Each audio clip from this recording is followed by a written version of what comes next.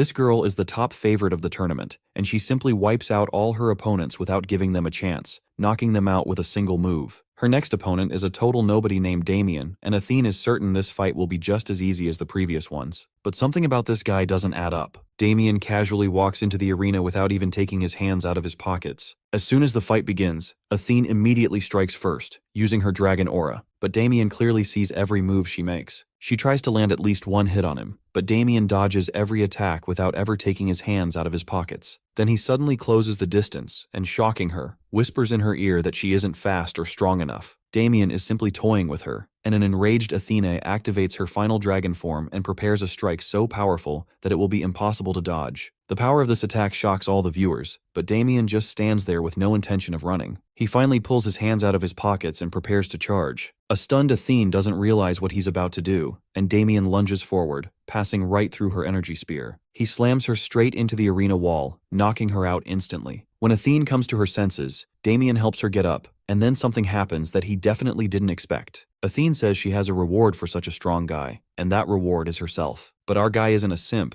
not even once, so he turns down such a bizarre reward. So what makes Damien so much stronger than everyone else? The thing is, he's a regressor who was the Knight of Death in his past life. He was just a normal human until Archlich cast dark magic and took control of him. But before Archlich could savor the crown he earned after countless deaths, my guy had already broken free from Archlich's control. He unleashed an attack that struck Archlich right in the chest, so hard even his demon generals couldn't shield him. Damien Hoxton had finally moved with his own will, much to Archlich's shock, who had erased Damien's consciousness completely. But as fate would have it, Archlich was never able to fully factory reset our boy's mind. Some part of his soul and mind stayed intact, dormant in his head, watching his own body out of control. Under Archlich's command, his demon generals launched an attack on Damien, only to get obliterated by a single strike from him. In a last-ditch effort, Archlich played his trump card and summoned God knows how many undead. The entire horde charged toward Damien, aiming to claim his life. But once again, all it took was a single hand gesture to incinerate the undead into smithereens. Seeing this, Archlich could tell his end was near. He had unintentionally created a monster so peerless it could rival the gods themselves. To save his own skin, which Archlich didn't really have, he started smoothing things over with mere words. Deep in mind, even if he failed to sway Damien with talk, he planned to transfer his soul into another vessel. I don't think Damien was going to let this bastard off the hook, at least not after losing the people he loved. To kill this sack of bones, Damien went so far as to create a technique that severs souls themselves. At first, Archlich refused to believe such a technique existed. Still, he tried to make a run for it before it was too late. But it was already too late, because my guy had finally unleashed his final strike, hitting Archlich squarely in the chest. At first, nothing happened,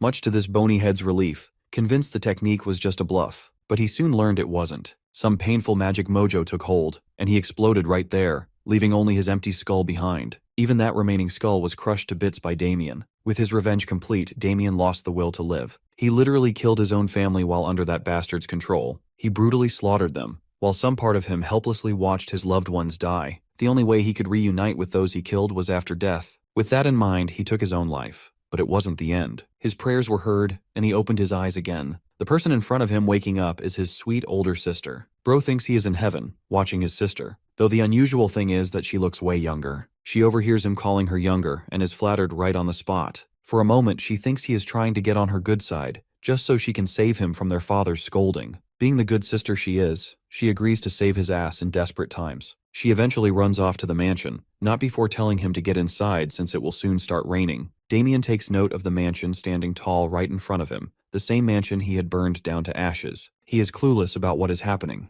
The closest thing to describe his condition is that he is dreaming. Or maybe everything he had endured in the past was just a big dream, and he has finally woken up in reality. But he is sure he will find out soon enough. He grabs a tree branch off the ground and stands in front of a giant rock to unleash his knightly prowess he had while he was acting as Death Knight. He takes his stance, and with the help of his past teachings, he pokes the hard rock with that mere tree branch. For a second, nothing happens. Then the giant rock shatters into bits and pieces, confirming that what he went through in the past wasn't just a vivid dream. This realization cracks him up, causing him to pull a classic Light Yagami laughing pose. He slumps down after laughing so hard, the weight of realization sinking in. What he is witnessing isn't a mere dream, nor was his past experience just a dream. He has returned to the past, a realization that hits him deeply. Let's have a little background on Damien's life at his current age. As far as Damien could recall, he was a clown who always brought shame to the family name with his antics. His father was always there to remind him how pathetic and loser-like a son he was, someone who only contributed by tarnishing the family's name. His antics only brought misery to the people around him. He stomped all over his family's future and even made sure their household's properties got confiscated. Because of his talent for bringing shame and ruin, his father kicked him out. Among all the family members, the only person who still saw Damien in a positive light was his older sister. He never understood why she was always so supportive and concerned, even though he ruined her life by destroying her engagement. Before he left, she offered him some money to ease his journey. He hesitated, but eventually snatched the sack of money and ran away as fast as he could, because he could barely look at her without getting embarrassed. After running away from the family, he finally realized how wrong and cursed his existence really was. The shame and guilt gnawed at him, causing him to have profound. Back in the present, Damien sits on his knees, racking his brain, trying to figure out what triggered his regression. Sure, he wanted to apologize to the rest of his family, but to think his prayers were actually heard, that he really came back to the past, is kind of insane.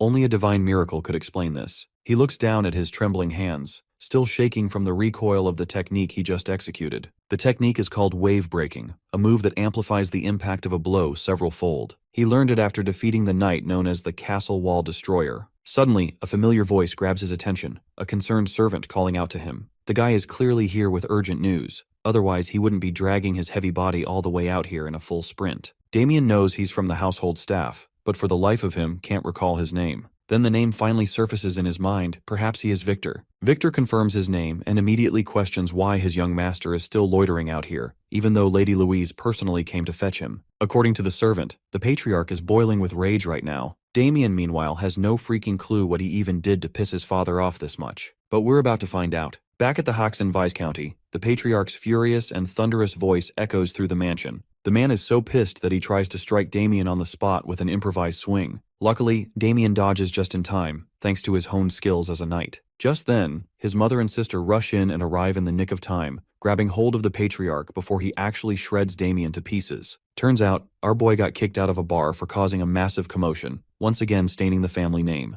The whole town is already talking about how the Hoxton heir is a good-for-nothing troublemaker. If it weren't for the mother and daughter duo, the old man probably would have cracked Damien's skull open right there. They're both trying to smack some sense into the furious father. Meanwhile, Damien is having a moment of reflection. He can't even remember the last time he got scolded like this. But now that it's happening, weirdly enough, he feels alive. Let's do some quick introductions. The angry old man is Paul Deesburn Haxon, the mother is Merlita Haxon, and the sister, his sweet saving grace, is Louise Haxon. It might be chaotic out here, but Damien missed this so damn much in his past life. Tears start leaking from his eyes, totally uninvited. The family stares in disbelief. Their son crying like this? That's seriously unheard of. Even Deesburn simmers down a bit. Before delivering punishment, he gives his son a chance to explain himself. But Damien's got nothing. No excuses, no deflections. Well, this response comes out as a shocker to his father. As far as his family is concerned, Damien is the guy who used to weasel his way out of everything with lame excuses. But now, he owns up to everything. He admits he brought disgrace to the Hoxton name. It's all his fault, and he's not ashamed to say it. Deesburn lets out a long sigh.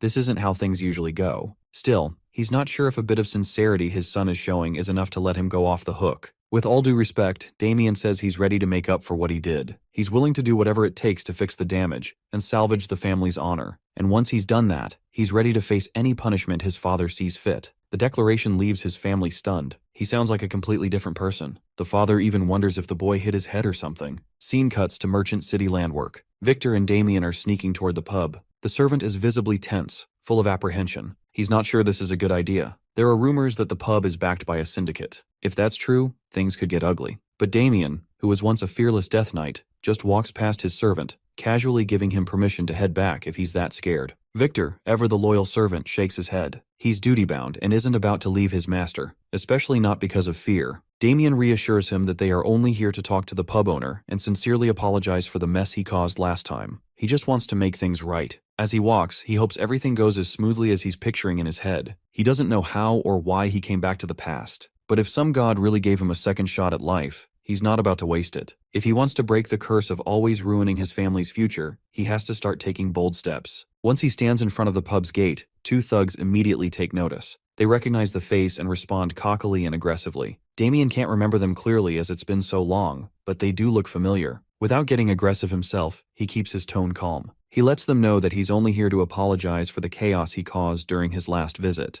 The two thugs freeze for a second, unsure how to react. When his words finally sink in, they burst into laughter. To them, it's hilarious to see Damien, the so-called disgraceful heir, suddenly acting polite and respectful. They've always seen him as the shitty elder son of a shitty household. But now, they're forced to admit he doesn't seem that bad. Damien just stands there, silent, listening to them yap. Then they take it too far. They bring up his sister and start saying vile, disgusting things about her. They're willing to accept his apology, under the stipulation that he introduces them to his sister. Creepy bastards leave no doubt about how trashy they are. And just like that, it stops being about apologies. Damien swipes a dagger from one of them so fast that the guy doesn't even realize it's gone. Originally, Damien just wanted to say sorry and leave peacefully. But turns out, he doesn't have that much patience after all. With a clean, precise swing, he severs one of their hands completely. The guy drops to his knees, screaming in agonizing pain once his brain registers what just happened. The other one immediately draws his sword, though he's visibly flinching. Damien's killing instinct kicks in. The dormant death knight inside him begins to surface.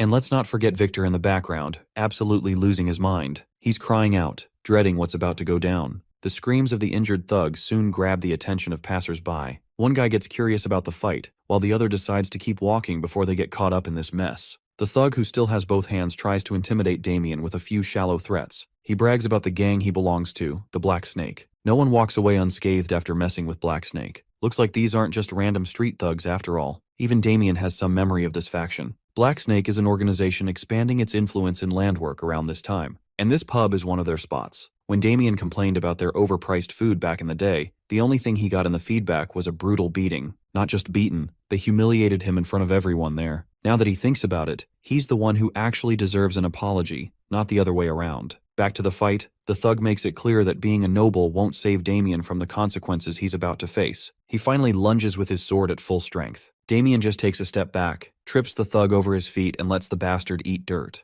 Before he can even finish coughing and get up, Damien's already on him with his dagger. The bastard should be grateful he's only about to lose a leg. If it weren't for his family, wiping these guys off the face of the world wouldn't be hard. With that threat clear, Damien slices off the thug's leg, making him double over in pain. More thugs show up, drawn by the screams. They also seem to be a little shaken seeing the brutality that unfolded there. Only one of the thugs is courageous enough to stand right at the front, while the others hide behind him. He demands to know which organization Damien belongs to, and where he's from. Obviously, Damien denies any ties to any gang. As for why he's here, he is here just to apologize. Though after thinking it over, he figures he should be the one getting an apology. He also has a complaint for the pub owner. This sassy dude isn't willing to entertain Damien's requests. All they want is his identity. Since he's not telling, they fear they'll have to make him speak. The leader orders his goons to charge. The brainless thugs rush at Damien, unaware of what's coming. Damien doesn't even feel like wasting time on these small fries. He takes a deep breath and zips past them with sonic speed, slicing off hands that were never meant to wield swords against him. One dash later, 3 guys are down. Damien is seriously rocked, while the leader of the thugs is absolutely shocked,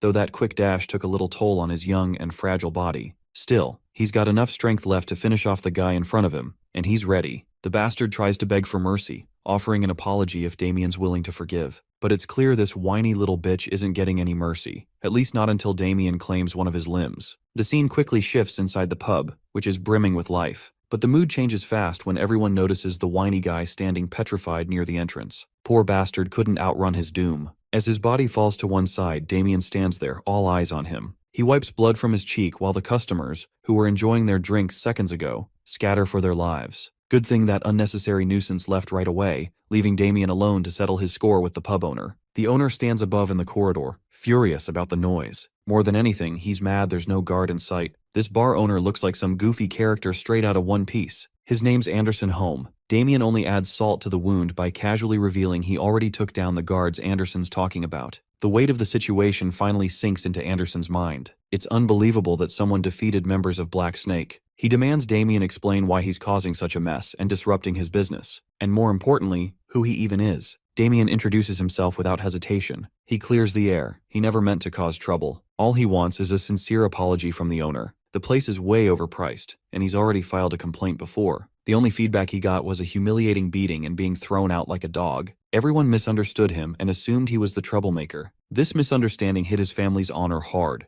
causing some serious losses. Anderson, the big mustache dickhead, still hasn't realized what kind of situation he's in. Instead of feeling contrition, he mocks Damien and his family. He's heard the Haxon Viscounty has no honor left anyway, which is something this clown finds quite laughable. What's even funnier is that Damien actually expected him to apologize. Seems like my guy had already been expecting this exact response out of this bastard. Initially, he was planning to spare this bastard once he had apologized sincerely. But now, he's got the perfect excuse to exact a juicy revenge he's been craving. He won't forgive this bastard talking trash about his family. In a split second, Damien maneuvers so fast he reaches the bastard standing on the first floor. With the dagger aimed straight, he's ready to yank this bastard's innards out. But it seems like our boy got carried away and let his guard down. Some guy rushes in, bringing a heavy sword down on Damien, knocking him back to the ground floor. The strength behind the blow is insane. The mysterious guy's name is Ted, someone Anderson's been waiting for to intervene. Damien admits this guy's got serious grit. With the strength he's packing, this gets our guy wondering how someone like Ted ended up working at such a third-rate place. Now he's very curious to learn why a knight of this caliber is even here at all. Let's talk about the knights for a moment. The glorious warriors of honor walk the path of martial arts throughout their lives. There's a hierarchy for them, starting off as a trainee and then an apprentice knight. Finally, they become an official knight when their skill level allows for it. The official knights are recognized as warriors capable of utilizing aura, to the point that they're mountain-level warriors, capable of cutting down dozens of creatures ahead of them. They can even cut through castle walls without breaking sweat. In other words, the knights of this story are pretty damn strong. So strong, in fact, that they're considered as transcendent beings. That's actually the reason why the bar owner is out here giggling like a lunatic, because he's damn certain of his victory. Even though Ted is an apprentice knight, he swears allegiance to the leader of the Black Snake organization. With Ted's involvement, the bar owner is confident that our boy won't be able to leave this place in one piece. And yes, the one piece is real. Damien stands on business, confidently questioning Ted's rank. He can finally understand why he felt a hint of aura in their previous clash. But his revelation just now astonishes Ted, who can't believe that someone as insignificant as our boy was able to sense his aura, even when he did his best to conceal it. Thinking about it for a minute, Damien pieces together the reason why Ted even bothers working in a shitty place like this. He thinks that Ted wasn't considered good enough to become an official knight, and was tossed out from the ranks, leaving him no place to go. The verbal assault has already chipped the knight's armor, while the bar owner tries to calm him down by addressing payment. Hearing the word apprentice attached to his rank, Ted's blood starts boiling. Pissed as hell, he bursts with incredible speed to slice down the arrogant noble's mouth, in an effort to punish him for being disrespectful. But without fearing for a thing, our boy simply stands there as Ted's blade is about to slice him down. He evades the heavy strike at the very last second, which means if he hadn't dodged the attack, the enraged apprentice knight would have sliced him in half. Preparing himself for a second attack, the apprentice knight unleashes his swings at Damien. While our boy is dodging without much difficulty, he's starting to grasp on his opponent's skill. From the looks of it, Ted doesn't appear to be an average apprentice knight, demonstrated by his sword ability and precise swings. Bursting with fury, the apprentice knight unleashes a wide slash, which is easily evaded by the young master. Despite possessing some of his combat ability from the future, Damien is having to struggle with his body's physical limitations. He can't make the best out of his current state, and it's a learning moment for him to prioritize managing his stamina. The apprentice knight is getting frustrated that none of his attacks are connecting. So this time, he goes batshit crazy and imbues his body with a glimmer of aura.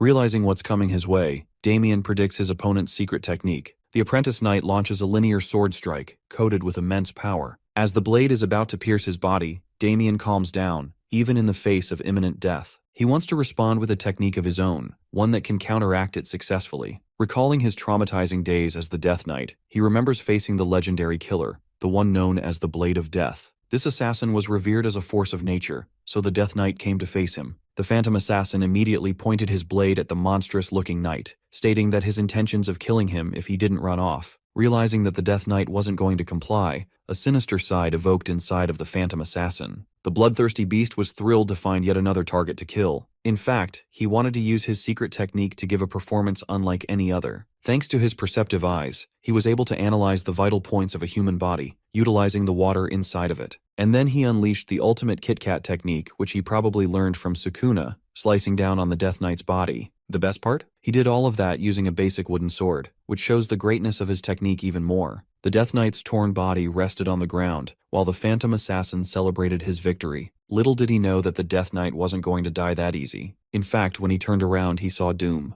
The creature's body was linking back together, his flesh and organs forming back into one central piece, even after being cut in half. Yup, that's because the Death Knight whipped out the anti-Kit Kat technique from the Heian era. With his body fully reformed, the phantom assassin began to realize that he fucked up by targeting an undead monster. Here's the icing on the cake. After experiencing the same technique used on his body, Damien instantly learned it and was able to use his perceptive eyes to target the Phantom Assassin's vital points. Without even being able to comprehend what was going on, the Death Knight slaughtered the assassin by giving him the same treatment. Instant karma, and he did it without a sword too. The maniacal assassin experienced excruciating pain, all the while being unable to comprehend how someone was able to copy his secret technique. And that leads us back to the present. A similar expression is worn by Ted, one of despair and defeat. He's down on the ground, his body hasn't been severed in half in a gruesome manner, but it did experience a deep slash. Our glorious protagonist explains that every single one of his enemies didn't even know what hit them until they were groveling on the ground. All of his fights went like this. Why? It's because his one inherent ability as the Death Knight is to absorb his enemies' skills and use them as his own. Long story short, bro is out here giving Kakashi the copy ninja a run for his money. Seeing Ted go down the way he did causes the bar owner to become scared as shit. He's out here sweating bullets, thinking that he's next. Bro's got that desperate Vegeta face going on. Seconds later, he's kneeling in front of our boy and apologizing for bringing dishonor to the Haxenvi County. But it doesn't end there. He also offers a serious amount of gold as a consolation for any trouble caused. Damien is out here celebrating on the inside. He only came here for a simple apology, but he's getting easy money too. He decides to let the matter slide and glances at his servant Victor, who quietly observed the whole scene unfold. The servant quickly comes to collect the amount, questioning his own senses after what happened. He saw how the young master dismantled the knight with a crazy technique at the last second. It doesn't make sense to him how the young master suddenly obtained powerful techniques. In the next scene, they're leaving the bar. Victor comments on how he's never had to carry so much money before. But something tells me the bar owner isn't finished, because this scumbag intends to take his revenge in the future. His intention is to speak to the leader of the Black Snake organization. But as he's plotting his next revenge scheme, our boy comes back to humble him by slicing off his right ear. The bar owner screams in agony, while Damien reminds him that he couldn't leave without rendering an appropriate punishment. Oh, and he already anticipates the bar owner's next move, and he's more than happy to leave a message for the leader of the organization. Damien's only warning is that if the organization dares to mess with his family, he'll wipe them all out. Despite having his ear cut off firsthand, he still wants to take his revenge and intends to report to the organization. But that's for later, as our boy keeps on walking ahead. As he's heading out, he fully comes to terms with his own wrongdoings in his previous life. His past leaves a trail of blood, one of murder, and only sinful acts. He doesn't intend to run from this past, but this time, he vows not to disappoint his family and always stay by their side. Damien declares that it's time for them to head home. The scene cuts to the Lion Bloom March, where a man addresses his brother regarding the phrase, "Pain always follows love." His brother doesn't know what this dude is going on about, and realizes that this guy's planning to head to another battle. Rejecting his brother's assumption, the dude clarifies that he's actually going on a quest to find love. I would believe his words if not for that ugly expression on his face. Coming back to the Haxen estate, our boy is glad to have gotten a good night's sleep after his adventurous run last night. The same can't be said for poor Victor, however, who was busy processing what happened before his eyes. The horror of it all kept him awake, thinking about what would happen next. Damien emphasizes that everything worked out well in their favor, so there's nothing to worry about. Even though they deviated from the original plan, they achieved their purpose all the same. Next up, our boy is waiting for the rumors to spread around, allowing people to realize not to fuck with the Viscount Haxen's eldest son. With this rumor flying around, no one will ever dare to mess with his family again. He's also happy that his reputation as the useless son will also experience a slight shift, and people will see him in a more respectful light. Even as his servant, Victor can't fathom how the young master is suddenly so competent and self-aware. The servant is deathly afraid of what will happen regarding the situation with the Black Snake group, because what they did last night was provocative in every sense. Damien dog-walked their men and even annihilated an apprentice knight. Even with their threat looming around, Damien is confident that they would double-check before messing with a noble family. And if they're stupid enough to try, he'll beat them black and blue. This alleviates some of Victor's concerns, and he comments on our boy's exceptional sword skills that he shouldn't even have, which makes him question when the young master became so capable in sword fighting. Of course, our boy quickly turns away because he really doesn't have an explanation for it. Damien tells him that he trains every now and then. Speaking of Damien, his father is out here channeling the speeds of Barry Allen, the Flash. Bro is pissed that his son was gone all day yesterday. What's more, he's scared that the kid must have caused even more trouble again. Showing no signs of fear, Damien urges his father to calm down, because he handled everything and rectified his previous mistake. He then tells Victor to reveal their prized possession. The glimmering gold coins seduce his parents very quickly. It's the easiest way to make them happy. The young master informs them of his travels to the same tavern, and how he cleared up a certain misunderstanding, a miscalculation that they did, and because of that, they gave him consolation money for their mistake. I just love how he omitted the part where he cut off like 20 hands and plucked off the bar owner's ear. His parents are doubtful at first, but they're quickly persuaded because of the gold. The funny thing is that Damien even uses Victor to testify on his part, shoving him under the boss as well. In the end, Victor agrees with everything the young master said, which adds more weight to his words and helps his family's trust in him. Damien's parents are happy, while Victor is out here realizing that he's got a Gaslighter Pro Max as his young master. The scene quickly cuts to our boy sprinting in the fields in order to test his stamina. After a little while, he's already exhausted and dying for breath. This makes Damien understand his own limitations, and he has to deal with his shitty body at once, or he'll be at a huge disadvantage. Pulling out a purple gem from his pocket, he's lucky to have acquired a little something that's going to help him in the short run. Before leaving the tavern, the bar owner included this tonic in his list of treasures. A creation of Alchemy Academy, it allows a significant increase in one's stamina and energy. Damien found himself surprised to hear the Academy's name. They specialize in making these types of potions and tonics, and they're so good that their value is equal to a gemstone. All the good for this young master, who got his hands on it for free. At present, he quickly gulps down the tonic, and in mere seconds, experiences a jolt of electrifying energy brewing inside of him. The effects are working right away. He crushes the vial, reflecting that his most important goal right now is to build up his body back to the way it was, to become the unstoppable Death Knight. The Pookie Archlich Dorgo is bound to unleash his army of the undead, ravaging the world to ashes. Damien has to make sure to prevent that dark future from happening, no matter what. That's why he's hell-bent on regaining his powers. It's the only way he'll be able to protect what's dear to him, his family's safety and happiness. Pumped for another run, he bolts off, declaring that he'll kill the Archlich, and this time he'll make sure Dorgo stays down. That very night, the scene cuts to the Tower of the Black Snake Group. The grunting fatso is disappointed in the Apprentice Knight's defeat, especially since they spent a fortune hiring him. Ted's condition is really bad, so much so that even the underlings think they should get him treated. But off-brand Kim Jong-un over here is ruthless, and orders Ted to be thrown into the dumpster. Meet the boss of the Black Snake Group, Cedric Walker, who apparently doesn't believe in second chances and wants Ted to be disposed of right away. After all, they can just buy another one in his place. Mustering all of his strength, the Apprentice Knight takes a stand and comments on how disappointing this ending is. Cedric turns around, surprised to see the knight still capable of holding his ground. He actually offers Ted a second chance if he gets treated, but based on how he was about to dispose of him only a minute ago, the Apprentice Knight is so pissed off that he lunges at him with his blade. But despite his desperate attempt to kill the organization's leader, he is stopped by a shadow tendril, which quickly chains him and renders him harmless. The person responsible appears and prefers killing the Apprentice Knight as part of their contract. Cedric is more than happy to see how their newest hire will perform. The helpless knight can only shout complaints. The mage ends up chanting a command, unleashing demonic creatures from the dark upon the helpless knight. Before the knight can even comprehend what's going on, he meets his bone-chilling demise. Despite him begging for mercy, the 5 demonic beasts devour each of his limbs as well as his head, ripping his body apart as his screams reach the ceiling. By the end, the only thing that's left of Ted is a miserable foot. Bro probably got the worst death I've seen in a while. Cedric is disgusted, but at the same time quite impressed. He accepts the mage into his group and requests for cleaner deaths from now on. The mage is happy to hear that and awaits his next target. The leader of the organization expresses the recent incident, which included a noble who messed with their members. However, Cedric isn't going to be stopping. All he cares about is for Damien to suffer an agonizing and gruesome death, and he's even willing to increase the pay for it. Cedric pays the mage his commission in advance. The dark mage is more than happy to take up this task and execute it with success. Panting in exhaustion, our boy continues his epic training arc. He's out here doing squats with a heavy load on each side, helping him become overall muscular and amp up his stamina.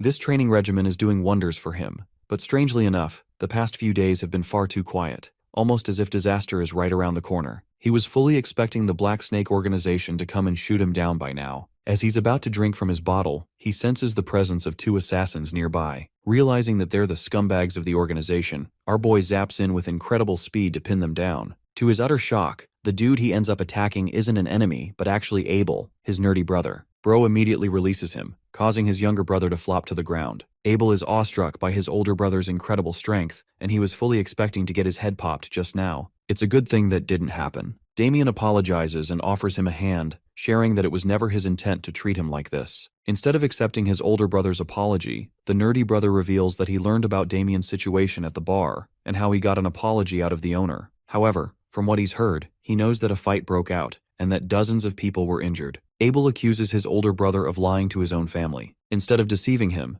Damien actually confirms the facts as the cold hard truth. Abel jumps in his face in shock, questioning how the hell his brother was able to face off so many people. It doesn't make sense unless he hired Agent 47 or something. Even though Damien fully accepts that he's the one who did everything, Abel still isn't convinced. The only thing he cares about is that his older brother doesn't go around dishonoring their family's reputation. They're already sick and tired of cleaning the troubles he's caused in the past. Fully understanding his little brother's annoyance, Damien pats him on the head, reflecting that his little brother has a pure heart and has always wanted the best for his family. That's why he doesn't find himself annoyed at his attitude. In fact, he smiles at Abel, stating that there's nothing for them to worry about anymore. Their meeting is interrupted by Victor, who comes in panting to deliver some shockingly bad news. His sudden announcement causes both of the young masters to grow alert. In the next scene, they quickly dash into the family estate and burst open the door, only to find his parents sitting opposite to a certain man. This is the same dude from earlier, who wanted to go on his quest for love or whatever the heck he means. Seeing Damien arrive so quickly, the arrogant man expresses his innocent intentions of sharing what happened at the banquet hall. Meet Erwin Lionbloom, the evil and beta version of Erwin from Attack on Titan.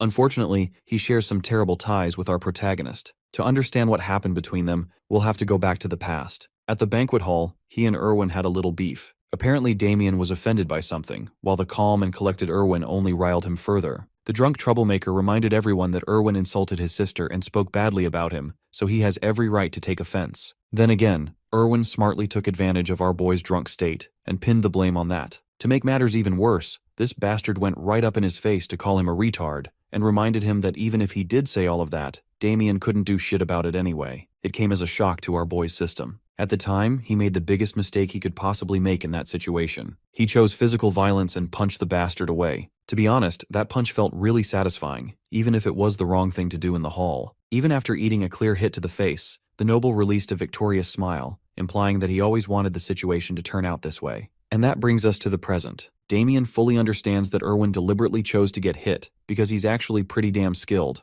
close enough to become a knight, so it would have been easy to dodge. As it turns out, the slimeball was waiting for this moment. In this family meeting, this man boldly tells our boy's parents that he shares admiration for Louise, their daughter. At first, the Viscount doesn't get what Erwin is trying to say. That's until Captain Douchebag over here boldly declares a marriage proposal between him and Damien's sister. The announcement rocks the Haxon family to their very senses. Damien internalizes his frustration, knowing that this is the exact sequence that took place in his previous life. The bastard took advantage of his family's poor circumstances. Erwin doubles down by saying that he'll forget what happened at the banquet hall, but only if they become a part of his family, therefore preventing any bad blood between the two houses. However, his father firmly denies such a proposal, like the gigachad he is. Erwin's frustration grows after discovering that Louise already has a fiancé set for marriage. But then comes the issue of his humiliation at the banquet hall. Erwin reminds the Haxon family that they won't be able to deal with the consequences that come with denying his proposal. It will end in a wrathful outcome. The scumbag offers them a final dilemma. It's either they choose him for their daughter, or they suffer the consequences. This is truly a difficult decision for the Viscount to consider, knowing that the Lionbloom family is tremendously powerful among the nobles. Even then, he knows just how shitty of a person Erwin truly is. His father's instincts just can't allow something so disgraceful to happen to his daughter. Suddenly, Louise herself makes her presence known, offering herself as the sacrifice and accepting the terms of marriage. Seeing their own daughter sacrifice herself like this causes the Viscount to break down. He tries to assure her that they'll find a way out of this, even though Abel is pissed off and admits that his sister doesn't have to deal with the trouble Damien caused. Seeing her take a stand for the sake of her family even causes Damien to feel sad, but the brave girl maintains her smile, promising to go with Erwin. The whole situation is a great reminder for our protagonist, a reflection of his past mistakes summarized in one scene. Because of the problems he caused, his sister had to bite the bullet. Now that the situation has wrapped up in his favor, an evil smile crosses over Erwin's face. He's glad that they made the correct choice. As he prepares to leave, he tells Louise that a formal request will be officially sent so they can discuss details. But as he's talking all that shit, the devil himself appears before his eyes, glaring down at him. I think anyone who has a sister would have the same expression as our boy after what happened. Mocking Damien openly, Erwin calls him his brother-in-law. Damien doesn't give a damn about him, but the fact that he ruined his sister's life in the original timeline is enough motivation for him to prevent the same from happening again. Louise can't believe that her brother has taken a stand for her. He mumbles something incomprehensible, something that the arrogant blonde noble doesn't even comprehend. What he does comprehend is a Mike Tyson uppercut that launches him to the damn sky. While it's true that Damien shouldn't have fallen for Erwin's provocation again, he just can't sit around waiting for this bastard to tear his family apart. The noble's body hits the ground, while our boy declares his stance strongly. He won't let Erwin do what he wants. To understand why he feels such disdain for this man, we'll have to take a peek into the original timeline of what happened the first time. After being sold off to the Lionbloom family, Damien couldn't see his sister for a long time. So one day, when he realized that they were coming to visit, he couldn't contain his excitement and ran with a smile on his face, excited to meet his sister. Things took a truly terrifying turn, because the moment he arrived, his body shuddered in despair. Before him was his beautiful sister. Her hair was pulled like she was some kind of animal. Erwin dragged her for always complaining about her shitty family. He was pissed that she even dared to threaten leaving him. Oh, but he didn't stop there. To truly educate her and make sure she never defied him again, Erwin prepared himself properly as the innocent girl shuddered in fear. Locking in a fist, he abused her brutally as the poor girl wailed in pain. Just watching that sight broke our boy from the inside. He couldn't even protect his sister, and he's the one who got her into such a state in the first place, all because of his actions at the banquet hall. From then on, a deep hatred took root inside of Damien's heart, a hatred designed specifically for the bastard known as Erwin Lionbloom. That brings us back to the present, where he's just finished uppercutting this man into a knockout. The entire family is shaken. The Lionbloom guards concerningly show up after hearing the sound of their young master moaning in pain. At once, they unsheath their weapons to seize the person responsible for hurting the young master. Damien gave them one look and realized that they're his escort guards. Speaking of the bastard, Erwin snickers like the little pest he is and gets back up. He's done being bitch-slapped twice in the face by now. Taking the situation to violent means, he clenches his sword, while the Haxon family stares in horror. Finally revealing his true nature, Erwin unsheathes his blade, questioning if his brother-in-law is looking for a quick death. To prevent the situation from turning into a bloodbath, his escort guards quickly step in to handle the situation for him, since it could lead to a bad impression of him. But this time, the enraged bastard doesn't listen to reason, and demands that his guards move. When one of the escort guards resists the order,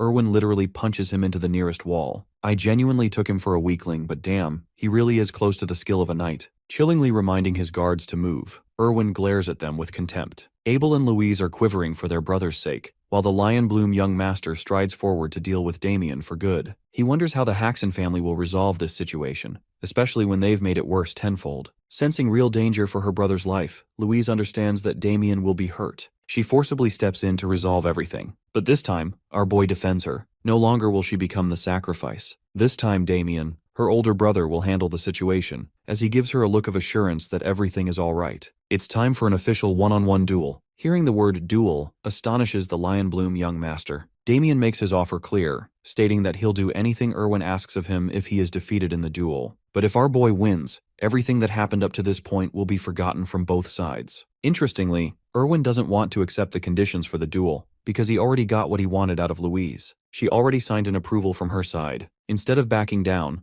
Damien takes a smart approach by challenging Erwin's ego, stating that he's a coward for backing out of a duel. Basically, bro said no balls to a good argument. The funniest thing is that it actually works. Erwin considers accepting the duel simply because he thinks he'll mop the floor with Damien in a real battle, finding this as the perfect opportunity to crush Damien forever and then steal his sister from him. The sadistic bastard points his blade and accepts the duel. In the next scene, Damien's mother is really worried and wants to intervene, but seeing their son confidently step in like that, the Viscount thinks that Damien must have a plan behind his back. That's why they have to let their hopes rest in his hands. Unfortunately for them, Abel knows just how despairing this situation truly is. He is the only person here who fully understands Erwin's skills, comparing him to an official knight. So from that perspective, this is a losing battle right from the beginning. The arrogant young master wants to kick the battle into motion, but he's stunned that his opponent isn't even interested in using a sword. Damien assures him that he'll be alright. In order to fully humiliate the guy, bro brings out his trusty fork. Ah yes,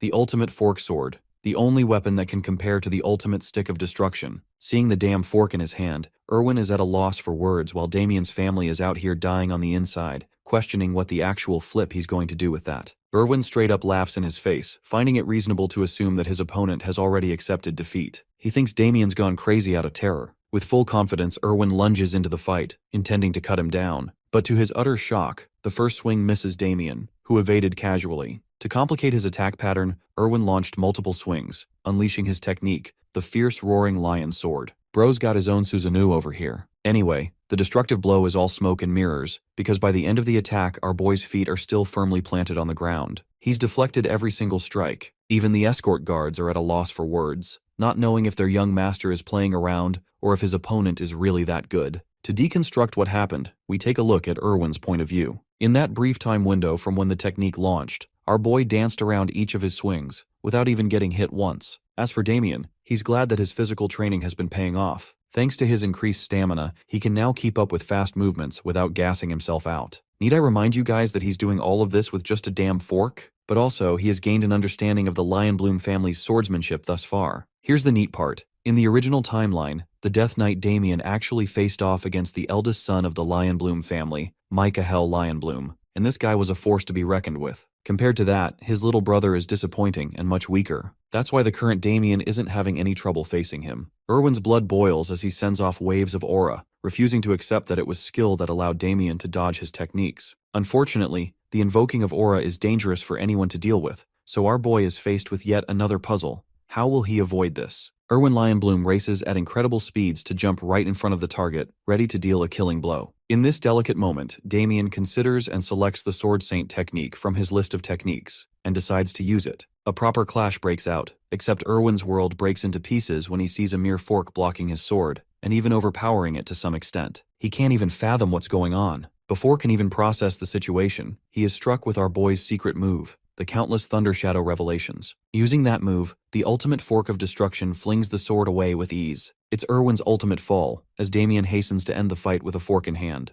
The fork stabs the arrogant noble in the neck, ending the battle. Every single person in his family gasps in horror. You guys might be thinking that a fork was used as a murder weapon just now, but it turns out that our boy is quite generous. He only poked Erwin's neck, as if to warn him that he could have done more. Even after receiving a tiny stab, this dude starts freaking out like a little bitch. Of course, in his heart, Damien really would have wanted to kill him and erase the disease from the world, but he knows that he must choose his family's side this time and let this situation slide. So he concludes the duel, declaring himself as the clear winner and asking if little Erwin over here has any issues with that conclusion. Shuddering like a puppy, the arrogant noble has been reduced to a harmless doll. Damien straight up tells this dude to get lost as the scene comes to an end. If you guys think the way Damien handled that humiliation was satisfying, then like the video and show your support. After the duel, the family shares a quiet breakfast the next day. Having finished his meal, our boy gets up to leave for his training. With him gone, the family sulks in sadness. Particularly, the boy's mother is curious and wonders when they'll talk to Damien about what happened. Speaking of which, Abel is out here having a system reset.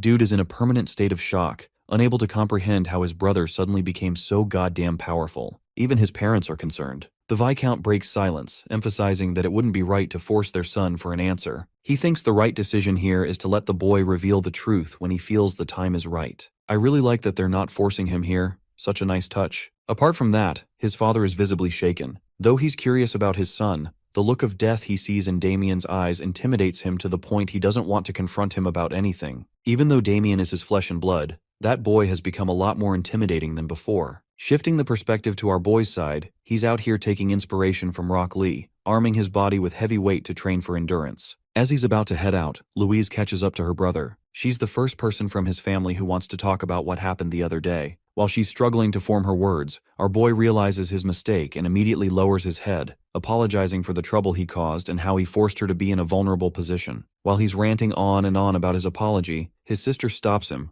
offering her sincerest gratitude. He really did stand up for her, and she feared for her life, even though she didn't show her fear in front of Erwin. It's thanks to her brother that she avoided such a miserable fate. Hearing her admit that makes Damien very happy to have made a difference. Knowing that her brother stepped up for her cause, to save her bravely, is the reason she's so grateful for him. In a warm moment while receiving her gratitude, Damien offers his own. A sister shows her love for her brother, and a brother returns it back with interest. He's thankful for everything she's done for him this far. Before Louise can comprehend what he means by that, he prepares to leave. As he's leaving, she offers him a sword to take with him. It's actually their father's most prized possession, his favorite item. To show love for his son, the Viscount gifted him the blade so that Damien could use it in his training. The boy is shocked to hear such consideration from his father, while Louise reveals that even though their father can be tough on the outside, he loves Damien a lot. Funnily enough, she does her father's impression to remind dear old Damien never to use a fork again because it's disgraceful for the family. Damien's pretty damn convinced by her impression and unsheathes the blade, finding himself impressed by what he sees. He's in his father's debt.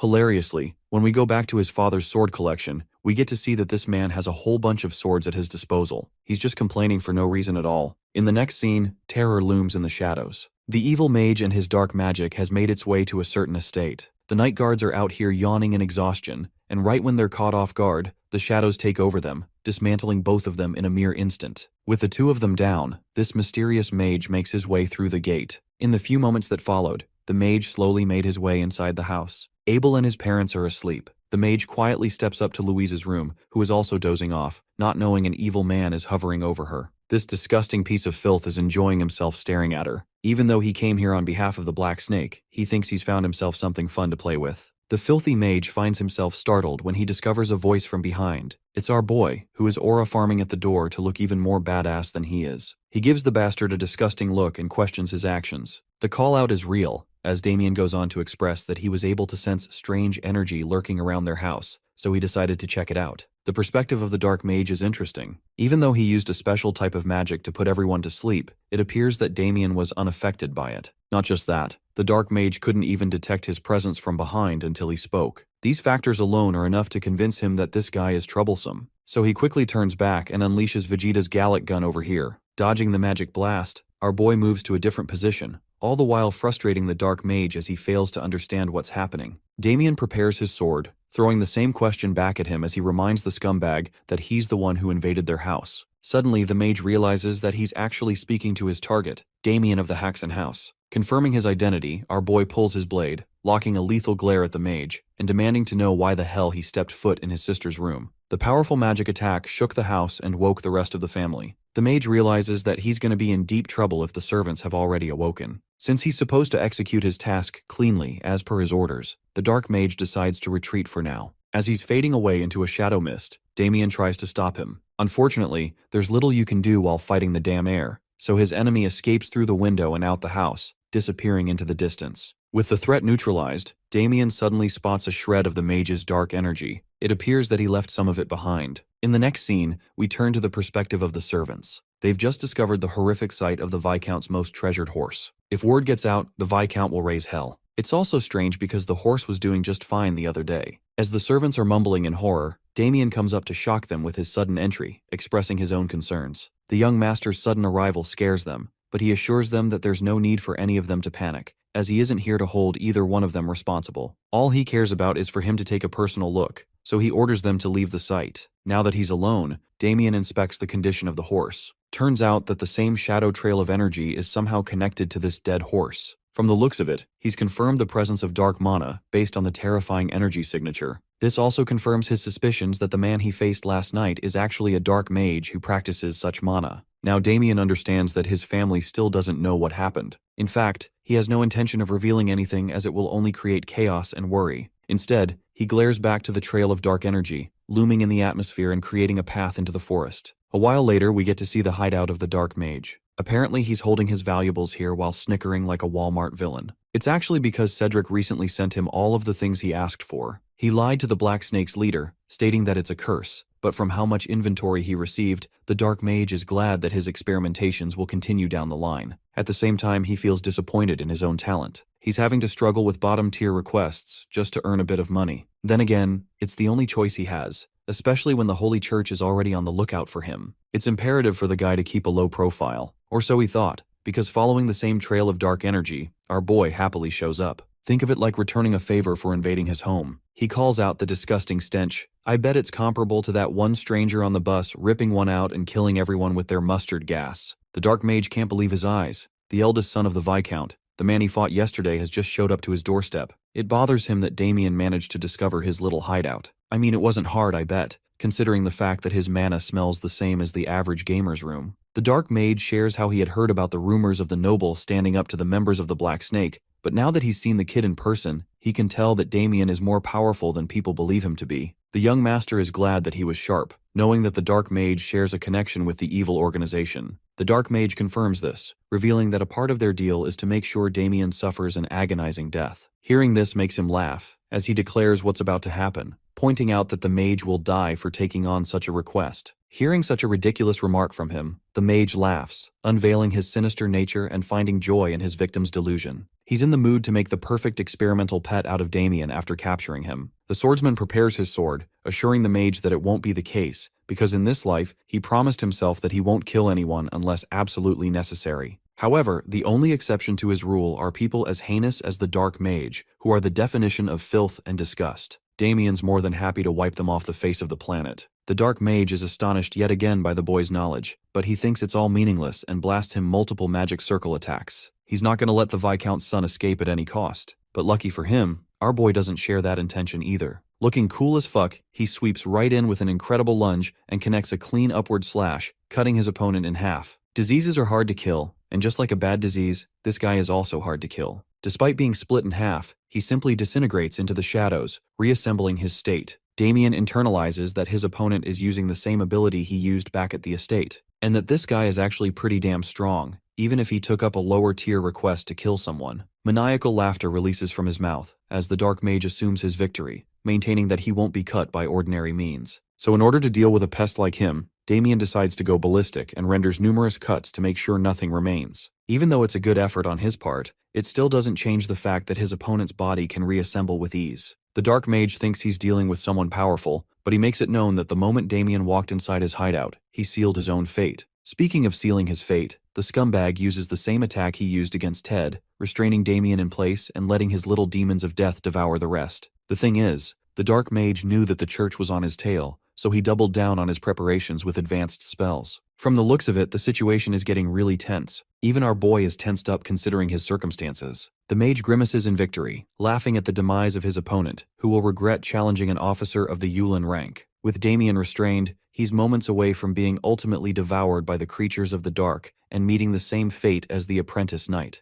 The tendrils of dark mummify their victim. It's like watching a spider webbing up its prey and tangling it into place. The Dark Mage returns to his tangible form and calls Damien arrogant for being reckless with his approach. He also remembers Cedric's order to make his target suffer as much as possible, which is made successful by the fact that he'll torture him for a long time. This bastard is also out here celebrating that now he can feast on the beauty he saw at his house without any interruptions. That's until Damien drops a little surprising note for him. He breaks apart the decomposing curse spell that he just used. At a loss for words, the Dark Mage returns a look of despair, questioning how his prey is unaffected. It's impossible to dispel the curse unless someone knows about dark magic, which is exactly what our boy did. Here's the thing though, even Damien is taken aback by what he did. I guess his regression powers kicked in, because it appears he awakened an authority insignia on his body, even though he shouldn't have it at this point in the past. Let's talk about what an authority actually is. In this world, it's known as the power of a god being gifted to mortals. In this case, Dorgo favored his Death Knight so much that he infused the strongest magic and binded it into him. Even after giving him indestructible magic and power, Dorgo was left unsatisfied. He wanted more out of his Death Knight, the ultimate servant and the sword of evil. Hence, he decided to slit his own hand, unleashing a part of his dark power, turning the Death Knight into an ultimate weapon.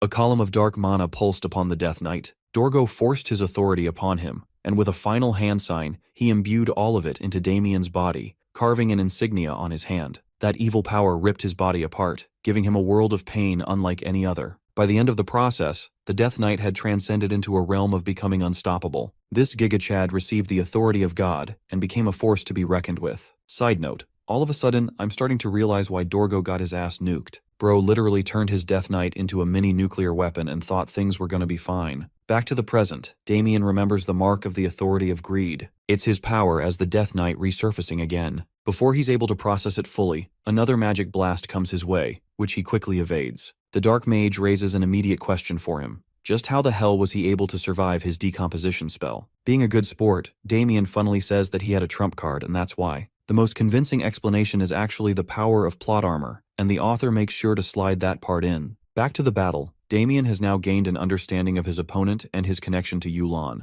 This Yulin is actually another organization, an even more sinister one that practices assassination using dark magic. Compared to them, the Black Snake is nothing. It's not a surprise that this guy is actually pretty damn skilled. The Dark Mage assesses the situation too, internalizing that he can't let this battle drag on for any longer, especially when his opponent is unpredictable. Even though he wanted to save his ultimate weapon for the church, he thinks it's an appropriate time to whip out the good stuff. With his bracelet glowing a bright green, the mage unleashes a wave of mana, exuding from his body as he slowly loses control of himself. Even Damien notices that this guy is using a dangerous amount of dark mana. From his understanding, the bracelet appears to be some kind of artifact to store mana. Well, things go from 0 to 100 really quick when this guy uses his full power. He summons an illusory beast that I don't even know how to describe. Let's call him the Ugly Five Eyes. Having lost control, the Dark Mage roars the demise for his opponent and declares Damien will burn in hellfire. The creature of destruction fully swarms in and connects against our boy's body. With a direct hit like that, the Dark Mage once again assumes his victory. How could anyone on Earth possibly survive such a hellfire after all? Hellfire is something that can't be expunged, even after one's death. Using the power of plot armor once again, Damien breezes through the green flames, pointing out the mage's miscalculation. The thing about the authority of greed is that it simply doesn't dispel magic. Damien stands unharmed as the same hellfire flames get absorbed into his body. He stands uncontested, having become more powerful than ever before, revealing that the function of his authority is to absorb all dark magic. The mage is at a loss for words, questioning how a Viscount's son could have the terrifying power of authority. It's time for this fight to end, as the young master readies his blade,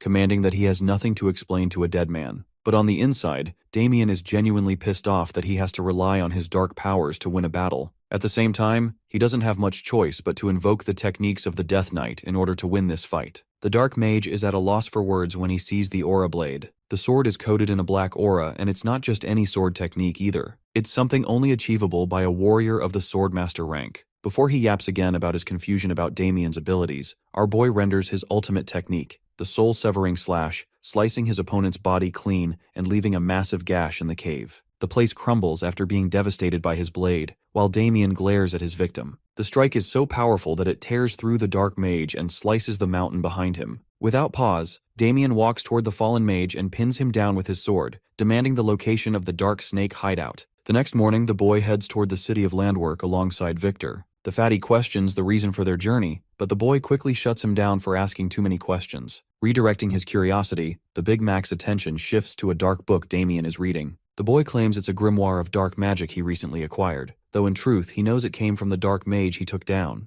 Victor remains skeptical, knowing such grimoires are incredibly rare and difficult to acquire. But before he can say more, he's distracted by a strange, foul smell coming from a sack Damien is carrying. Soon they arrive at the market, where the boy hands the sack to him, casually stating that it contains a person's head. Still refusing to believe him, he opens the sack himself, only to spot a lifeless eye staring back. With a panicked yelp, he hurls it away and begins breathing heavily, shaken. When he demands an explanation, the boy tells him to first deliver the head and the book. He'll explain everything afterward. Despite nearly pissing himself, Victor agrees. A while later, the boy arrives at the gates of the Dark Snake headquarters and confidently introduces himself. The guards dismiss the Haxan name at first, until they realize he's the one their boss warned them about. The boy catches on that they already know who he is and pressures them to let him through. To Fatty's shock, they agree. But just as they allow him to enter, one of the guards suddenly fires a flare into the sky. In seconds, the entire compound swarms with assassins and bounty hunters, surrounding Damien with weapons drawn. According to them, this is the welcome gift prepared by their boss. Yet despite being completely surrounded,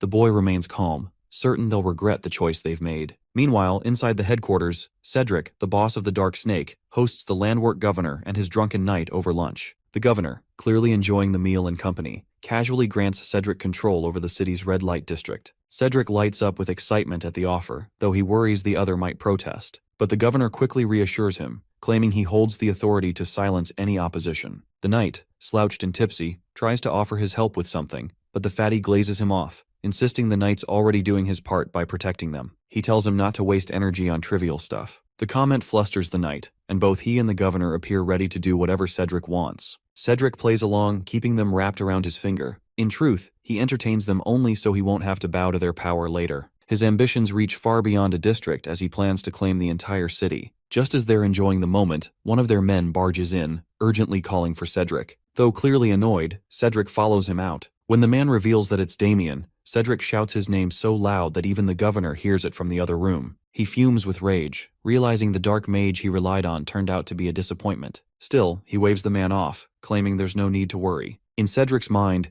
Damien has walked into his own death trap, and even if things don't go exactly as planned, he has someone who owes him a favor, someone who will make sure the job gets done. Sensing something is wrong, the fatty steps out of the building to check, and is shocked to see his assassin lying defeated on the ground, while the boy stands there completely unharmed. The sight stuns him. He had always heard that Damien Haxan was nothing more than the useless son of a viscount, but this boy clearly has skill. The realization makes him wonder if Damien was also the one who took down his dark mages. Panic sets in, and he rushes back inside, hoping to get reinforcements. Outside, the mage fires a blazing fireball at Damien using their staff. To their shock, he counters it with his sword. channeling his countless thunder technique to deflect and hurl the attacks back at them. The rebounding blasts explode in fiery bursts, reducing the mages to scorched corpses. It seems all of them are taken out, until Damien suddenly senses something approaching from behind. He turns just in time to narrowly dodge a devastating sword strike. The blow crashes into the ground, sending up a violent shockwave. Though he avoids the direct hit, Damien can feel the overwhelming aura.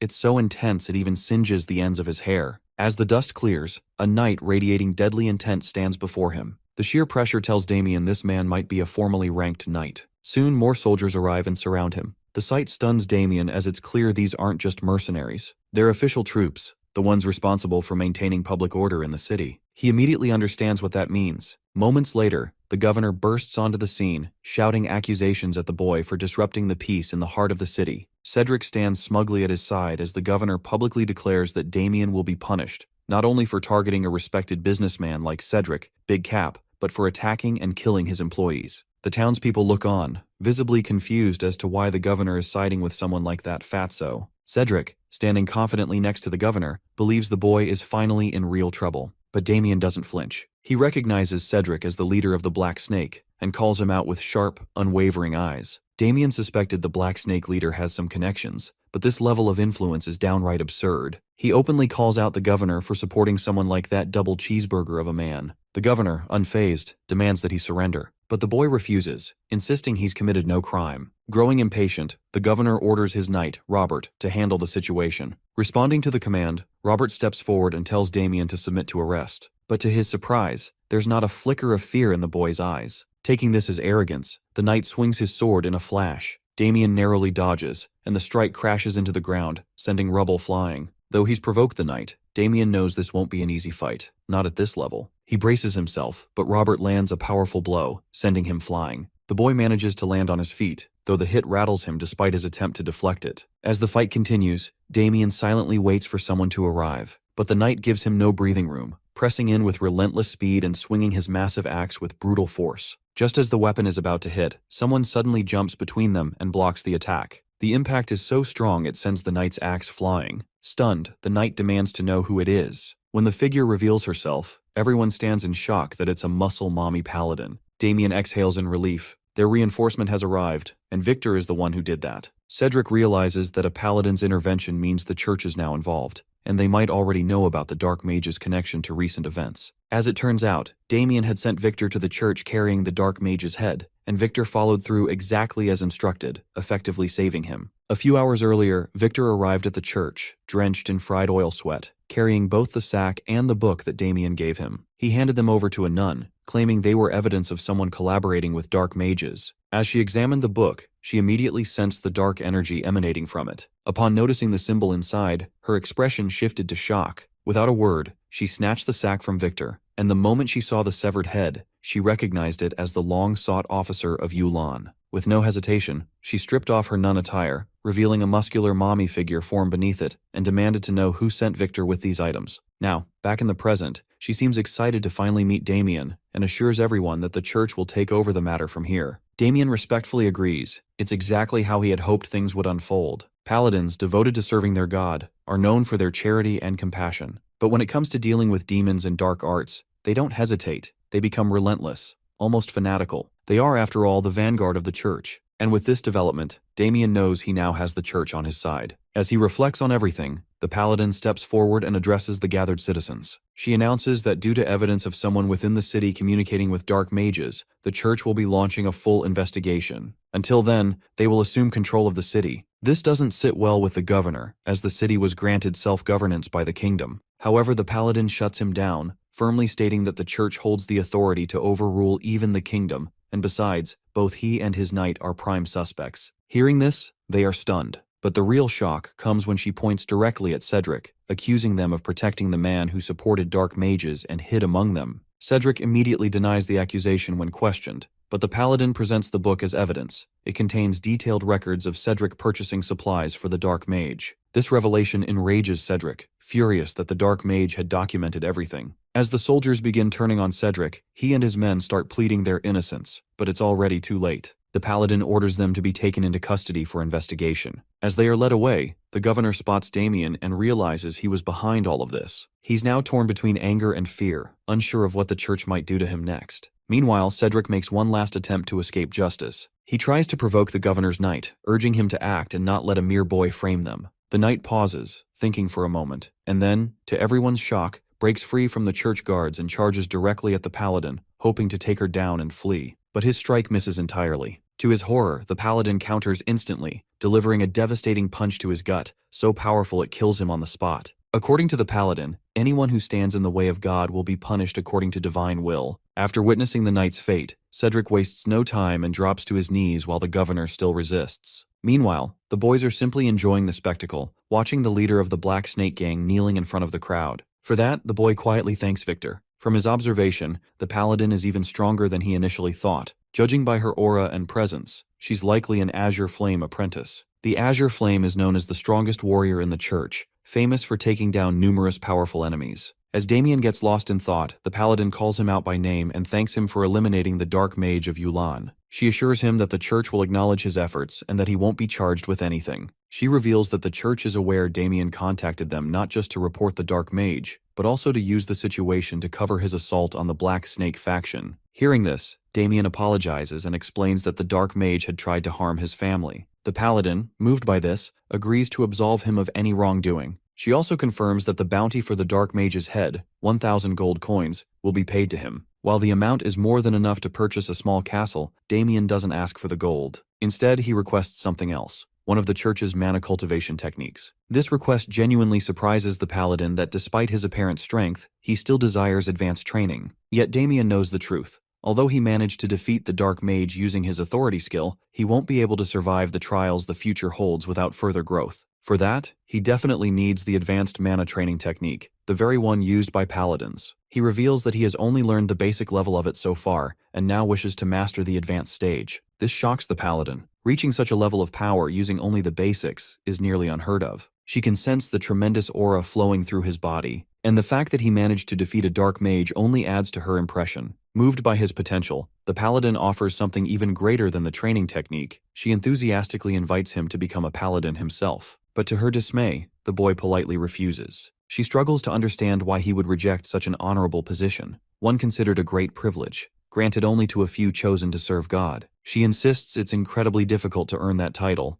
However, Damien isn't particularly religious, and more importantly, he has no desire to become the church's pawn. Of course, he can't say that out loud. Instead, he claims he's not worthy of such a title. For now, he lies that he simply wants to travel the world as a humble devotee in search of truth. To Victor's shock, the act worked perfectly. The paladin appears genuinely moved by Damien's humility. Impressed by his words, she agrees to grant him access to the mana technique and warmly invites him to visit the church anytime. With that, she formally introduces herself as Agnes, the first apprentice of the Azure Flame. Damien respectfully acknowledges her name and then requests her permission to take care of one last matter. She's a bit puzzled, until she sees him walk over to Cedric and, without hesitation, punch the fat straight out of him. He follows up with a brutal kick that sends Cedric flying across the street. Only then does Damien finally feel satisfied. With that, he and Victor have accomplished exactly what they came for. Meanwhile, at the Lionbloom family estate, Erwin's father rushes to his son after hearing about the incident. Erwin, trembling in fear, claims that Damien tried to kill him with a fork. This enrages his father. He demands to know who dared lay a hand on his son. To his shock, the guards reveal it was Damien of House Haxon. This intensifies his fury. The idea that a so-called lowlife like Damien managed to beat his son using what he considers cowardly tricks drives him into a rage. He begins smashing furniture around the room, completely consumed by anger. In a fit of vengeful fury, he orders his men to drag Damien to him like a dog immediately. Meanwhile, at the Haxon household, Paladin Agnes arrives with her men and greets Damien's father. Upon seeing them, his father immediately grows angry, furious that his son not only caused trouble, but also brought what he calls a group of lunatics into their home. Agnes, remaining polite,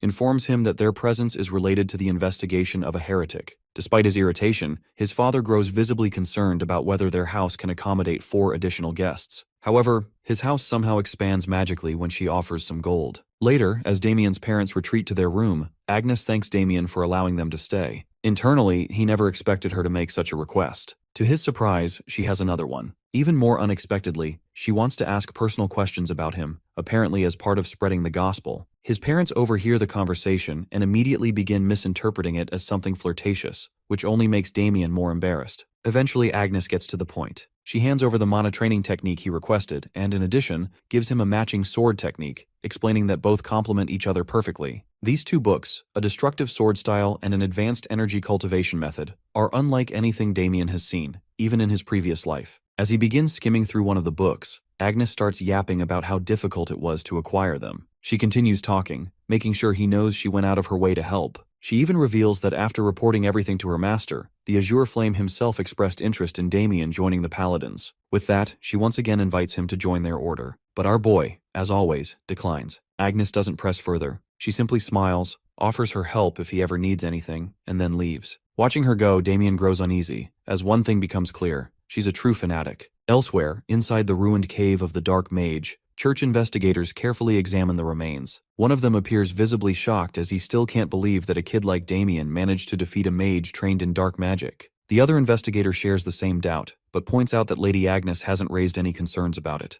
Still, the situation troubles both of them. As they discuss, Agnes herself arrives and addresses their concerns directly. She acknowledges that their skepticism is understandable, but insists she's confident Damien is telling the truth. One of the investigators argues that they still can't grasp how he did it. In response, Agnes reveals that they already heard the full account from Damien himself. She explains that on the day his servant delivered the severed head, she also had her doubts about his abilities. That's why she stayed behind and secretly observed him when he was later ambushed by assassins. To her surprise, Damien completely overwhelmed them. What shocked her the most was seeing him deflect a fireball with nothing but his sword. Hearing that, both investigators are in disbelief. However, Agnes explains that she's heard of warriors who, upon reaching a certain level, can deflect magic attacks with raw skill and aura control. One of the investigators speculates that Damien might be a swordmaster, but Agnes remains unsure, though she firmly believes he's at least a gifted warrior. She also reveals that after Yulan's defeat, she considered taking Damien with her to meet her master, believing he could be a valuable asset to the church. With that, she firmly orders them to stop doubting and focus on their work. Outside the Haxon estate, an official knight of House Lionbloom arrives, leading 2 apprentice knights behind him. He confirms the location, and one of the younger knights nods in acknowledgement. The leader then repeats their mission, to arrest Damien of House Haxon. According to him, it should be an easy task, but he makes it clear that he intends to make them suffer. For him, this is personal revenge for Erwin's humiliation.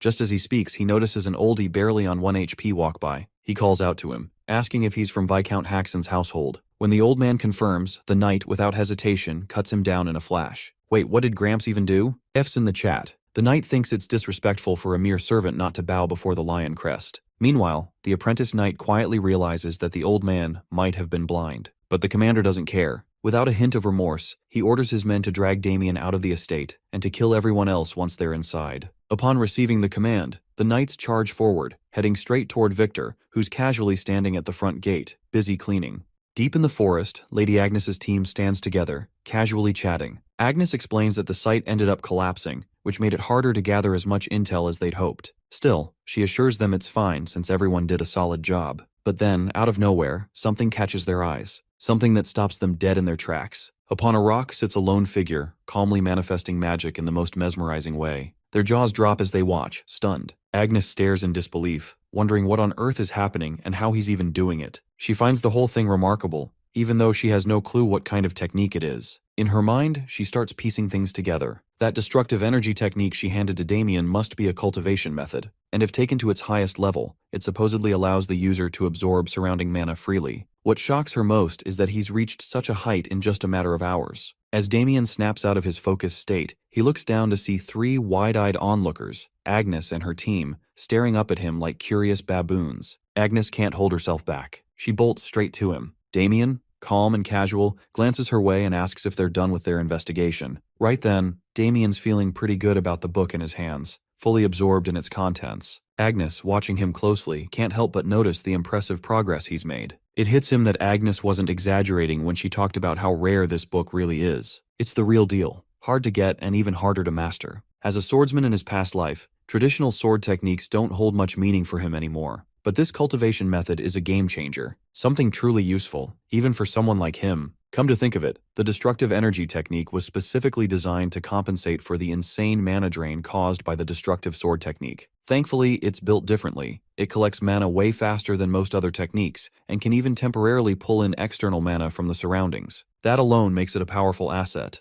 especially for someone like Damien who needs fuel for high-level combat without burning out. Lady Agnes and Damien catch themselves locking eyes, and for a brief moment, everything seems to pause. The Snow-White beauty blushes softly, while the weirdo himself breaks the silence, casually pointing out that it's already dinner time. He suggests they head back together, but out of nowhere, Damien suddenly senses a sharp wave of bloodlust. His instincts scream that the vermin is here. Without wasting a second, he tells Agnes that he's got an urgent errand to take care of and that he'll head out first. He kindly tells her to return at her own pace. Agnes is left stunned, watching him disappear with unbelievable speed, especially considering he used such a small amount of mana. She realizes then, he must be controlling it with incredible precision. Agnes quietly wonders just how far Damien's limits really go. Meanwhile, back at House Haxon, things have taken a violent turn. Knight Lavender is mercilessly beating Victor, landing a gut-wrenching punch straight to his stomach. Victor collapses, begging for mercy, but the knight isn't finished. He keeps cursing Victor with every hit, while Garrick and Ulpus stand by, enjoying the cruel display like it's entertainment. Victor cries out in pain, but it does nothing to move them. That's when Viscount Paul suddenly rushes onto the scene, demanding the knights hold their horses. Garrick instantly recognizes him. It's Paul Haxon, the Viscount himself. Paul hurries to Victor's side, catching him in his arms as the poor guy lies unconscious, bruised and battered. With fury boiling in his eyes, the old man demands to know what kind of knights assault civilians like this, especially when their estate has already done worse to House Lionbloom, and what Victor did is nothing in comparison.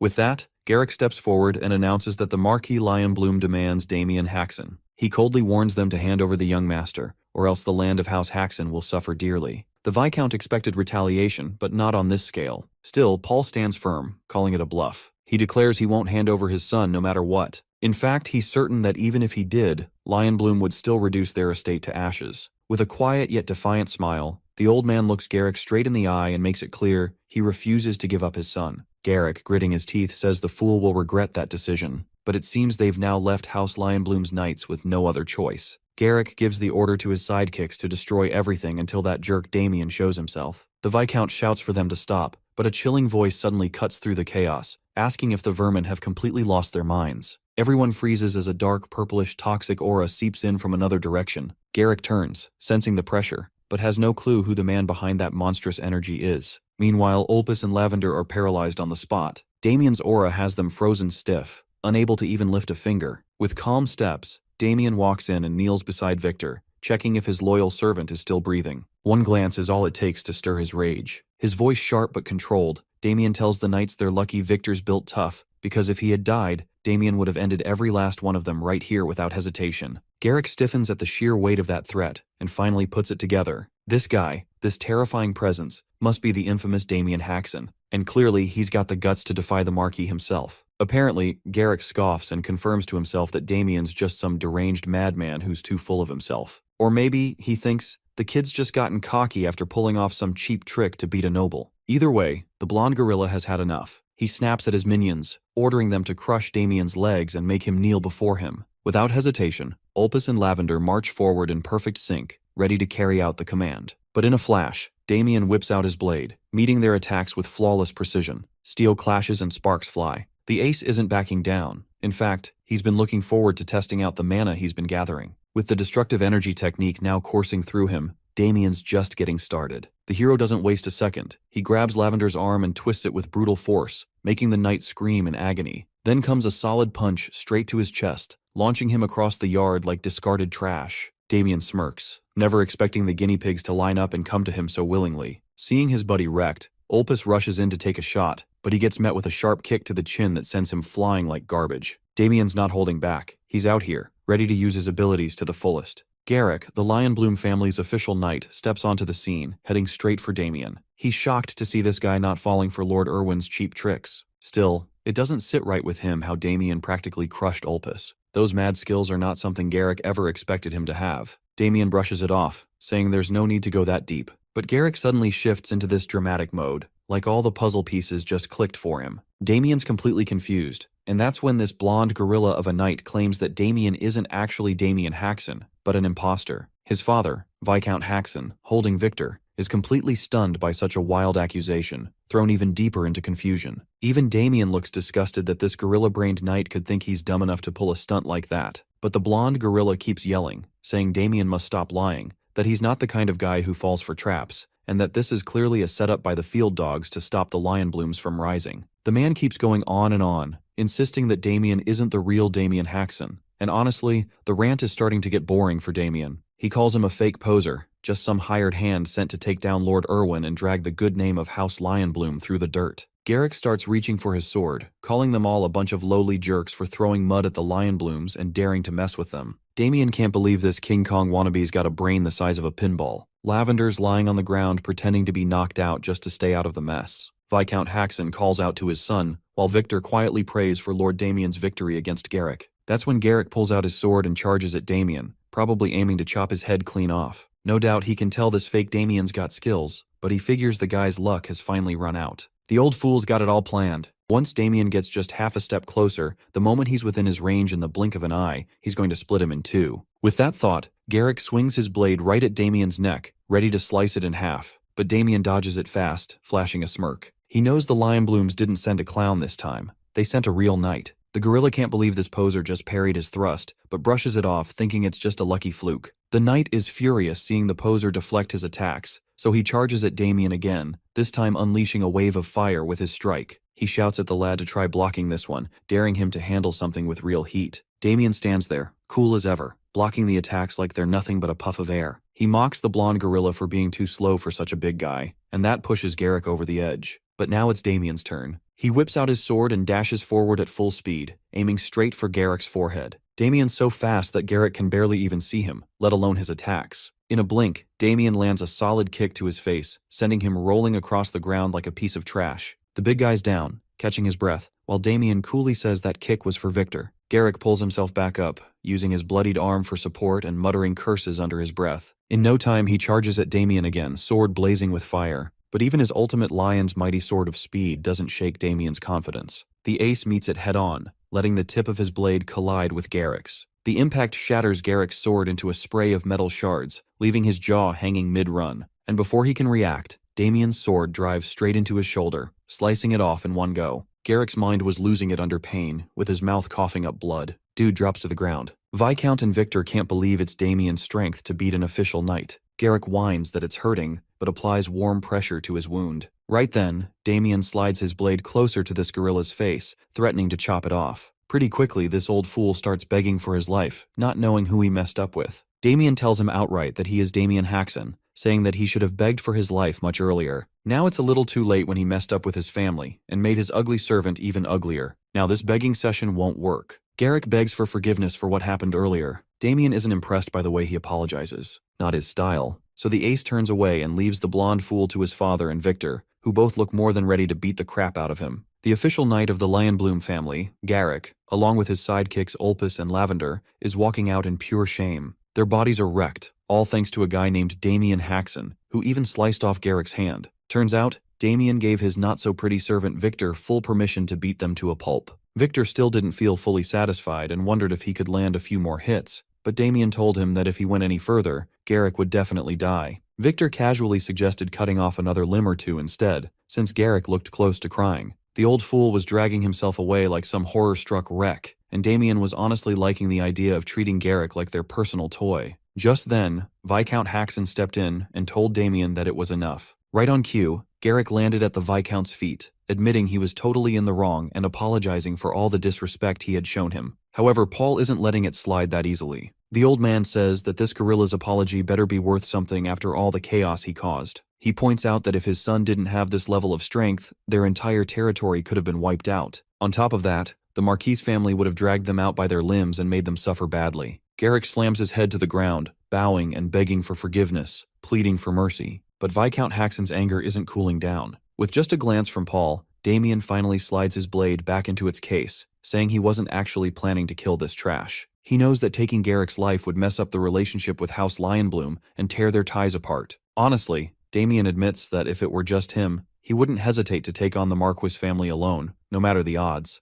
but he can't afford to act solo when he's got his own family to think about first. And he's not that stupid either. He's well aware that if he sends these dumbnuts back like this, they'll definitely try to retaliate. Now it's just plain tiresome to figure out what to do with this troublesome trio. Then, out of nowhere, Lady Agnes comes running in, calling out to Damien and demanding to know what's going on. The ace is completely thrown off by her sudden appearance, but then it hits him. Lady Agnes might actually be useful right now. So he quickly fills her in on the whole mess, and she gets the picture. Once she understands Damien's concerns, this beauty's fully on board to back him up. Damien asks if she's got any clever ideas up her sleeve, and she pauses, then thanks House Haxon for successfully taking down one of Yulin's executive officers for the first time ever. That's no small feat. With that win, Lady Agnes figures she can officially recognize House Haxon as an allied household, which honestly does ease Damien's mind a bit. Not to mention, Viscount Haxon and Victor exchange a knowing glance, both realizing that if this plan works out, their family might just dodge a major crisis. Meanwhile, Damien's pulling his best puppy-eyed look, trying to charm Lady Agnes into accepting his request, asking if she can really make it happen. The girl's clearly dazzled by him and is totally ready to grant the favor. Deep down, this wicked smooth talker had been aiming for something like this all along, protection from the church. In the back, Paul and Victor watch their son's little flirt game work like magic on the noble lady. Lady Agnes agrees to Damien's request without a second thought. With that, Damien makes sure everyone hears him loud and clear, ordering that this matter be reported to House Lionbloom immediately. He tells the troublesome trio of knights to go back and inform their boss that House Haxon is now under the protection of the church. The ace straight up said that if they tried to force again, the church would hit them with everything they've got. Damien shoots a deathly glare at those scumbags, giving them one final warning without saying a word. Then he tells them to get the heck out. Right away, Garrick and his sidekicks, Ulpus and Lavender, dash toward the exit like their lives depend on it, thanking Damien for his mercy as they flee. The whole thing fires up Victor's spirits, and he mocks them, saying they got lucky today. He's clearly thrilled to see how Damien's strength made those brutes run off with their tails between their legs. Now they can finally catch their breath and relax a little. However, Paul's not so sure about that. He reminds them they still need to figure out what happens next. For now, he decides to hold a family meeting to discuss everything further. Later, once all the high officials are gathered, the meeting kicks off. Paul opens by briefly touching on the issue of how to handle their feud with House Lionbloom, which has definitely become a growing concern. Abel, fully suited up in the nerdiest way possible, turns to his father and asks why this meeting even matters if they're already secured by the church. He doesn't quite get the point of worrying about the feud at all, now that they've got the church watching their backs. That said, Louise steps in and points out that they're not really in a position to expect the church to fully protect them or step in when things get serious. Come to think of it, Paul agrees with his daughter. He explains that the church usually avoids getting too deeply involved in noble affairs, especially ones that could spark political backlash. Besides, the true power of the Lionbloom family doesn't just come from their military strength, it runs much deeper than that. The Viscount is fully aware of the power struggle they're caught in against the Lionblooms, who could crush smaller noble families like theirs in countless ways if they really wanted to. Thinking about the wisest way to handle the situation, he figures the most realistic option is to pay them off, a decent sum to keep House Haxon out of further trouble. If that doesn't work, the second option would be to seek protection under a high-ranking noble who could shield them from the Lionbloom's reach. Lady Agnes listens to Paul's reasoning and understands that, realistically, entering the protection of another great house might be their safest move. Still, she speaks up, suggesting there could be one more option. Without missing a beat, she slides in her favorite idea, making Damien a paladin. She says that if he becomes one, it would solve all their problems at once. Damien's face says it all. He's had enough of this nonsense. He didn't expect this to be tossed into the middle of a serious meeting, but it's too late now. With everyone in the room staring at him, waiting for a response, Damien straight up rejects the idea. Paul doesn't try to force it either. He respects his son's decision and considers the option off the table. On the other hand, Abel is clearly flinching at the mention of it. Suddenly, the nerd slams the table, demanding his father's attention.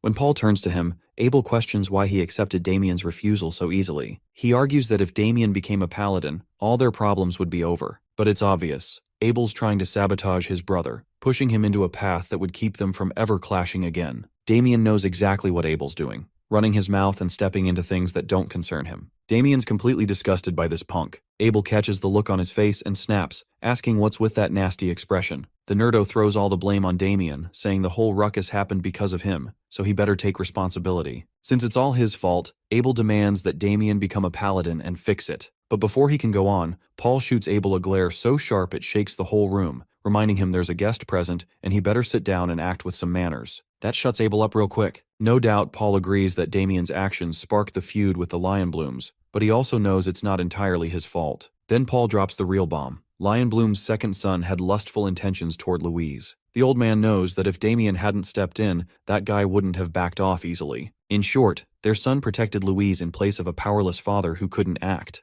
Marilda and Louise quietly console Paul, seeing the weight he carries. Just then, the proud figure of Viscount Haxon rises, walks over, and pats Damien on the shoulder, telling him he did well today. The old man is genuinely proud of his son for saving the family's honor, standing tall against the insult to their house, and giving those loafers exactly what they deserved. That moment sparks a warm feeling in Damien's heart, something he never expected to feel. He quietly says it was just something he had to do. Paul decides to take matters into his own hands for now, asking everyone to let him act like their father for once. But just then, the butler walks in with news that someone from House Goldpixie has arrived. Paul has no idea what business they'd have with them now. Turns out, their young master Damien borrowed money using the family's wheat fields as collateral, and the repayment deadline has already passed. The real shock, they've already sold the fields off. Damien's caught completely off guard, not expecting his luck to crash this fast. Paul's face turns dark, rage building fast, and in a full-blown fury, he grabs Damien by the neck and starts choking him, cursing his very existence. One man lifts his hat for a moment to show respect to young Master Damien, wishing him a good day. Damien squints, vaguely recognizing the guy. It's Olin Demishi, the West Branch manager of Dash and Cash, standing beside his personal guard. It's been a while since they last met, but Olin's here on official business, showing up right on the repayment date they previously agreed upon. This wicked guy casually pulls out the contract that young Master Damien signed, reminding him that he agreed to use his family's land as collateral. He flashes a smug smile, saying that's how he could assure Damien he'd get the money in the first place. Then, with a smooth tone, he presents the paperwork to make it all official, calling it just a simple formality. He tells Damien there's no need to worry at all, like everything's perfectly under control. The old man snaps, saying that someone of such low birth could never take land from a noble like him. Meanwhile, Damien starts to piece things together, finally remembering that Olin is the one who manipulated him into handing over the land deed in the first place. He can't help but question what made him even agree to such a thing. Looking the man in the eye, Damien asks how much he actually owes him. Olin calmly replies that he borrowed 200 gold, and with interest, the total now comes to 300 gold. That amount sends shockwaves through Damien's brain, making his jaw practically hit the floor. He stares at Olin in disbelief, asking if the number is actually correct. Olin, with that same smug calmness, simply tells him to go ahead and read the contract. Damien struggles to even remember why he borrowed the money in the first place. It feels like it happened ages ago. But one thing he knows for sure is that their family doesn't have that kind of gold lying around. At this rate, he's convinced he's about to drag his entire household into poverty, left begging for coins like filthy, homeless barbarians. His family would be tossed into the streets with nothing to eat, and the thought crushes Damien. Olin then coldly declares that if the debt isn't paid by today, the land used as collateral will officially become the property of Dash and Cash. Damien fires back, reminding him that he said the collateral was just a formality. Olin, still calm and smug, admits he did say that, but things have changed. Duke Goldpixie has ordered them to collect on all outstanding debts, no exceptions. It doesn't matter if it's from nobles or commoners. He then advises Damien to gather the money and casually asks if he even has that kind of sum. Damien, stunned to his core, confesses he hasn't prepared anything for repayment. That's the exact answer Olin was hoping for. Deep inside, he's thrilled, though he keeps up a fake look of concern for the young master. With a lazy air, he drops onto the couch like he owns it, saying Damien should have thought twice before borrowing money in the first place. Then he snaps his fingers, and two towering gorilla-like bodyguards step forward, locking deadly stares on Damien. Olin insists on handling the situation his way now, fully aware that Damien can't repay the debt on his own. As much as he likes collecting money, what he truly enjoys are moments like this, watching arrogant nobles fall to their knees, groveling, humiliated, and licking his shoes. Now, Olin's practically buzzing with excitement just imagining what kind of face Damien will make next. The thought alone sends a chill down his spine. It's the kind of thrill he lives for. Meanwhile, in a totally different vibe, Marilda and Louise are casually sipping tea while the Viscount paces around like a madman, eaten up by stress. Abel's sulking on the sidelines, probably cursing his own existence at this point. Marilda gently offers the Viscount a seat, telling him to rest before he ends up carving a hole in the ground with all that frantic pacing. Even Louise tells her father to calm down a little, but the old man's at his limit, practically pulling his hair out in frustration, burdened by the disaster his sons dragged them into. Paul's on the verge of losing his mind, knowing full well they can't just sit around when their entire future is hanging by a thread. Marilda casually sips her tea, calm as ever, and tells them to trust Damien. He took the matter into his own hands, and all they can do now is wait. Even Louise backs him up, saying Damien's never let them down whenever he stepped forward. The Viscount knows that's true, but he also points out that it's only because his swordsmanship is top tier. Still, combat skills and negotiation skills are two completely different things. Just as he says that, in a flash, Damien proves himself again. He slams Olin's sidekick's face straight into the ground with brutal force,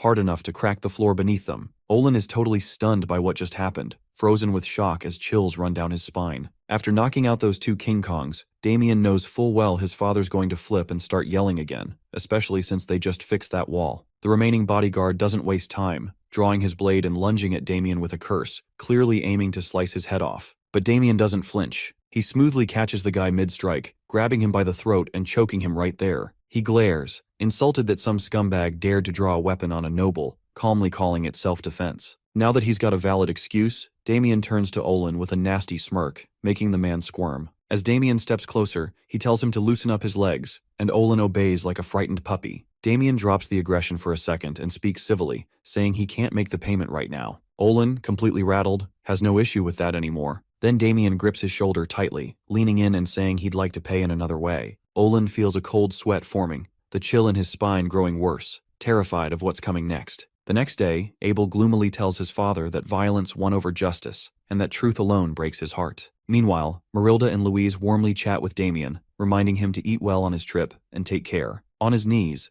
Abel looks up to the sky, asking God why, but Paul shuts him down, telling the nerdo to cheer for his brother instead of crying like a baby. Even so, the Viscount has second thoughts, wondering if their plan will actually work out in the end. Lady Agnes, standing nearby, says it's a pity they have to part ways now. Damien thanks her sincerely for everything she's done. The White Beauty mentions that their investigation is nearly wrapped up, so they'll likely be returning home tomorrow. She wishes him a journey full of blessings, and Damien gives her a grateful nod. Then, she adds, just in case he changes his mind. But Damien already knows where she's going with that. He gives her a calm, firm look and assures her that nothing will change his mind about what she wants. Afterward, Victor finishes loading up Damien's luggage, and with all the goodbyes done, the dude climbs into the carriage. Surprisingly, Olin is accompanying him. Olin assures the ace that he'll make sure nothing disrupts the trip. Damien actually likes the sound of that and gives him a nod of approval for the change in attitude. He even throws in a casual request. He'd like a lobster for lunch if Olin's really bringing that kind of energy. Victor hops in as well, and with everything set, the carriage finally rolls out, heading straight for House Gold Pixie.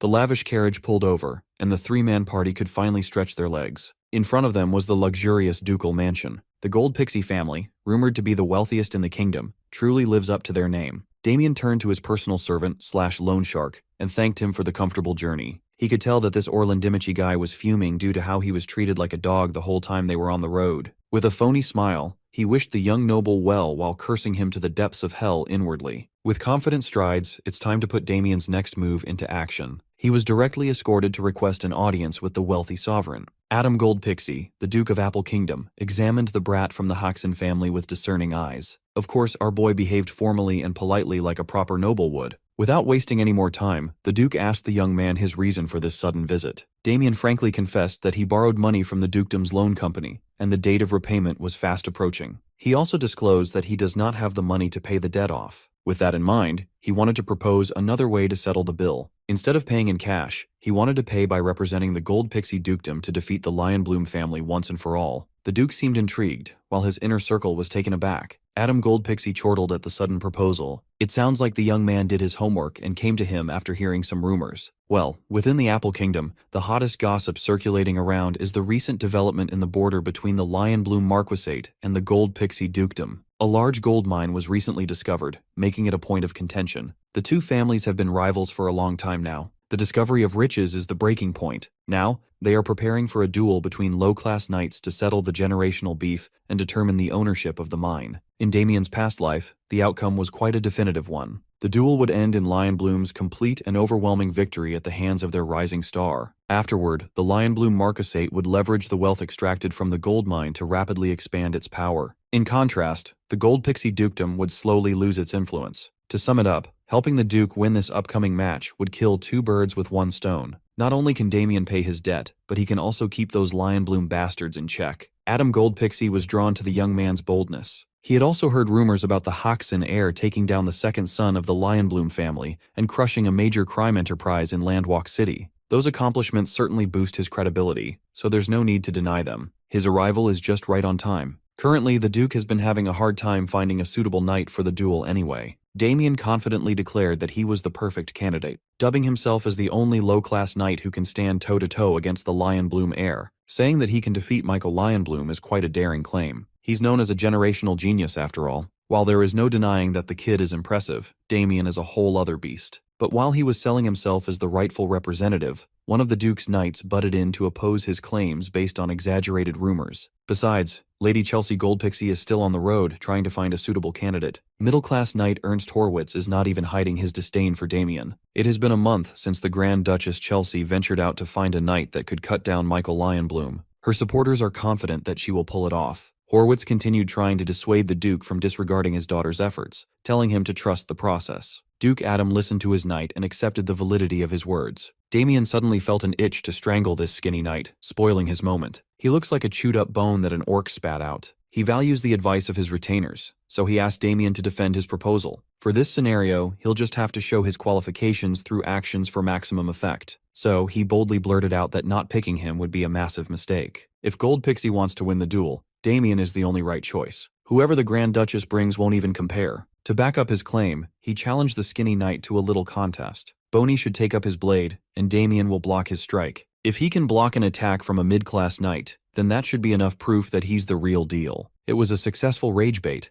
Horwitz wanted nothing more than to teach the brat a lesson if the Duke gave the permission to do so. Fascinated and excited, Adam gave them the green light for an exhibition match. A few moments later, the training ground was prepared to be the venue. The combatants mean-mugged each other while the Duke and his posse watched. Victor just arrived, only to find his young master mixed up with some bullshit again. He looked at his boss's opponent and felt the fire of rage burning inside the knight. This is what happens when rage baiting goes too far. The dukedom's Guardian knight, J.L. Heinrich, stood beside the Duke and presided over the match. When given the go signal, Sir Horwitz stood ramrod straight like he had a stick up his ass and offered the arrogant young man a last chance to kneel and surrender. In response, Damien yawned and demanded that they hurry up this little test. Limited to only one decisive strike, the mid-class knight made sure to bring out every bit of mana he had, manipulating the flow to converge on his spear's tip. Sensing the dangerous amounts of power coalescing, Damien worries that he might have rage-baited the guy a little too far. With his face grimacing with rage, Sir Horwitz aimed his tip at the arrogant bumpkin with killing intent. As fast as lightning, he closed the gap while gathering absurd amounts of momentum. It was an impressive opening, but if Damien knows where the strike's path is, blocking it should not be hard. He raised his sword with a clear view of the spear's tip, ready to defend with perfect placement. At the last second, Horwitz's tip seemingly bent and snaked its way past his defense. It was a minuscule change in angle, but it left the young man's chest wide open. With perfect precision, his sword crumbled and shattered in half. Upon feeling the sensation of steel fragmenting under his strength,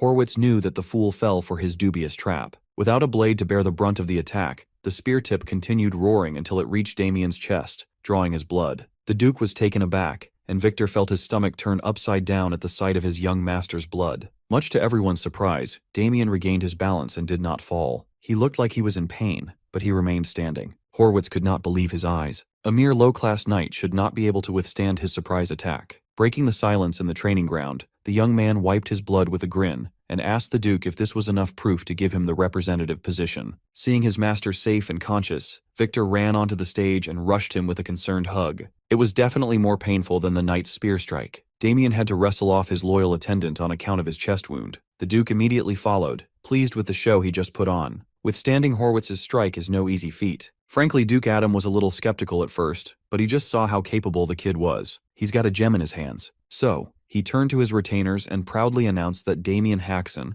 after proving his strength admirably, shall be appointed as the Gold Pixie family's representative. Horwitz tried to bitch about the outcome of the exhibition, but the Duke quickly shut him up with a sharp glare. Adam is in a good mood right now. If someone ruins it, who knows what might happen. Horwitz was in shambles. He recalled what happened in his head over and over. He was certain that the attack landed cleanly. There's a reason why he has mid in his title and whore in his name. Honestly, Damien, as he is right now, is already beyond the middle class of the knight hierarchy. Since only low-class knights are permitted to participate in the upcoming duel, he has to hold back and fake his level. He had to make sure that his performance was convincing enough to fool anyone. He had to resort to using a magic shield to defend himself and dampen the spear's force for a split second. If he got the timing wrong, he could have been in real danger. The Duke assessed his condition and saw signs of some light internal damage. Duke Adam can't let his new blade get damaged like this. He tapped his ring and opened his subspace storage. A magic item like that must be expensive as fuck. The wise Duke retrieved an ornate box from the subspace and offered its contents to Damien as a gift. Inside the box were 5 little golden balance pills. He had to pay a high price to get these things from the alchemy school. Knights usually take these precious pills during training, but it's also an excellent remedy for internal injuries. Damien graciously accepted the gift and extended his gratitude. With that, the Duke cemented their new working relationship. The young Baron's plan is progressing smoothly. The next day came. Damien spent the night in one of the mansion's lavish rooms. Today he came to check out the training facilities. He was quite surprised at the efficacy of the balance pills. His internal injuries from yesterday practically healed overnight. He didn't have time to look around yesterday, but as expected of the Duke's household, they have top-notch training equipment everywhere. Coming to this place was the right call. Now, he gets to train using some good shit. While he was admiring the weapon rack, someone with a squeaky voice called his name in an arrogant tone. He looked ahead to see a shorty that had to stand on top of a platform just to reach the same height as him. When asked what's up, some douchebag named Pavel Vermond, a low-class knight of Gold Pixie Dukedom, flashily introduced himself. As for the 2 goons behind him, they are his sworn brothers. These 3 were also selected to participate in the upcoming match against the Lion Blooms. Pavel claimed that they were out training in the field yesterday, so they were not around to witness the shit show. He claimed that if they had been there, they would have stepped in and easily dispatched Damien instead of getting Sir Horwitz involved. Pavel sees the duel with Lion Bloom as a matter of honor for their house. Now they can only hope that an outsider's mediocre skills won't drag the team down. With that being said, Shorty warned Damien never to interrupt their intense training. He quietly walked away since he preferred training on his own anyway. In addition, he's quite curious about the level of skill his teammates possess. Now is a chance to see them in action. After quickly getting into their positions, Pavel gave his brothers the go signal with a loud harumph. Leading the 3 stooges, Pavel Vermond gets into his flag-style, immovable king technique. He looked like he was holding in his piss. On the opposing corner, the lanky one performed his secret technique, Vermilion Bird Ascension, though it would be more fitting to call it an awkward chicken jump. The 2 bumped wooden swords with little to no impact. They looked deathly serious, for this was their 987th duel. For a bunch of noobs with such weak-ass techniques, they seem to think that they are the main characters. After breaking off the shitty stalemate, Pavel grabbed the chance to wave his sword around randomly in hopes of landing one strike against his buddy. Lanky had to matrix dodge his way out of the chaotically sweeping sword. As soon as the wild swings died down, he grabbed the opportunity to turn the table. With all his might, he struck down with his wooden blade and landed a clean hit on Pavel's head with his eyes closed. When he opened his eyes, he was in awe of brother Pavel's genius planning. Lanky got it into his head that Shorty somehow saw through his attack and blocked it with his forehead. Look at this dude, bleeding and crying in pain. He's definitely a mastermind. They broke off and gave their respects to each other. Pavel tried his best to stay conscious while insisting that this round was a draw. Afterward, Fatty walked up the stage for his turn at a spar, and Pavel stammered that he just needed to take a little break first. There is only a month left until the duel, and they somehow think that this type of training will make them strong enough to sweep through the Lion Bloom Knights to protect the honor of the Duke's house. They raised their puny little wooden swords and shouted corny "They're all for one for all" chant. At this rate, these 3 are on track to being humiliated by Lion Bloom Knights. Off to the side, Damien quietly watched with a continuously worsening dark expression. He was so focused on securing his spot as a representative that he did not take his would-be teammates into account. Now, he's feeling a sense of impending doom upon seeing the clowns he has to share a stage with. He might have been as strong as an actual god in his past life. He served as the blade that brought the entire world to ruin. Yet these 3 idiots make him feel completely powerless. In his office, the Duke is in high spirits after securing a pretty good proxy for the duel. He's laughing at what just transpired with his guardian knight and the young pup last night. After the trial with Sir Horwitz, Duke Adam called Damien up to his room to offer the tutelage of Jail Heinrich himself, but the young man politely refused, insisting on training by himself. A night had passed since then, and the Duke still couldn't hold his laughter. Damien Haxon is quite an amusing fellow. Being his most trusted aide, he asked the Guardian Knight for an honest evaluation of Damien. Sir Heinrich stoically rated the young man highly. He was the only one who saw the kid use mana for a split second to block Horwitz's spear. Not anyone can just pull that off with that much control. As for their chances to defeat Michael Lionbloom, it's still hard to tell with certainty. Since 3 duelists will be selected to participate, the first team to win 2 rounds will take the match. Even if Damien Hoxon wins his bout, it's not a guarantee to win it all. To get the dub, the rest of their local knights must perform well too. That is why they are training under Sebastian Vincenzo, a middle-class knight. The Duke thinks that there is no need to worry, given Sebastian's capabilities. But if you ask Damien, he would tell you that the local knights are a hopeless bunch. He's been watching them fool around and call it training. They are incredibly stupid. Their stamina is hot garbage. They practice swordsmanship with all style and no substance. They have no drip and no hose. With great reluctance, he has no other choice but to step in to prevent a stain on his record. So, he called the Three Stooges over. While he was putting on handicap weights in his arms and legs, he challenged them to a spar. With a cocky grin, Pavel the Shorty praised his guts for challenging them even after seeing their impeccable skills. He volunteered to go first, and Damien looked at Shorty like he's a dumbass. He cannot afford to waste time by whipping them one by one. It would be best if they just came at him all at once while he's wearing Rock Lee weights. Of course, the challenge hurt the pride of the Three Stooges. To demonstrate their stupidity even further, they tossed their wooden swords away, thinking they could pummel Damien with their bare hands. Even though it's against the chivalry code, the three jumped into action with a synchronized attack. With angry fists a few inches away from him, Damien was not in the least bit threatened. 5 minutes later, Pavel woke up discombobulated. He's lying on the floor while staring at the ceiling. Getting from his daze, he racked his brain, trying to remember what the hell just happened. A few meters from him were Lanky and Fatty, who were still sleeping like babies. As Damien thought, this group was simply pathetic in combat. By his side, Victor is stressed over his young master, which causes another scene. The last thing Pavel remembers was jumping into action alongside his boys, launching a multi-angle attack. After forcing himself to remember what transpired afterwards, he recalled bits and pieces of what happened. First, Damien nonchalantly moved his head out of Fatty's attack. Then, he let Lanky hit nothing but air, leading to a loss of balance. With 2 quick chops to the back of their necks, he dropped the goons to the mat without much trouble. Since the side characters are out for the count, the delusional Shorty was literally left in the air. He braced himself for impact, trying to sneak a punch in, but was clobbered on the chin instead. Just to add salt to the already wounded pride, Damien followed up with another brutal strike. He unleashed a barrage of attacks like he was juggling a noob on a fighting game, breaking and dislocating every bone in Pavel's little body. It was then that his mind broke and blacked out everything.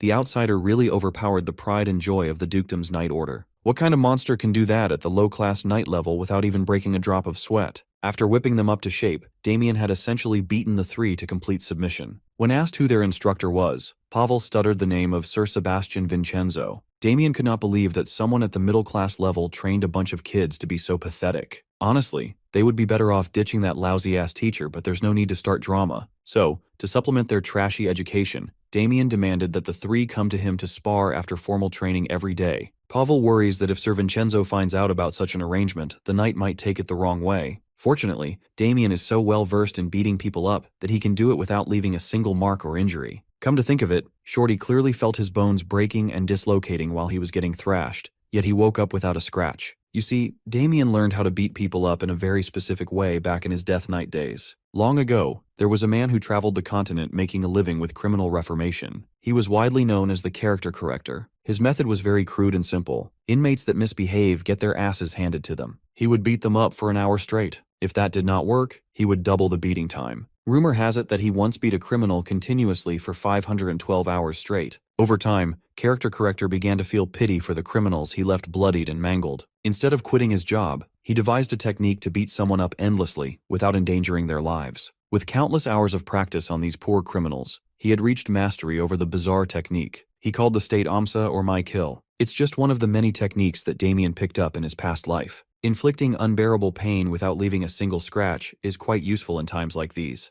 Today, he made the Three Stooges face the fact that they are just pathetic worms. But there's no need to worry. They have a whole month to turn worms into something else. Within that time frame, Damien will make sure that they become something useful. The Three Stooges felt a very painful month coming their way. Before they could get back to today's training, the Duke's personal attendant interrupted with urgency. He came running to inform Damien that he was being summoned by Duke Adam. Well, his presence has been requested since the Grand Duchess Chelsea Goldpixie returned. Straight out of her long travels, she paid respects to her father. The Grand Duchess bent her knee with a strapping knight alongside her. There was no one more pleased to see her return than Sir Horwitz. Even though he was humiliated yesterday, Lady Chelsea has arrived to correct what's wrong. Duke Adam welcomed her with indifference and asked if the man behind her is the knight she chose to enter into the upcoming duel. With a confident and sly smile, she presented the hulking warrior. At first glance, the Duke didn't seem impressed. In fact, he looked sus. The man stood up, displaying his tall frame. With a roaring voice, he introduced himself as Guillaume Blackwing, also known as the Wild Beast. Some of the Duke's retainers recognized the name.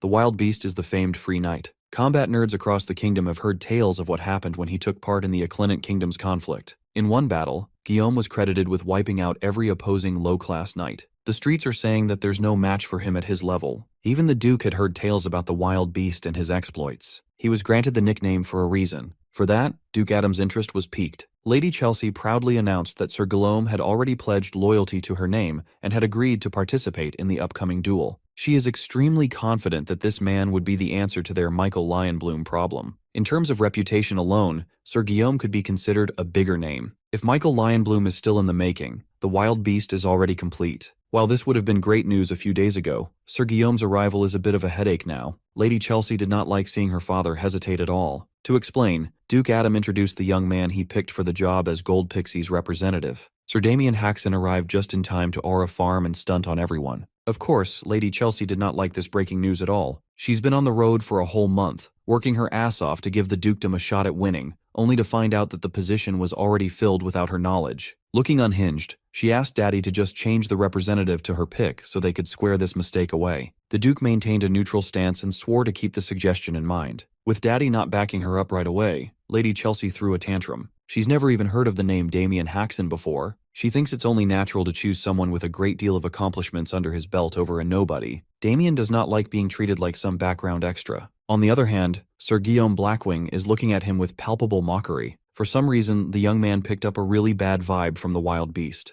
The Duke listened to his daughter's ravings and calmly defended the young man he appointed. He brought up the fact that Sir Damien was skilled enough to withstand a full-powered blow from Horwitz. Being reminded of what transpired shook the toothpick knight. Lady Chelsea finally dropped all formalities and called out her daddy for always looking for the perfect excuse to undermine her abilities. Chelsea started babbling about the Duke's treatment of his family, and Adam warned her to watch her tongue in front of the guests. Preventing herself from crossing the line, the Grand Duchess excused her behavior, citing the fatigue from long-distance travel clouding her judgment. Everyone in the room could see and feel that the father and daughter had some deep-seated issues between them. Declaring the meeting over, the Duke dismissed everyone and promised to consult his retainers before coming up with a final decision on who would get the job. Out of nowhere, Sir Guillaume erupted with a boisterous laugh. He dropped all formalities and asserted that there is no point in deciding with just words. Offended by such brutish words against the Duke, Guardian Knight Heinrich almost drew his blade right then and there. The wild beast continued by saying that the strongest one should naturally represent the Gold Pixie Dukedom. They can just keep it simple and find that out right now. Lady Chelsea reprimanded her knight for speaking out of turn when she specifically told him to stay quiet. Knowing that the brute's words have some truth to them, the Duke asked Damien what he thinks of the veiled challenge. To be frank, all these tests are getting tiresome. Either way, he's also aware that the fastest way to resolve the situation is by showing a bit of force. So he agreed with Sir Guillaume's sentiment, but proposed that they settle this dispute without an actual fight. He extended his hand, wordlessly offering a simple contest of sheer strength. In addition, there is something he would like to confirm by touching hands. Once again, Sir Guillaume laughed his ass off and warned the young man about the dangers of losing an arm. Matching his threats, Damien announced that he would be nice and settle for just pulling the brute's shoulder out of its rightful place. Feeling offended by the trash talk, the wild beast pounced at the young man's arm like it owed him money. He moved as fast as he could and with as much intensity as he could muster. But in the end, his whole body got flipped upside down in front of everyone watching. Damien showed off his judo skills by taking down an opponent much bigger than he is. You know you just did something shocking when even old Heinrich here is at a loss for words. Sir Horwitz, on the other hand, felt his already sunken cheeks sink even deeper. Lady Chelsea was closer to the action than everyone else, but it happened so fast that she could not make sense of what transpired. Sir Heinrich inwardly praised the young man for such a remarkable show of skill and finesse. With his veteran vision, he clearly saw Guillaume go for Damien's hand first. But that young pup skillfully turned the giant's raw power against him, flinging him aside like a sack of shit. His physical ability is top-notch, but his technique is the aspect to watch out for. Instead of accepting his loss like a real knight, Sir Guillaume quickly collected himself while cursing the young man out for humiliating him in front of everyone. Damien had already expected this kind of reaction, so he decided to fan the flames even further and snidely remarked that he unfortunately failed to dislocate the brute's shoulder. His vision went dark with rage, and the wild beast motioned to draw his weapon as his dark mana circulated. With dual axes in hand, he assumed an offensive stance, ready to slice and dice the young man. Lady Chelsea tried to stop her champion, but her words were not reaching his ears anymore. He rushed towards Damien, eager to shred him to bits as painfully as possible and split his skull open. Before his mana could manifest itself into a full-blown attack, he was interrupted by a more dominant power. When his circulation stopped, Sir Guillaume immediately knew that someone had stepped in. Damien stood on business while the dukedom's guardian knight unleashed some of his energy, angered by the audacity of the outsider. Swinging a weapon so carelessly in front of the duke is a grave sin. The guardian knight imposed upon the wild beast and asked if he had a death wish. Guillaume felt all his animosity melt away as the old man's mana suppressed him. Damien was quite impressed with the pressure that the old knight could muster just from a basic aura release. No wonder he's a high-class knight. Out of respect for Lady Chelsea's dignity, the guardian knight would overlook this disrespect once. Still, he left a warning that this will be the last time the brute can act so callously. He doesn't believe in second chances. Feeling the cold embrace of the old man's aura leaving his body, Guillaume slumped down to the floor, huffing for air. With that settled, the Duke demanded everyone's attention. Judging by what he saw from this unruly commotion, it would be best for their house to keep Sir Damien as representative. Once again, Sir Horwitz protested that what transpired was not a fair match at all. He excused that Sir Guillaume Blackwing had yet to fully recover from his travels,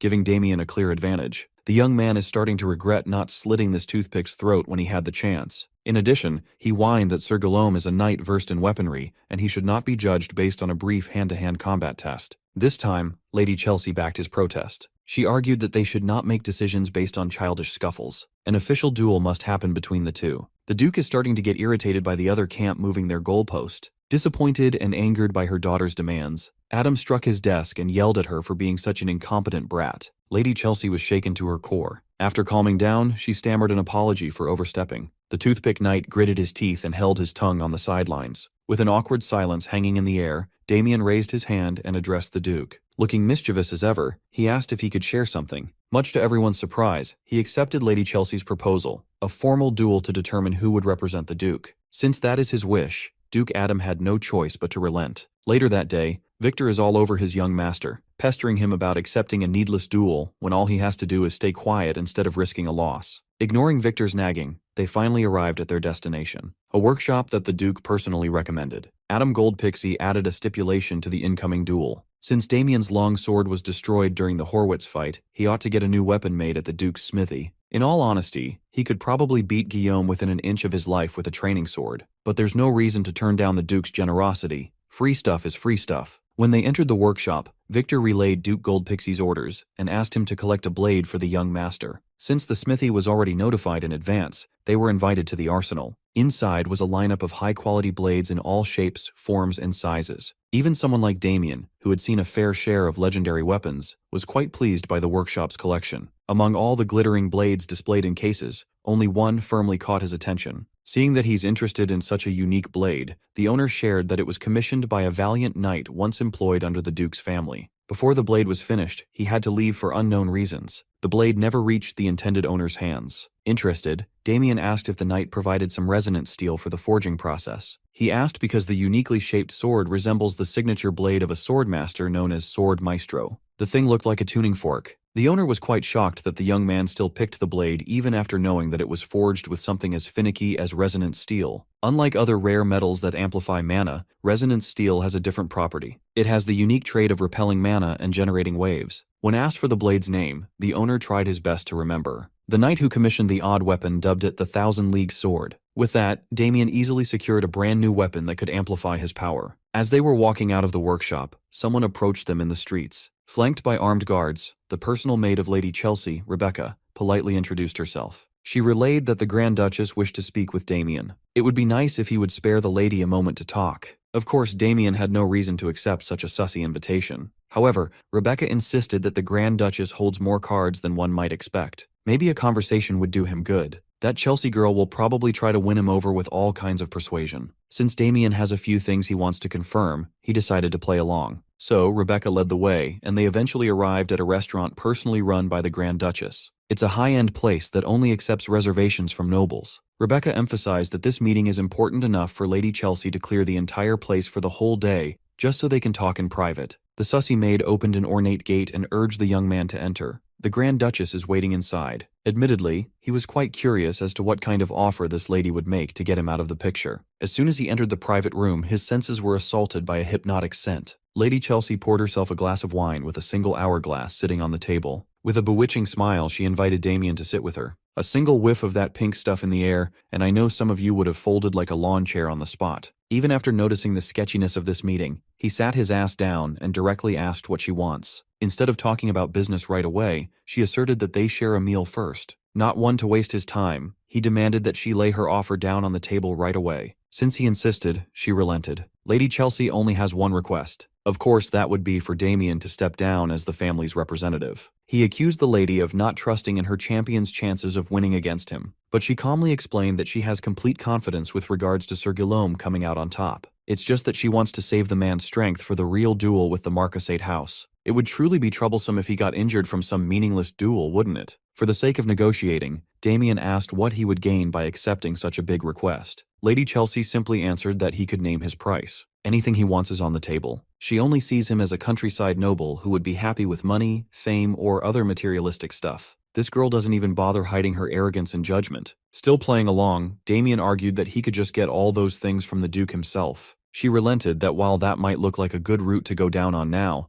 isn't it better to be in good graces with the future Duke instead? Throughout their conversation, Chelsea's eyes kept darting down to the hourglass. She relayed her offer. If Damien wants to take it, he should go and talk to the Duke about backing out right away. As soon as the last grain of hourglass sand fell, the bewitching air intensified, and she ordered the young man to step down as the family's representative. Damien felt a wave of warmth and stimulation wash all over his body. Instead of falling prey to the blatant attempt at putting him under a spell, he definitively refused the offer. Expecting her sneaky maneuver to work, Lady Chelsea was confused that her demand was being denied by a bumpkin noble. Damien enjoyed seeing the spoiled brat squirm in her seat as she panicked at the allure scent's failure. The moment he entered the room, he recognized the black magic that induced false affection wafting in the air. It is commonly used to manipulate a target at will. Thankfully, he retained all his black magic knowledge from his previous life. That enchantment incense is quite hard to miss when you know what you're looking for. Based on the size of the room and the scent's concentration, anyone would become a slave within an hour of exposure. Thanks to the authority of greed, Damien simply absorbed everything without being affected.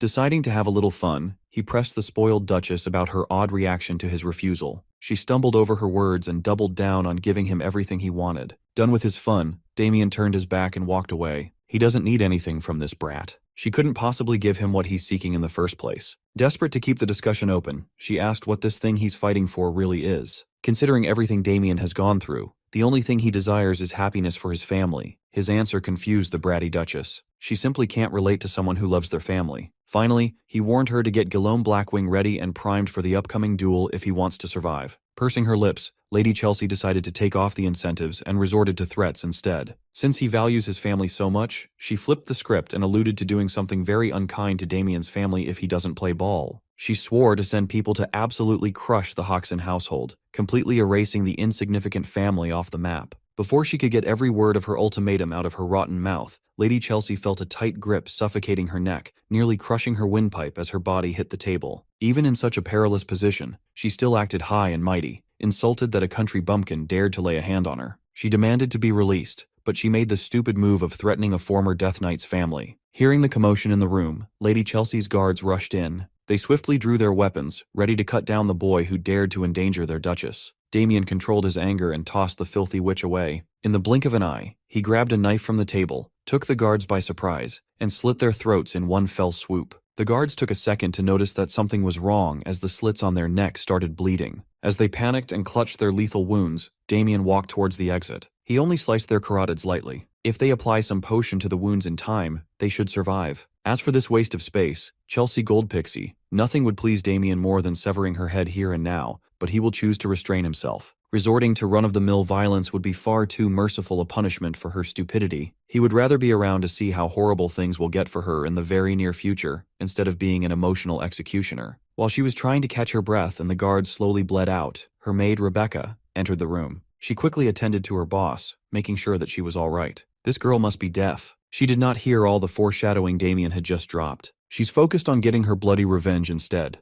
At the top of her lungs, she yelled the name Mustang Fury. Such a badass name belongs to this pale dumpling man. I was expecting an assassin or some shit. Lady Chelsea chewed out Mustang for what happened. She was promised that the allure scent would be immutable, but it did not work for Damien Haxon. Mustang reckoned that the kid must be one of those people with a natural resistance to black magic. The Grand Duchess has a zero-tolerance policy for excuses. She slapped the dog shit out of Mustang for putting her in such a humiliating position. As for Guillaume Blackwing, he was last seen at the tavern, claiming that he needed to cool off after everything that happened today. Hearing that her champion is getting drunk the night before a pivotal duel exasperated Chelsea even more. For one last time, she asked Mustang if their beast would win against that Hoxton kid. Of course, Mustang Fury vouched for Guillaume. That guy is Yulan's pride after all. There has never been a knight more gifted for black magic than that man. Mustang asks the lady for a little more patience. Yulin is working hard behind the scenes to give her the gold pixie dukedom. As usual, she threatened to kill Mustang and everyone in Yulin if they failed to deliver on their promise. This girl has no other moves, bro. While she was blatantly discussing a collusion with a heretical organization, Damien was listening just up on the roof. Even while eavesdropping, this dude has to aura farm. Late into the night, a light still shines from Damien's room. Inside, Victor lies sprawled across the floor, fast asleep while hugging several weapons like they're his drinking buddies. Nearby, our boy stays awake. His attention is locked on the new sword he got from the blacksmith earlier that day. Suddenly, he flicks the blade and softly says the name Yulon. As he carefully studies the weapon, a strange sound wave comes out of the sword. Lost in thought, he admits to himself that he never expected to run into members of the Yulon organization again. This means that Chelsea is also related to the Dark Mages. Therefore, the energy he sensed from Blackwing during their earlier encounter must also be pure dark magic. He flicks the sword again, making another sharp sound wave. A small grin appears on Damien's face, and a mischievous glint shines in his eyes. He decides that instead of hunting down the Duke and explaining everything, it'd be way more effective to just show him the truth tomorrow. The next morning, Blackwing steps onto the sparring grounds fully geared up for battle. The Three Stooges are there too. Pable quietly points out Blackwing's arrival and admires how powerful and intimidating he looks. Lanky then asks who's likely to win the duel. Pable hesitates for a moment before thinking about both fighters' reputations. Based purely on rep, he figures Blackwing probably has the edge. Excited and a little stammery, Lucky wonders if this means they'll finally be free from the terrifying Damien. His words are clearly bitter as he remembers the one-sided beating Damien gave them during sparring. He's convinced Damien enjoyed every second of it. Pable remembers that same fear, and secretly hopes Damien loses too,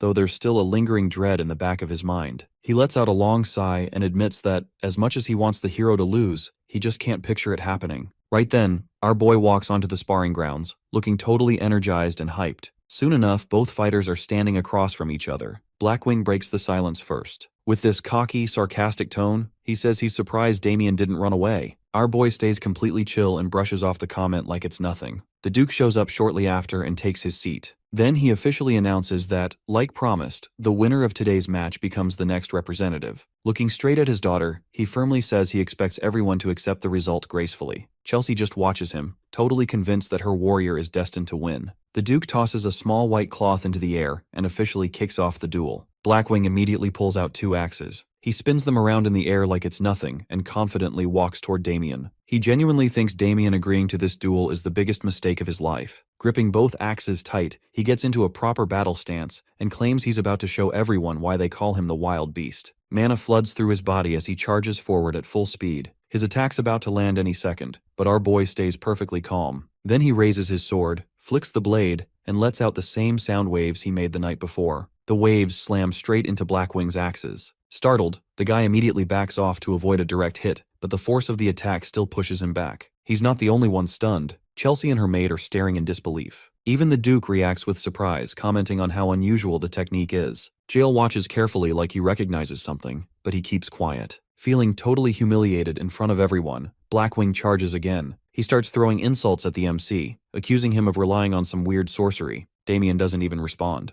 Instead, he releases even stronger sound waves, one after another. Blackwing sees them coming, but his pride won't let him back down. He crashes straight into the attacks. The impact is brutal. Blood immediately starts pouring from his body. Before he can recover, another sound wave smacks him right in the face. Now covered in blood, he can barely move. Somehow he lifts his head, wipes the blood from his nose and mouth, and keeps cursing Damien. Our boy finally raises his sword high in the air and pours a huge amount of mana into it. Deciding the game's gone on long enough, he swings the blade down. The shockwave is so strong, it forcibly shoves the dark mana hiding inside Blackwing's body right out. A horrible scream rips out of the guy as the whole crowd goes dead silent in shock. Moments later, something rises up from his throat, and then he suddenly pukes this foul black gunk onto the ground. The Duke turns to Jail in shock and demands to know what's happening. Even the girl can't believe this is happening. Blackwing keeps vomiting for what feels like forever. Eventually, smoke starts rising from his body, and the flesh on his arms visibly shrinks. Our boy steps forward and calmly says the truth has finally come out. Looking down at him, he coldly calls him a fake knight. The Duke stands frozen as he realizes what just happened. Victor and the 3 low-class gold pixie knights are completely dumbfounded.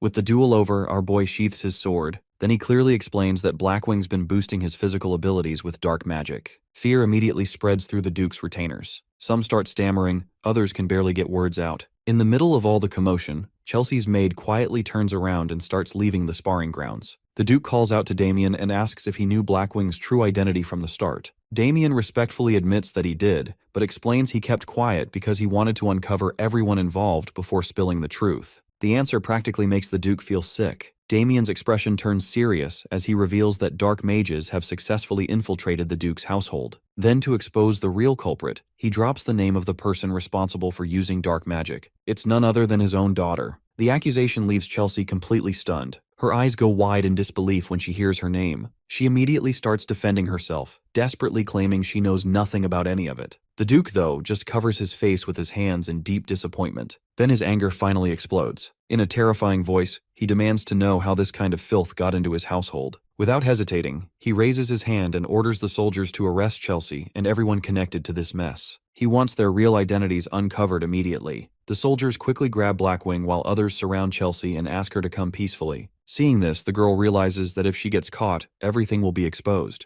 Instead of surrendering, she frantically orders her own guards to protect her. In a stupid display of loyalty, her men draw their weapons and attack the soldiers around her. The Duke watches this reckless scene unfold and lets out a long, disappointed sigh. Then he calls for his official knight, Jael, and gives a direct order to capture the girl immediately. The old knight bows his head and accepts the command. Bro starts aura farming as he walks and orders the other guards to step aside. Just looking at him standing there, they can tell that they are not going to beat someone at his level. Even so, they stubbornly refuse to abandon their position. Instead, they urge Chelsea to find a way to escape while they hold off the knights and soldiers. Seeing their pointless determination, Jael sighs. He draws his sword and regretfully remarks how unfortunate this situation has become. The moment the blade leaves the sheath, he gets ready for a devastating slash. As Chelsea runs, she glances backward. A wave of mana released from Jael's sword passes right through her soldiers and keeps racing toward her. Acting purely on instinct, she ducks and squeezes her eyes shut while screaming in terror. Even then, the invisible force slices off part of her hair. When the immediate danger passes, she opens her eyes, gasping for breath. Seeing her soldiers still standing in front of her gives her a quick moment of relief, but she doesn't notice the thin lines that have appeared across their bodies and weapons. A second later, both the soldiers and their swords separate cleanly along those lines. Blood splashes across her face and pure horror consumes her as the bodies collapse to the ground. Jael's overwhelming presence makes her feel like an ant. Desperate for help, she turns her head and spots Ernst. Immediately, she begs him to save her. Hearing her plea, the guy can't stop himself. He steps forward with his weapon drawn and puts himself at her side. He just can't stand watching the woman he adores cry and beg for help anymore. Our boy watches this and internally calls him an idiot. Meanwhile, the old man warns Ernst that he's a respected mid-class knight who's done a lot for the ducal household and has the Duke's favor, but he also makes it clear that protecting Chelsea will get him killed. This makes the man think, and he realizes that this girl ain't worth this trouble. Bro quickly drops his weapon and surrenders. With this, the soldiers immediately move in and arrest the girl. Turning toward the Duke, she tries again to act innocent and plead her case, but he cuts her off before she can keep going. He calls her worthless and orders her to stay quiet. According to him, her actions nearly brought disaster to the family and dragged everyone through the mud. Looking at her with pure disgust, he declares that bringing Chelsea into the family was the biggest mistake of his life. Still, the girl insists she has nothing to do with any of it and begs for mercy, but her dad refuses to listen anymore. He says he's heard enough and orders the guards to shut her up and get her out of his sight. The guards immediately cover her mouth. As they drag her away, she struggles and keeps trying to scream, but no one can understand her because her mouth's covered. The spectators watch her leave with a mix of pity and satisfaction.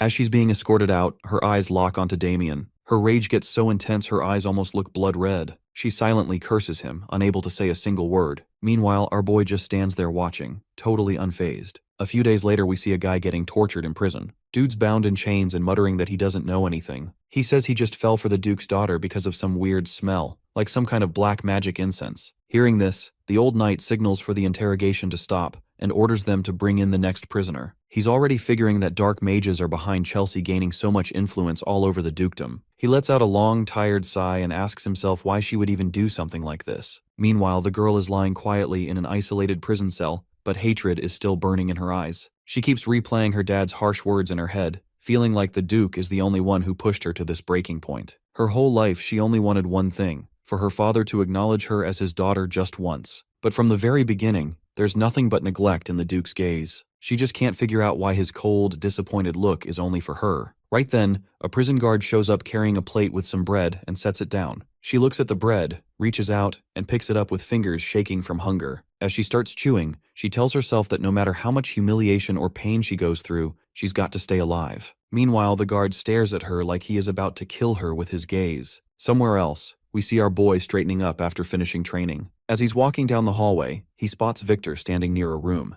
Victor gives him a little nod, letting him know the Duke wants to see him. A bit later, red wine gets poured into crystal glasses in the Duke's study. The Duke and Damien sit across from each other and take a sip at the same time. Damien compliments the wine, saying the rich taste really lingers on the tongue. The Duke gives a faint smile and admits it's his favorite vintage. Then he pulls out some angelic cheese from the Blanco region out of a small box, mentioning it goes perfectly with the wine. The hero nods, takes the cheese, and eats a piece. The two of them stay casual until the Duke suddenly sets his glass down and tells him that they've decided to ask the church order for help with Chelsea's situation. Damien raises an eyebrow, kinda surprised the Duke isn't handling the investigation himself. The Duke rubs his temples and explains in a tired voice that none of the people they caught who were linked to Chelsea turned out to be actual dark mages. Hearing this, our boy looks a bit irritated, feeling like the real enemy slipped away, and he starts wondering if he should have been more involved. The Duke explains he handed over the pursuit to avoid causing problems with the church. After a pause, Damien asks if Chelsea said anything during interrogations like names or clues. The Duke just sighs deeply and reveals that even under the worst torture, Chelsea didn't say a single word. Taking one last sip from his glass, he looks at Damien with this empty gaze and admits Chelsea wasn't always like this. With a bitter smile, he brings up his younger days, explaining that her mom was a commoner he met during a hunting trip when he was young and reckless. Sometime later, the woman came to him with Chelsea. Being arrogant back then, he refused to believe a commoner could carry his blood, and he turned them away. Time passed, but one day curiosity got to him, and he went back to the kid he abandoned, only to find out Chelsea's mom had died from the plague, leaving just the little girl behind. Looking pale, he reflects that deciding to bring her back went against his usual nature, and he doesn't know why he did it. Damien listens quietly before suggesting it was probably because she was family. The Duke's face hardens when he hears the word family, and it hits him deep. Regret shadows his eyes, and he softly mentions that maybe his daughter just wanted to be accepted as part of that family, and that desire for acceptance sent her down a dark path. Shaking his head, he says she could have just lived a simple life as a noble woman. Pulling himself together, he apologizes to Damien and tells him to ignore all that, calling it drunken rambling. But before they can say anything else, a stern voice calls for the Duke from outside the study. An attendant stands at the doorway looking panicked. The Duke stands up and anxiously asks what's wrong. The attendant hesitates, then reveals that Lady Chelsea has hanged herself. The words hit like lightning, freezing the Duke in place. The scene cuts to the prison cell, where two guards are standing frozen at the sight of Chelsea's lifeless body hanging from the ceiling. The scene then changes to Victor walking down the hallway with Damien, carrying a laundry basket and complaining about whether the young master plans to keep doing this. When our boy casually asks what he means, Victor reminds him that he's said multiple times that underwear should be washed separately from the rest of the clothes. Victor keeps ranting, asking why Damien always turns his socks inside out when he takes them off. The hero ignores him and suddenly stops in front of a half-open door. Through the gap, he spots the Duke staring off into the distance, lost in thought. Damien remembers that 4 days have passed since the awful news of his daughter's death arrived. The official investigation clearly ruled it a suicide, and all interrogations are done. Because of the family's disgrace, her grave is totally plain and unadorned, which is seriously inappropriate for a noble lady. For now, the immediate crisis in the household seems to have calmed down, but Damien's gut tells him this is just the calm before the storm. His thoughts are broken by Victor, who asks him if he is even listening. Our boy smiles, puts a hand on Victor's shoulder, and tells him he understands everything. Meanwhile, in a desolate city alley at night, we see Ernst stumbling along, deeply drunk and super sad. He loses his balance, crashes into a rough stone wall, and slowly slides down until he's collapsed on the gross ground. Taking a sharp breath, he whispers the girl's name in a broken voice. A flashback hits him, and he sees a young innocent Chelsea asking him if her dad will like the flower crown she made. He shyly says he doesn't know because he's never gotten flowers before. The girl happily shares that her mom used to say flowers have magic that brings people happiness,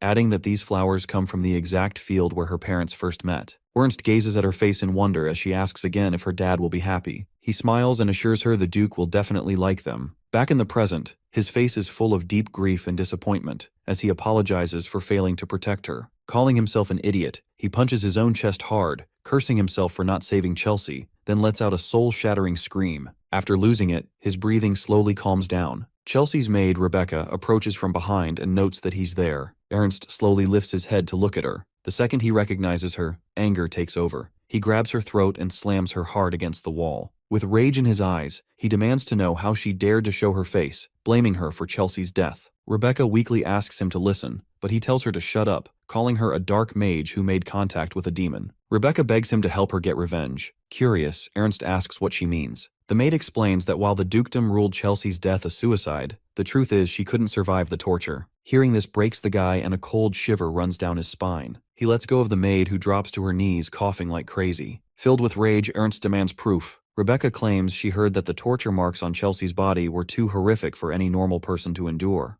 and that the Duke covered it up as suicide to protect his reputation. Ernst thinks about it and realizes the Duke is totally capable of something like that. Rebecca admits she originally approached the girl with ulterior motives, but Chelsea treated her like a sister. Touching the guard's hand, she swears she won't let this go and promises to take revenge on the dukedom. Just then, this hypnotizing purple aura comes out of her pendant. She says she needs his help to get that revenge. The purple aura spreads over Ernst's face, making his stare go blank and expressionless. In a hollow voice, he asks what he needs to do. Dropping his bottle, he stiffly moves his drunk, disoriented body forward like a puppet. The fat guy steps out from the shadows, telling the maid that he's relieved the enchantment worked. He admits he was worried it wouldn't work on a middle-level knight. Rebecca smiles and explains that no matter how strong someone is, they always have a weakness, and amplifying that weakness makes the enchantment easy. Mustang notes that in Ernst's case, Chelsea was his weakness. Rebecca's chuckle turns into this insane cackle as she comments on how stupid the knight is, since he doesn't even know who really caused Chess's death. She imagines how he'll lose it when he finds out the dark mages themselves orchestrated her death. The maid then asks her boss, Mustang, if they really need to go after the MC. The fat guy replies that they can't just stay quiet since a church spy confirmed that he was the one who killed Agito.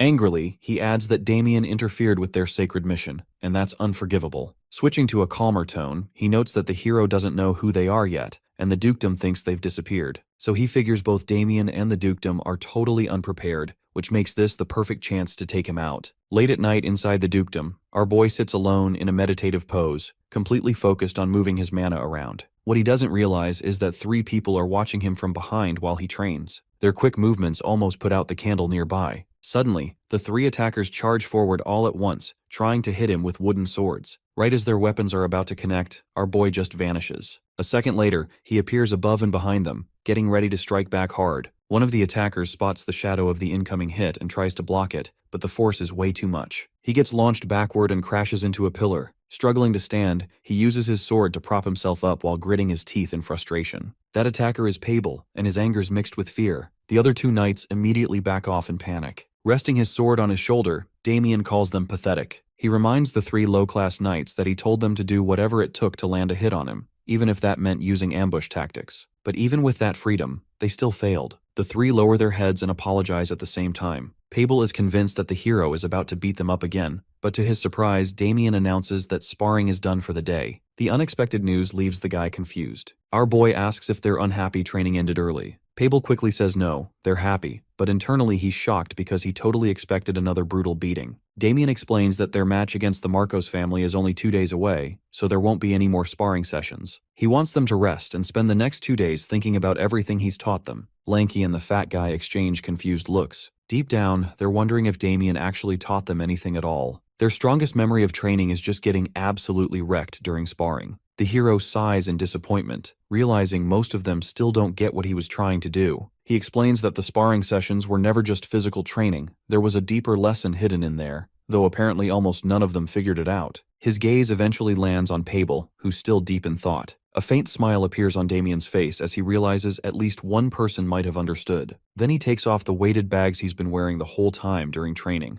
The sight leaves the knights stunned. Ignoring their reactions, he walks away with a proud smile. A few days later, the scene shifts to the leafy plains. The Duke and his crew are riding on horseback. The Duke mentions they're running a little late, then turns to Damien and asks for his take on the enemy forces. Watching the approaching army, our boy says it's a high-level force overall. Not only do they have advanced equipment, all of their fighters are highly skilled. Instead of being scared, the Duke laughs and agrees. He mockingly says the Lionbloom faction might not have much brainpower, but they sure know how to train soldiers. Soon, Jail reports that a messenger from the Marquise has arrived with a proposal for a meeting between reps before the duel. Pulling on his horse's reins, the Duke confidently agrees to go. Meanwhile, in the Lionbloom camp, a loud voice echoes from inside a tent, demanding that Michael wake up. The Marquis kicks the side of Michael's bed and reminds him they've got to meet with the Duke's faction. The blonde guy lazily sits up and complains about the noise, asking why he got woken up from such a good sleep. The second he finishes talking, he tries to lie back down. The Marquis loses it, demanding to know if he understands how important his role in the duel is. After struggling to calm down, he clicks his tongue and heads for the exit, saying he'll personally confront Damien if he has to. The moment Damien's name comes up,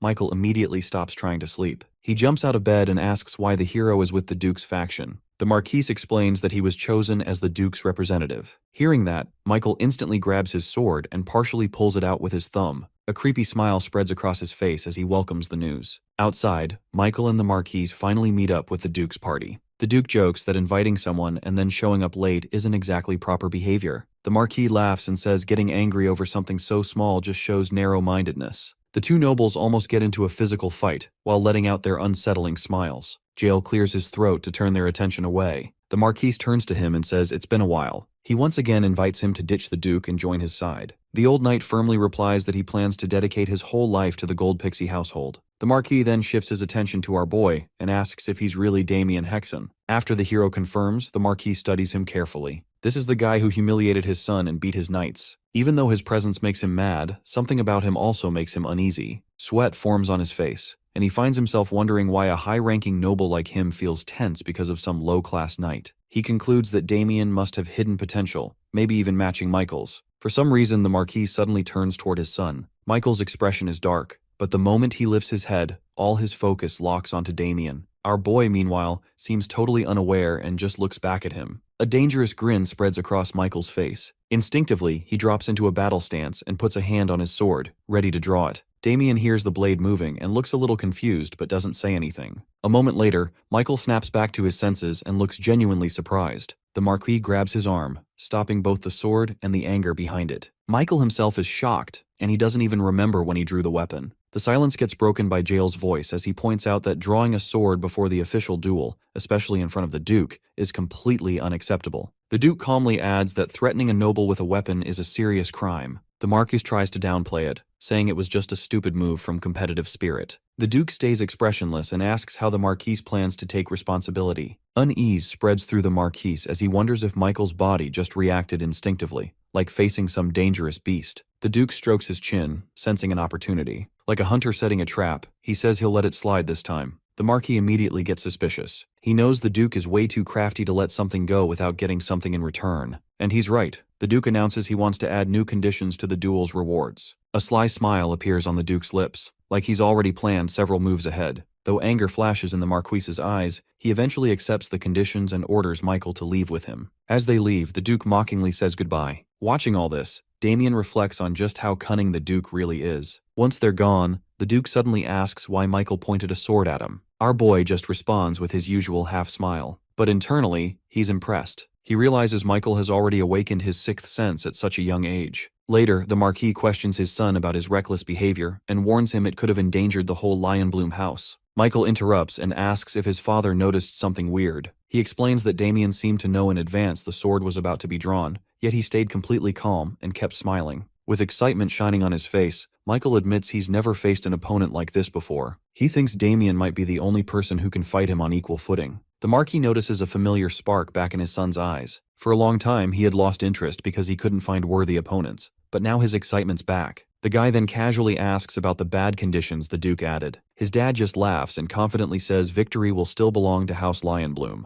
Soon after, the first duel gets announced, and both knights are called forward. The Duke asks Damien who should go first. Before Damien can answer, a voice speaks up. A middle-class knight named Sebastian Vincenzo approaches. Looking confident with a little gleam in his eyes, he claims he's more qualified than Damien to make that call. Our boy glances at the three knights he trained earlier and realizes Sebastian's the one who's been teaching them. Fear's clearly visible on Sebastian's face, like he's worried Damien might steal credit for their success. Deciding to indulge him, our boy asks which low-class knight should represent them. Smiling confidently, Sebastian picks his son, Fabian Vincenzo. The knight stands there proudly in full knight armor, gripping a polished spear. Sebastian looks at his son and puts all his hopes on him. Even the Duke says he's confident in Fabian's abilities, having heard that Sebastian's son is seriously talented. But Damien's surprised when he sees the other side's rep. A big guy from the Lionbloom side steps forward, casually combing his hair. The knight immediately drops into a battle stance, and after introducing himself, he asks for his opponent's name and family. The guy casually says his name's Ronald, and he doesn't have a family name. Fabian instantly assumes he's a commoner and mocks the idea that someone of that status could handle the Vincenzo family's techniques. The big guy just laughs and says he talks way too much. Enraged, Fabian throws the first attack. He swings his spear down super fast, but the big guy easily avoids it. The clean dodge only makes Fabian angrier, so he unleashes a rapid barrage of attacks. Despite getting hammered with hits, Ronald casually deflects every single one. Once the exchange ends, he dismisses Fabian as pathetic. That insult pushes the young knight even further over the edge. Channeling a light blue aura into his spear, he swings straight for Ronald's face. But the reckless attack leaves him wide open. Seizing the chance, Ronald strikes with his red aura-coated sword. The blow is so fast and precise that Fabian loses his arm before he can even react. The severed limb flies through the air as shock spreads across the battlefield. The Duke watches silently. Sebastian falls into despair watching his son suffer such a devastating loss. Ronald calmly sheaths his sword and points at Fabian screaming on the ground,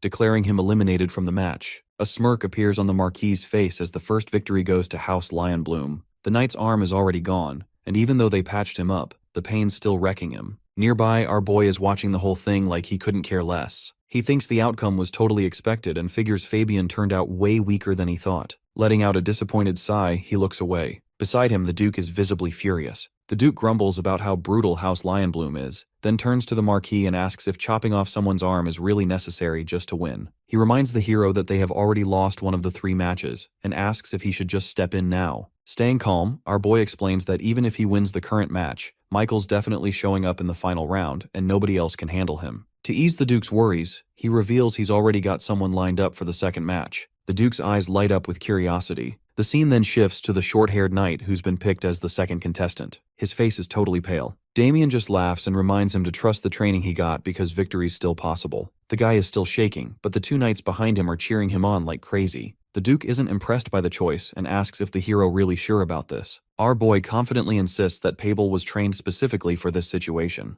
Everyone's attention turns to the guy, who looks like he might throw up from fear at any second. Despite that, the hero is absolutely confident he's going to win. Soon, the knight enters the duel arena. The image of Fabian's severed arm keeps flashing through his mind, and he has no idea how he's supposed to survive this fight. His opponent from House Lionbloom walks in with a bold smile and confidently introduces himself as Huey Celestian. Pable's morale is already shot, and he can barely get his own name out without stuttering. Huey openly says he's disappointed Damien isn't fighting. As mana starts flowing into his sword, he confidently announces he's going to end this duel fast. The young knight tells himself to stay sharp, but before he can fully get ready, his opponent attacks. To Pable's shock, he blocks the first strike without even thinking. Huey looks surprised, while the impact sends the guy crashing to the ground. The opponent gives him a quick compliment, but Pable is still stunned and wonders if that block was just luck. Huey attacks again, this time angry. Once more, the knight barely avoids disaster. He rolls desperately across the ground before finally stopping on one knee. Dust kicks up into the air, blocking his view. Using the cover, Huey tries to surprise him from his blind spot. Yet somehow the short-haired guy blocks that one too. Huey is completely baffled. He can't figure out how this guy keeps defending against attacks he shouldn't even be able to see. The knight quickly puts some distance between them, equally shocked at himself. He's starting to realize why Damien's been so confident this whole time. Watching from the sidelines, our boy smiles proudly. Finally, Pable has understood the real point behind all that training. A flashback shows Damien relentlessly beating on the short-haired guy during sparring sessions while constantly using Lionbloom's signature sword style, the Great Lion Sword Art.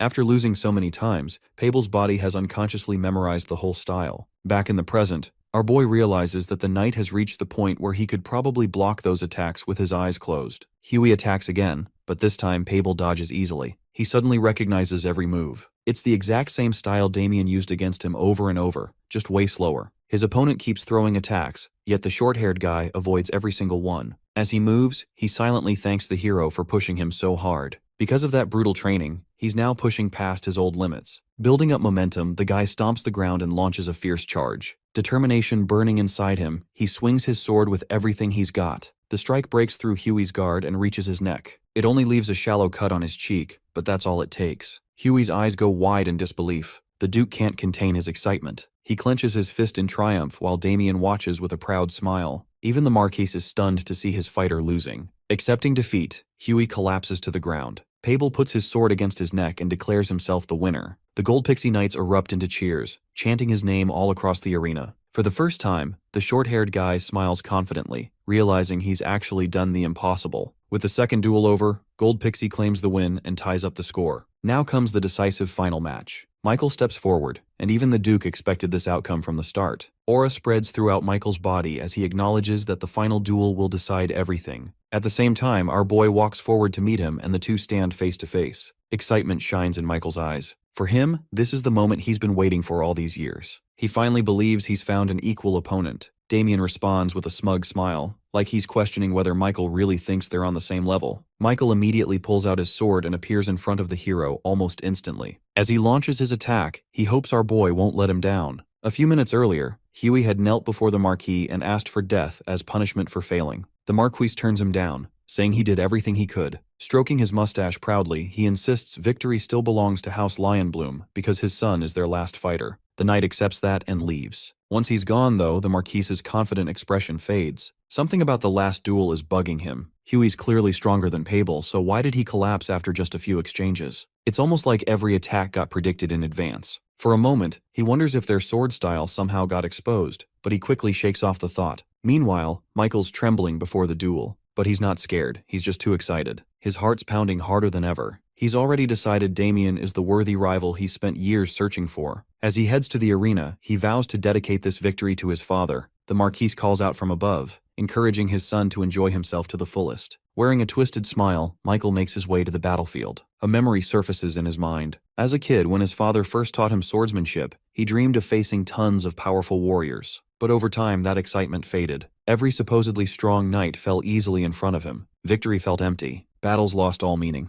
Not having a worthy opponent left him bored out of his mind, and he slowly started giving up on his passion for the sword. Then our boy showed up. Suddenly, his once colorless world burst back into flames. For the first time in years, excitement is pumping through his blood again. Back in the present, the guy steps into the arena. Drawing his sword with a smile, he lunges straight at the MC. The tip of his blade flashes toward Damien's eye like lightning. At the very last moment, our boy just tilts his head and dodges effortlessly. Another attack follows immediately, and the guy tries hitting him with a massive downward slash. However, the hero casually shifts aside and responds with a light punch, like he's swatting away a kid. Then he follows up with a sudden kick. Michael barely manages to block with his sword, but the force still sends him flying through the air. The moment he lands, he digs his hands and feet into the ground to stop himself before launching forward again. This time, he merges his aura with his sword. The blade shines and seems to pierce Damien's body multiple times. After passing through him, Michael turns around confidently. That confidence vanishes instantly because our boy is standing there completely unharmed. Not a single wound on his body. Both hands are still tucked in his pockets. Michael's heart races with excitement. His instincts tell him he was right since Damien really is something else.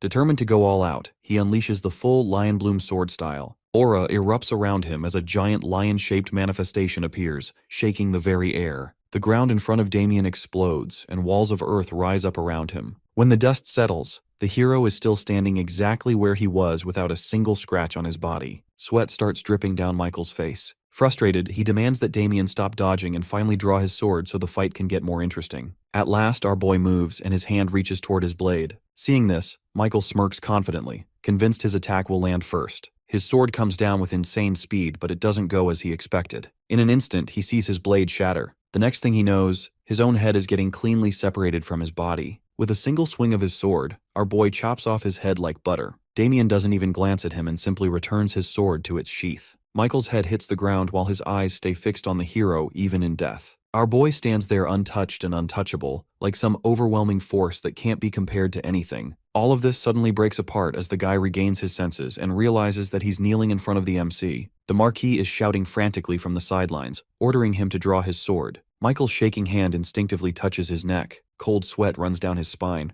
The experience felt completely real. He's convinced he actually died and felt his own death. Terrified, he slowly lifts his eyes toward Damien, who's still staring at him with frightening calmness. Our boy quietly asks him if he still thinks they're equals, but the guy can't answer. The words get stuck in his throat, and he keeps wondering if it was just an illusion. Finally, crushed under overwhelming fear, he bows deeply and announces his surrender. With this, Gold Pixie wins the final duel. Later that night, the Duke throws a huge banquet. While the Gold Pixie faction is partying hard, the Marquis is the complete opposite. The knights try to thank him, but one furious glare from the Marquis shuts them up instantly. The moment he looks away, they all let out relieved breaths. Right then, the Duke walks over carrying a bottle of wine. He reminds the Marquis that everything's settled now and personally fills his glass. While pouring the wine, he teases that, as the winner, it's only natural for him to serve first. The Marquis grits his teeth, burning with rage. The image of his son surrendering without even drawing his sword keeps playing over and over in his head. His blood is boiling with humiliation, but he forces himself to stay calm and takes a small sip of wine.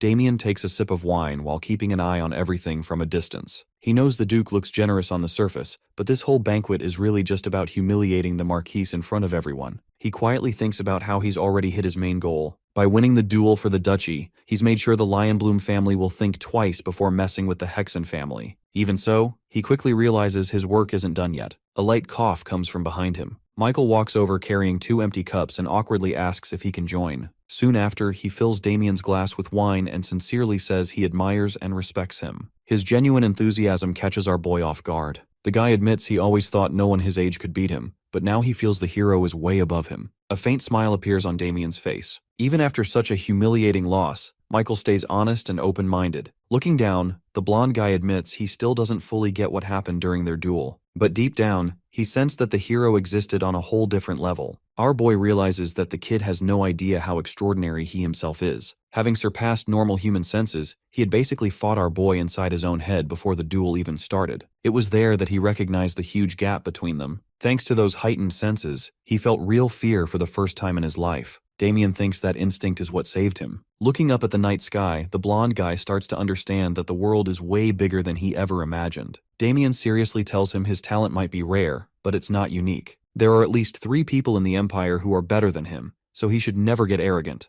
The guy listens carefully to every word. At the same time, our boy remembers that he used to have that same arrogance. Back then, he thought he was the best until Arch, the guy who later experimented on him, beat him. When Michael jokingly asks if the hero still thinks that way, our boy confidently hints that he doesn't worry about stuff like that anymore, because he's already at the top. He advises the guy not to act arrogant until he gets as strong as him. Michael gets the message right away. Right then, the Duke and the Marquis walk over to them. The Duke playfully says it's nice to see young people becoming friends. Damien and Michael immediately stand up and greet them respectfully. The Duke explains that he's finished his talk with the Marquis and came to speak with him. He reminds him about the promise before the duel, that he would get access to the Marquis' vault. Laughing, the Duke points at the Marquis and jokes that convincing him took a second deal because he'd been super stingy. The Marquis' face darkens with anger for a moment. He silently swears never to forget what the Duke did to him, but he pushes those feelings down for the banquet's sake. Walking up to Damien, he apologizes for what his knights did. To our boy, though, the apology feels half-hearted since it conveniently ignores the involvement of the boy. The Marquis then says he can't let an outsider into the vault, but he wants to offer a reward instead. He puts a small box in front of our boy. Inside is a special ring made through magic from the White Tower. The ring has a storage space that can hold up to 100 kilograms of stuff. Damien's eyes go wide as he instantly knows the artifact is worth as much as a small castle. Even though the original promise got broken, the reward is so valuable that he decides to let it slide. With a devilish smile, he takes the ring and slips it onto his finger. Still irritated, the Marquis offers more rewards if the hero wants them. He mentions his household has lots of amazing weapons. Nearby,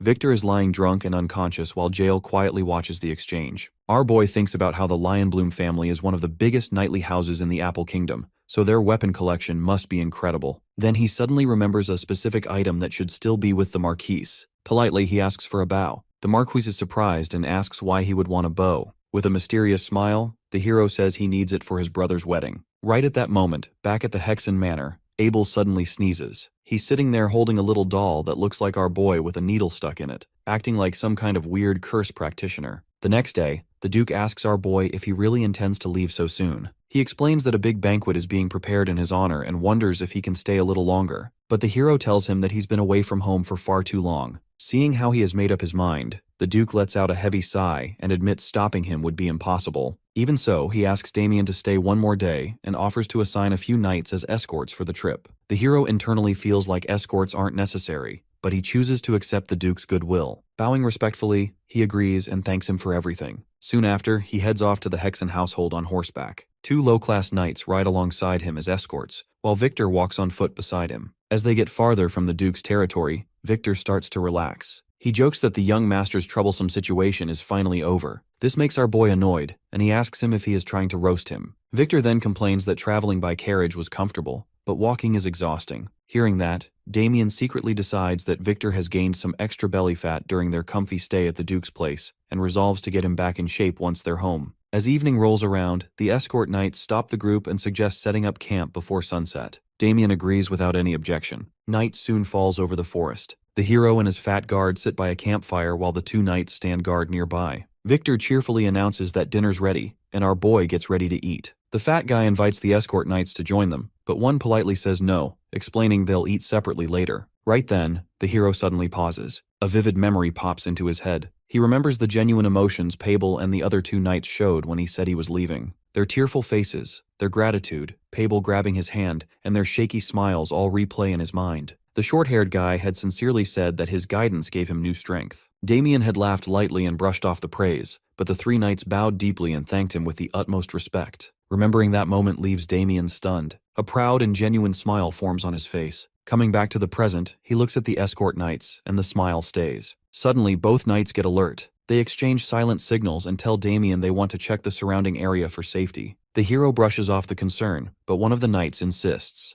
Suddenly, a streak of purple light tears through the sky and a spear wrapped in dark magic aura crashes through one knight's chest before stabbing into a massive tree behind him. The knight coughs up blood violently and dies on the spot. Damien turns toward the lifeless body just as an ominous voice echoes through the forest. The speaker admits they didn't expect the Duke's escort knights to be here but says it doesn't matter since they're just low-class knights. The dark spear vibrates before ripping itself out of the corpse and flying back into its owner's hand. The surviving knight recognizes the attacker and immediately drops into a combat stance. The attacker is Ernst, the middle-class knight corrupted by dark magic. Trembling, the knight asks why he is doing this. Before he gets an answer, two dark mages emerge from the shadows behind Ernst. They're Rebecca and Mustang. The maid laughs and comments that there are annoying insects in their way. Then she releases a bewitching fragrance toward the remaining knight. Our boy immediately recognizes the smell and covers his nose with his arm. The other knight isn't so lucky. He starts drooling as his senses fade away. Damien notices that Victor is also starting to fall under the spell's influence. Without hesitating, he hits Victor's neck and knocks him out before the enchantment can fully take hold. Rebecca finishes her spell and casually gestures forward.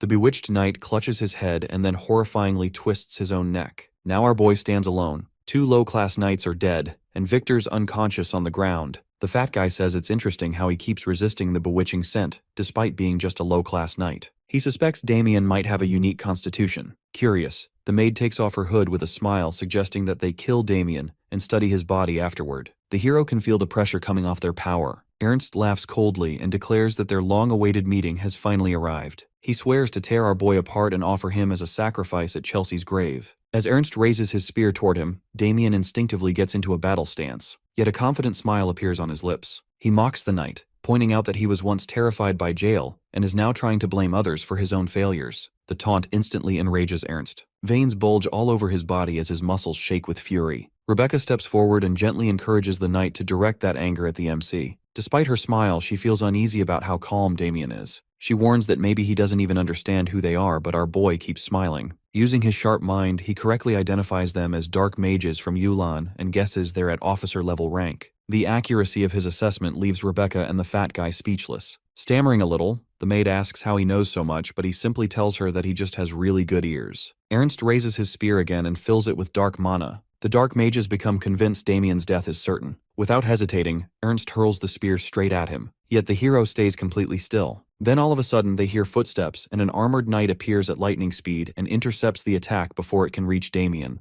The unexpected move shocks everyone there as our boy reveals that he is not alone. The knight turns out to be Sebastian, and he does not look pleased. The story briefly flashes back to an earlier moment. Before Damien left, the Duke had stopped him and mentioned Ernst's disappearance. Our boy immediately realized this was serious. The Duke explained that the knight hated him and might try to get revenge for Chelsea's death. He admitted that while jail protected him personally, Damien didn't have that kind of protection. So he intended to assign a skilled knight to guard him. Right then, the door had opened and an armored figure walked in. Damien instantly recognized the man as middle-class knight Sebastian Vincenzo. The Duke explained that the other middle-class knights were away on missions, making Sebastian the only option available. The man accepted the job without hesitation and swore to protect Damien's life. Back in the present, the hero smiles internally as he realizes that the Duke secretly ordered Sebastian to act as a hidden bodyguard. But more importantly, it was a trap to lure the hidden dark mages into revealing themselves. Ernst greets Sebastian with a twisted grin. In response, Sebastian calmly asks what he's after. The knight openly declares that he won't let anyone connected to Lady Chelsea's death keep living. When Sebastian points out that the girl took her own life, the statement immediately lights a fresh fire of fury inside Ernst. He screams that there's no way Lady Chelsea killed herself. Dark magic starts wrapping around his body and slowly eating away at his mind. Rebecca and Mustang watch as he completely sinks into darkness. He declares he won't stop until he's avenged Chelsea's death. In his head, Damien has to die first, then everyone who interrogated Chelsea, and finally even the Duke himself. Sebastian laughs at how insane Ernst is, realizing the guy has totally lost it. The knight gives him one last chance, basically saying he'll spare him if he ditches the MC. In response, Sebastian's gaze turns cold. His aura explodes out, filling both his body and sword with energy. He makes it super clear through his actions that he's not about to give in to someone he considers beneath him. From a distance, our boy watches with approval. He's happy with the resolve this middle-class knight is showing. Meanwhile, the knight lets out an evil laugh and claims that Sebastian used to be stronger than him, but things are different now. Sebastian immediately notices the change and realizes Ernst has drowned himself in black magic. The fat guy proudly explains that the knight went through the same kind of enhancement as Blackwing, sacrificing his life force in exchange for crazy amounts of mana and strength. Ernst drops into a combat stance and raises his spear. Dark mana twists the air around him, creating overwhelming pressure. Sebastian grits his teeth as he feels the weight of that power. He realizes Ernst might have already surpassed the level of an ordinary middle-class knight. With a cold smile, Ernst launches another attack while repeating that he's going to take out Damien. A compressed purple blast tears through the forest and leaves a huge trail behind. When the smoke clears, Damien is standing there completely unharmed. He calmly checks out the destruction before turning his gaze back to Ernst, who looks like a complete maniac. Just then, the other knight also steps out of the smoke, proving the attack did nothing. The sight shocks not just Ernst, but the maid and the fat guy too.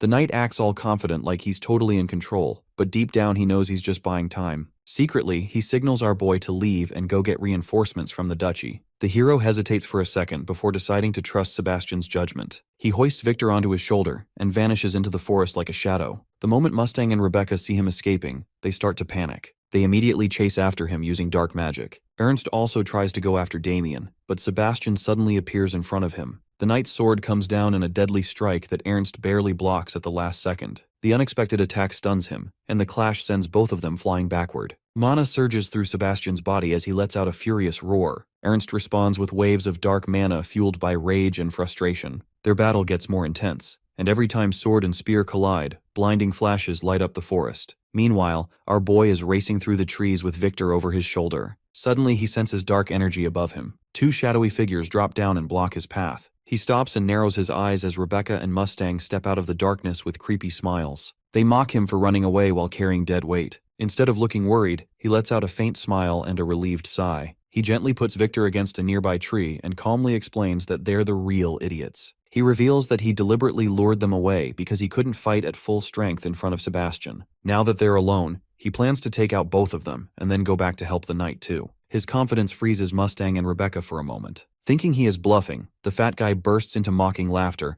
and asks if he really thinks he can fight both of them by himself. He signals the maid to step back, intending to handle Damien personally. Purple dark mana explodes from his body and violent waves of mana surge outward. His muscles swell, his appearance changes, and his clothes tear apart as Bro reveals his final form. Within moments, he turns into a terrifying monster with tentacles and reveals that he is actually the captain of Yulan. Damien stays calm and quickly figures out they belong to the Frenzy sect. The fat guy explodes forward with a grin and swings a massive fist at Damien. Damien senses the attack and pivots into a guarded stance. The punch lands with explosive force, sending him flying through the forest and crashing into a tree. But even after taking that hit, the hero gets up calmly while staying in his defensive posture. Mustang laughs sarcastically, saying the rumors about him might not have been exaggerated after all. Our boy silently sizes up his opponent and realizes Mustang has not only crazy destructive power, but also frightening speed. Even just through physical ability alone, he's already beyond the level of an ordinary middle-class knight. The demonic fat guy attacks again, this time using his tentacles. They tear through the forest, smashing trees and shredding everything in their path, but our boy dodges each strike perfectly. Eventually, his back touches a tree, and Mustang immediately sees an opening.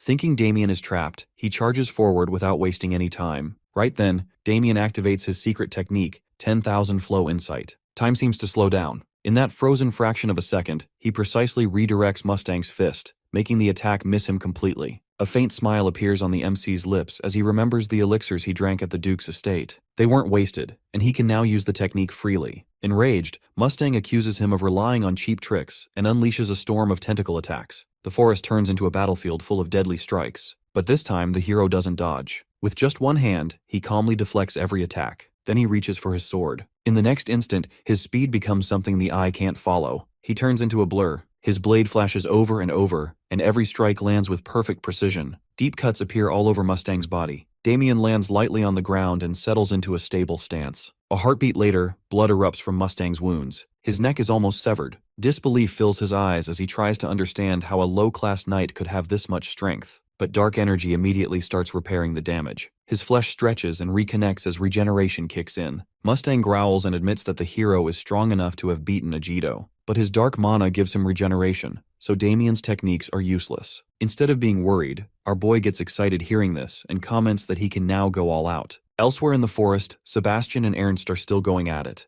The knight swings his spear, but Sebastian narrowly avoids it. The deadly force brushes past his cheek before crashing into the ground with devastating power. Using the opening, Sebastian backs off and creates some distance to catch his breath. Ernst notices his heavy breathing and mockingly acknowledges that he has managed to hold on against him for this long. Sebastian feels humiliated. The thought of struggling against someone whose power comes from black magic disgusts him. The demon knight raises his spear again and gets ready for a final attack. Sebastian steadies his shaking shoulders. Only one thought remains in his mind: survive. His gaze drifts toward the part of the forest where Damien is fighting, and he silently prays that reinforcements show up soon. Back on the MC's battlefield, he flicks the edge of his sword again. A vibration travels through the blade, making a faint hum in the air. Mustang scoffs, believing it's just a bluff. Dark energy gathers inside his monstrous mouth, and he challenges Damien to try dodging this one. The mana keeps building until it looks like a dragon's breath. When it peaks, Mustang unleashes the attack. A black explosion tears through the air as a devastating wave of annihilation races toward our boy, yet he stays perfectly calm. He raises his sword, and concentric ripples spread from its tip.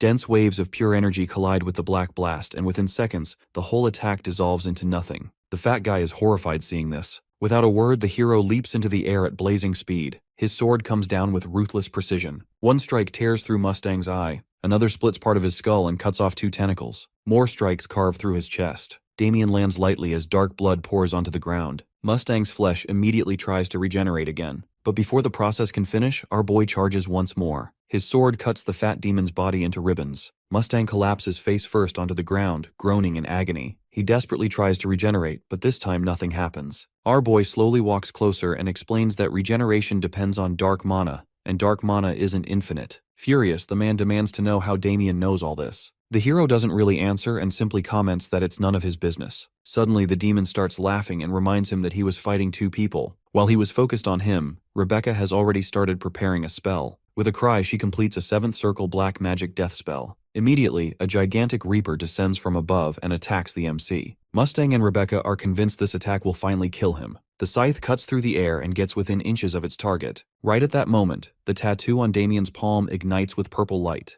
The flare is so intense it swallows everything around it. The Reaper's body starts burning and dissolving. Within moments, nothing's left. Mustang and Rebecca stand frozen in shock with all color drained from their faces. Our boy looks at them with quiet disgust. To him, the whole trick is pathetic. Mustang stammers in disbelief, insisting that spell is one of Yulan's masterpieces and powerful enough to kill even a high-class knight. Hearing that, Damien suddenly laughs. Then, mockingly, he reflects that dark mages cling to black magic like it's divine power, when really it's just a parasite living off stolen souls. With that thought, he decides to use that very power against them. The bracelet on his wrist explodes with energy, and Rebecca gets thrown backward as darkness wraps around her body. She screams for her captain, while Mustang stares in disbelief and realizes the power the hero is using looks just like black magic. In a cold voice, our boy starts explaining that this isn't the same kind of black magic they're familiar with. Just then, he casts a 9-circle black magic spell called Pitch Darkness. A line of black mana stretches out from his finger and wraps around the sphere. Inside, Rebecca and Mustang are terrified because what they're seeing shouldn't even be possible. Outside, the hero lowers his finger, and the sphere starts shrinking. At first it goes slow, but then it compresses like crazy. In the middle of all the destruction, our boy lets out a faint but nasty smile. Sometime later, Victor stirs and slowly wakes up.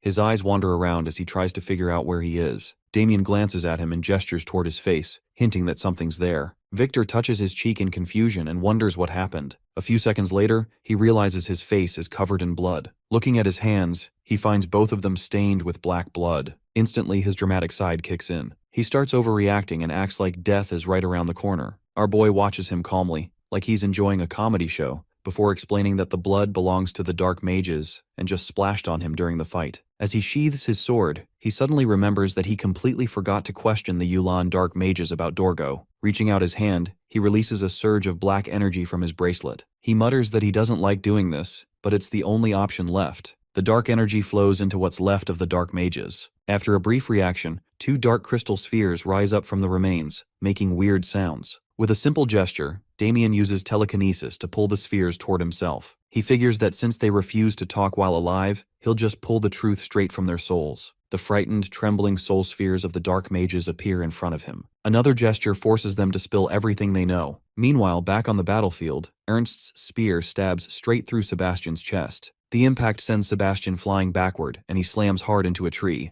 The strike is so powerful that his armor shatters, and he groans in pain. Despite his injuries, he struggles to stand, but his body's shaking and his breathing's getting more and more unstable. He collapses again as Ernst slowly walks closer. Spinning his spear, Ernst coldly declares that he'll give Sebastian peace by ending his life. But the knight is determined and he'll never let him get to the Duke, even if it means sacrificing himself. Right then, someone calls out to him from behind telling him that he's done well so far. Turns out it's none other than our boy. As he slowly walks towards them, Ernst laughs, commenting that he was actually planning on hunting him. Damien just smiles faintly and silently laughs at the assumption. Looking at the soul spheres in his hands, he thinks to himself that he could take out Ernst with one move. Furious, the possessed knight grits his teeth and charges forward with his spear aimed at him, but our boy doesn't move an inch. Suddenly, he clenches his fist and shatters the soul spheres in his hand. Ernst's spear stops just inches away from Damien's eyes and he freezes completely. His body is shaking, but he can't move, and confusion fills his mind as he wonders how this is even possible. Behind him, Sebastian watches the whole thing, completely stunned. At the same time, dark mana explodes out of Ernst's body. He screams in agony as the dark mana gems embedded in him start cracking. Their energy gets forcibly ripped away from his body. Within moments, he shrivels into a weak, pathetic shell of his former self. Even then, he keeps glaring at the hero and mutters that he'll kill him. But the very next second, he collapses to the ground. Damien lets out a quiet laugh and thinks Ernst is such an idiot. He never understood that the dark mage soul controlling him was the source of his black magic. Once that soul got destroyed, all the black magic connected to it disappeared too. Leaning against a tree, Sebastian asks how all of this happened. Damien casually suggests it's probably a side effect of the black mana disappearing. As Sebastian tries to stand, he asks what happened to the dark mages who were chasing him. Damien helps support him and says they should get back to the duchy first, promising to explain everything on the way. The scene then shifts to the Gold Pixie Duchy. The Duke admits his suspicions were right and thanks the knight, but Sebastian insists he only survived because of Damien. The Duke then turns to our boy and personally thanks him for taking out the dark mages. The hero calmly replies that he just did what needed to be done and that the enemies weren't all that powerful. Looking at Sebastian, he explains that he already figured once the dark mages died, the black mana inside Ernst would disappear too. The Duke thanks him again for destroying the enemies who threatened his family. With a hint of sadness, he adds that maybe the souls of those killed by them can finally rest in peace. Damien immediately knows the Duke is talking about Chelsea. He then says he'll be leaving now that the Duke's affairs are settled. But the Duke stops him and asks if he could stay just a little while longer. The Duke explains that he wants him to stick around because someone wants to meet him. Curious, our boy asks who it is. Right then, the door opens and Agnes walks in. Damien looks at her and feels a little uncomfortable, while the girl greets him with a warm smile and says it's been ages since they last saw each other. Later, the two of them are sitting alone in the garden of the Gold Pixie estate, drinking tea together. But not too far away, the Duke and Victor are hiding behind some bushes, watching them with huge curiosity. The Duke can hardly believe what he's seeing. Looking at the girl, he wonders if someone who looks so delicate really belongs to the church. Victor quietly confirms she does, and adds that she knows his young master. The Duke admits Agnes is totally different from what he imagined. He comments that looks can be deceiving and carefully watches the two of them. To him, it almost seems like they're having some kind of romantic conversation. In reality, the talk is way more serious. The girl questions Damien about the Dark Mage incident, and he explains everything that happened, including how he took down the Dark Mages. After hearing the story, Agnes says everything makes sense now. At the same time, she's disappointed she didn't get to see the fight herself. As things get more relaxed, she jokes that he seems to have quite a long history with Dark Mages, and he simply responds with a smile. Studying her carefully, our boy mentions that he knew the church sent an investigator for this, but he never expected that investigator to be Agnes. Her face immediately turns red, and she shyly admits she volunteered for the mission herself after hearing he would be there. A moment later, she remembers something important and asks if he found out which organization those dead Dark Mages belonged to. Before answering, the hero pauses. He knows telling the truth would only make things more complicated, so he decides to hide what he knows. He claims he didn't learn anything about them, and suggests they weren't that powerful. He also speculates they might not have belonged to any organization at all. Hearing this, the girl lowers her head and reveals that she'd wondered if they might have been connected to the Yulan group.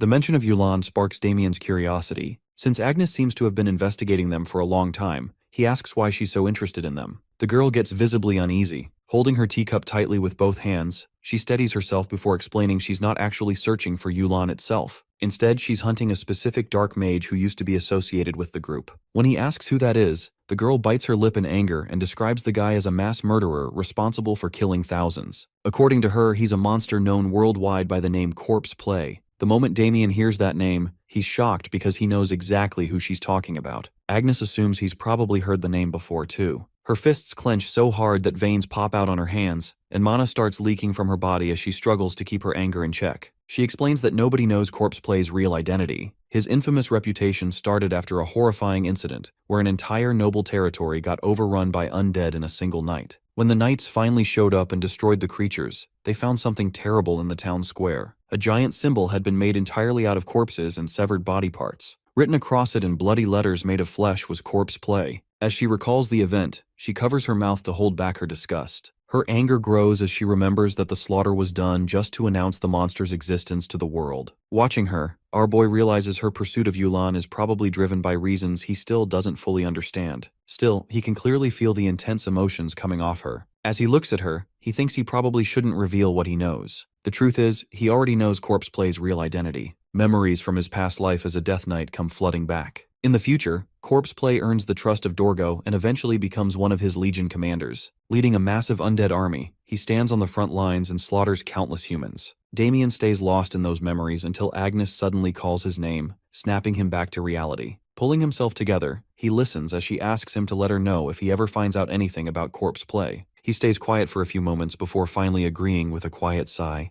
Soon after, the hero gets up from his chair and asks if the interrogation can be considered done since he's already shared everything he knows about the dark mages. The girl smiles calmly and confirms it's over, thanking him for his cooperation. Damien accepts her thanks and then turns toward the flower beds, where the Duke and Victor are still hiding. Looking right at their hiding spot, he announces that the questioning is finished. Then he asks if he can finally get back to his original schedule. Realizing there's no reason to keep hiding anymore, the Duke steps out from the bushes and brushes the dust off his clothes, while Victor follows behind with a grin. The Duke admits there's no longer any reason to keep him around. As our boy gets ready to leave, the Duke wishes him a safe trip and tells him to be careful on the road. The scene then shifts to the Hexen estate. Damien's older sister Louise is standing outside when Abel walks up and asks if she's waiting outside again. She turns to him and wonders why he's there. Laughing lightly, Abel explains he came to check on her after noticing she'd suddenly disappeared. In a teasing tone, he asks if she really thinks standing outside will make Damien come back any faster. He suggests she go inside and wait comfortably. The sister smiles softly and says she's fine and will head inside later. Abel sighs and asks if she's really that worried. Louise immediately admits she is. She describes Damien as a gentle young man who traveled alone to a duke's estate. As the guy listens, memories of Damien's far less gentle moments flash through his mind,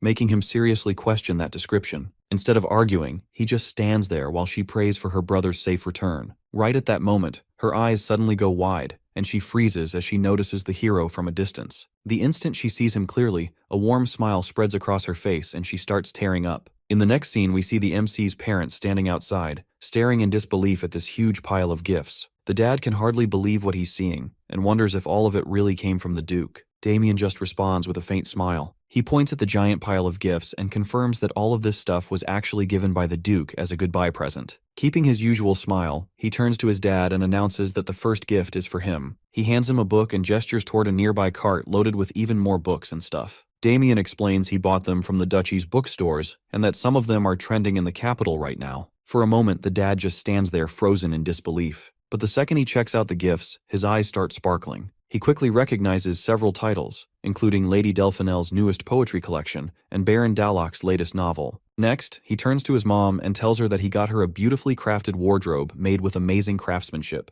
Her eyes light up immediately when she notices the high-quality cedar wood, and when she spots a rosewood table nearby, her happiness just keeps growing. After that, Damien looks toward his older sister Louise and tells her that her gift is waiting nearby. In front of her appears this magnificent grand piano made by the artisan Buckley. Louise is totally speechless. Her face turns red from shock and joy before she rushes forward and hugs Damien tight. The hero explains the soldiers will help move the piano inside. Even after she lets him go, the sister keeps affectionately patting his head and praising her little brother. Meanwhile, Damien turns toward Abel, who's deliberately looking away. He clears his throat and casually asks what's wrong. The brother pretends nothing's bothering him and insists his face always looks like that. The hero gives him a teasing look and asks if he's upset because his older brother didn't get him a gift. Abel immediately gets all flustered and claims he doesn't care. Damien doesn't say anything. Instead, he raises his right hand and the air in front of him starts rippling. Abel's eyes go wide in disbelief as he stares at this weird phenomenon. Proudly, the hero explains it's a special storage space. He reaches into the distorted space with his left hand and pulls out a bow. Presenting it to Abel, he reveals it's his gift. A few moments later, he stores it back inside. With a mischievous smile, Damien leans close to his younger brother and quietly whispers that Lady Olivia Copperhead would probably like a gift like that if it were presented at the right moment. He jokes that if his little brother's thinking about marriage, it's only natural for the older brother to lend a hand. Panicking, Abel waves his hands and demands to know what he is talking about. Laughing, Damien asks if his brother doesn't actually like Lady Olivia. Abel stumbles over his words and tries to deny it, but eventually lowers his head. In a quiet voice, he admits Lady Olivia doesn't even know who he is. Hearing this, the hero thinks for a moment and claims he's already got a plan. He explains he heard at the Duke's estate that the Copperhead family is planning to hold a martial tournament during their daughter's birthday celebration. According to him, Abel's going to participate in that tournament, which gives him the perfect chance to meet Olivia. The little brother is stunned and quickly points out that martial tournaments are meant for knights and swordsmen. Damien just nods in agreement,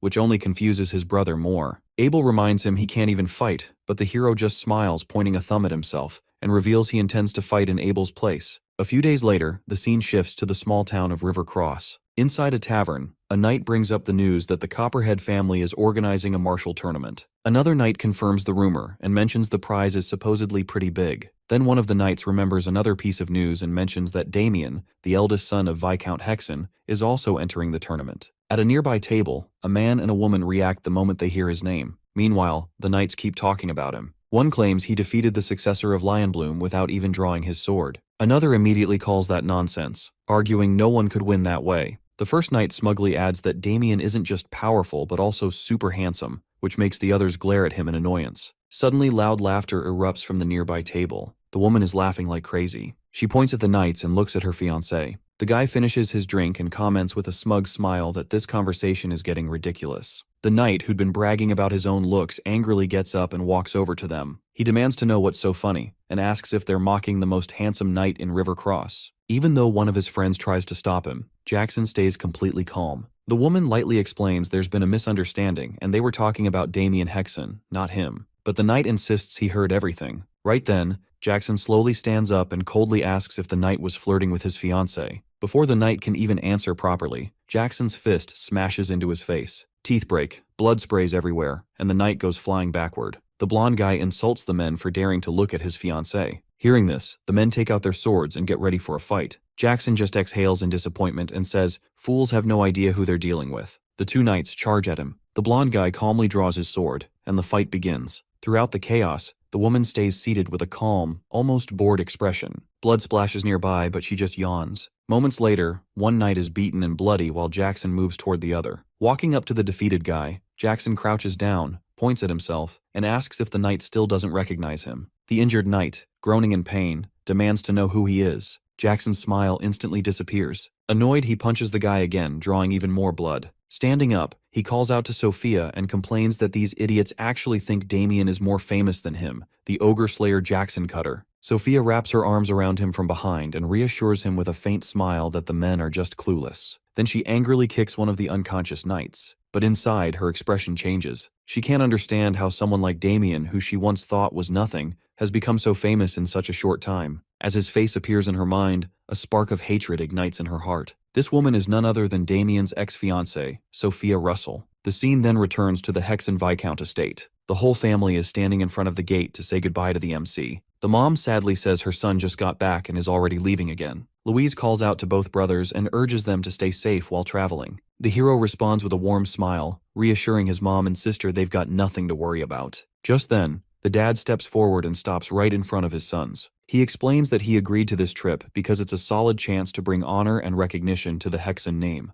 But even so, he admits he's still feeling uneasy deep down since the journey will take them far from home. Turning to the younger son, he reveals that Damien has already told him everything. He remarks that if he'd known earlier about Abel's feelings for the young lady of the Copperhead family, he would have sent a formal marriage proposal ages ago. Embarrassed, Abel hurriedly waves his hands and insists everything's fine. Paul continues by telling both of his sons to come back safe. The two bow their heads together and promise they will. Then the dad's expression turns serious. He fixes his gaze on Abel and reminds him not to forget what they discussed earlier. The son immediately stiffens and glances at Damien in confusion. Adjusting his glasses and keeping his composure, he quietly agrees. Paul pats both of them on the back before steering them toward the carriage and wishing them a safe journey. Moments later, our boy leans halfway out of the carriage door and waves goodbye to his family. They keep waving back as the carriage slowly disappears into the distance. The journey stretches on for many days. The carriage rolls through huge fields, valleys, and rocky roads before finally getting close to Count Copperhead's territory. Inside the carriage, the hero sits next to Victor, while Abel is in the seat opposite them with a book in his hands. Victor keeps glancing at the two young masters. Several hours have passed without either of them saying a single word. He can't figure out why they're both so quiet, and wonders how much longer he'll have to put up with the silence. Even the hero feels uncomfortable. He realizes this is the first time he's traveled alone with his brother and has no clue how to start a conversation. Eventually, Victor decides to break the silence himself and asks how Abel got interested in Lady Olivia. Abel's face instantly turns red and he questions why he would ask something like that. Victor struggles not to laugh and explains the journey's long and somebody had to start a conversation. Watching his brother's reaction, Damien finds the whole thing amusing. He realizes that even in his past life, he never found out how his feelings for Olivia began. Now he's curious too. Leaning back comfortably, he encourages his brother to tell the story, since there's not much else to do on the road. Accepting defeat, Abel takes a deep breath and explains that it all began 4 years ago at a big gathering of the Western nobles. That's where he first noticed Lady Olivia. She stood there wearing an elegant green Elise-style gown. The color went beautifully with her brown hair. People seemed naturally drawn to her from every direction. Abel recalls that in that moment, she looked like she'd stepped right out of a painting. To him, she seemed incredibly beautiful. Back in the present, Victor comments that it sounds like he just fell for her looks. Meanwhile, our boy seems a bit disappointed since he was expecting something deeper. He remembers that in his past life, the two of them did end up together. Count Copperhead humiliatingly rejected Abel's marriage proposal. After that rejection, his brother shut himself off from the world and lived alone. Eventually, he even died by Damien's own hands. Looking at his brother now, Damien feels a faint ache in his heart. He silently swears things will be different this time. Abel won't go through the same fate again. Noticing Damien's intense stare, the brother shifts uncomfortably.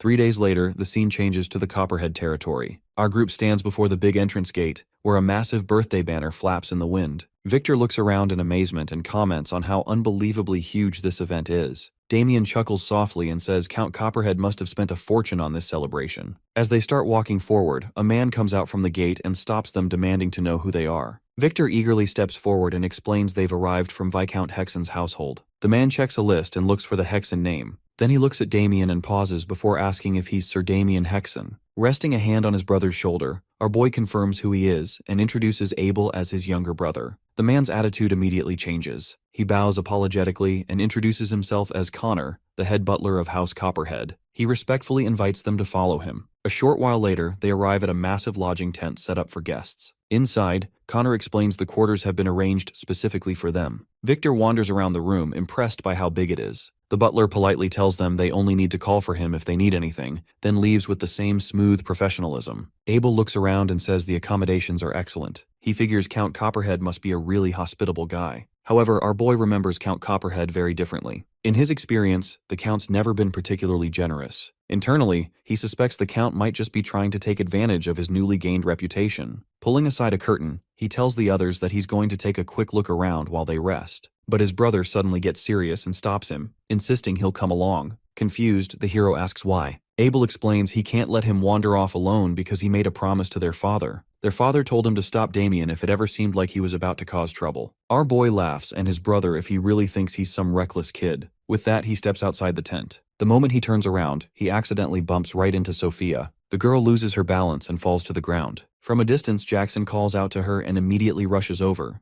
The second he reaches Damien, he grabs him by the collar and angrily accuses him of not watching where he's going. As he gets a better look at his face, his anger slowly fades and he realizes who he is. Our boy, though, just looks at him in confusion. Sophia gets back to her feet and dusts off her clothes. Feeling awkward, she quietly wonders why she has to run into Damien here of all places, and on this particular day. Regaining her composure, she greets him with an uneasy smile and says it's been a long time. Hearing this, Bro lets out a small sigh and asks if he knows her. This causes the two of them to freeze for a second. The girl gets mad as she can't understand why he is acting like he's never met either of them before. Without another word, the hero grabs Jackson's wrist and calmly removes his hand from his collar. Right then, Abel and Victor come out of the tent and ask what is going on. He immediately recognizes Sophia, which makes Damien confused, and he asks if he knows her. The brother can hardly believe what he's hearing. He reminds the hero that Sophia used to be his fiancée. The girl's face flushes with embarrassment and irritation, and she quickly looks away. Our boy watches her without any visible reaction,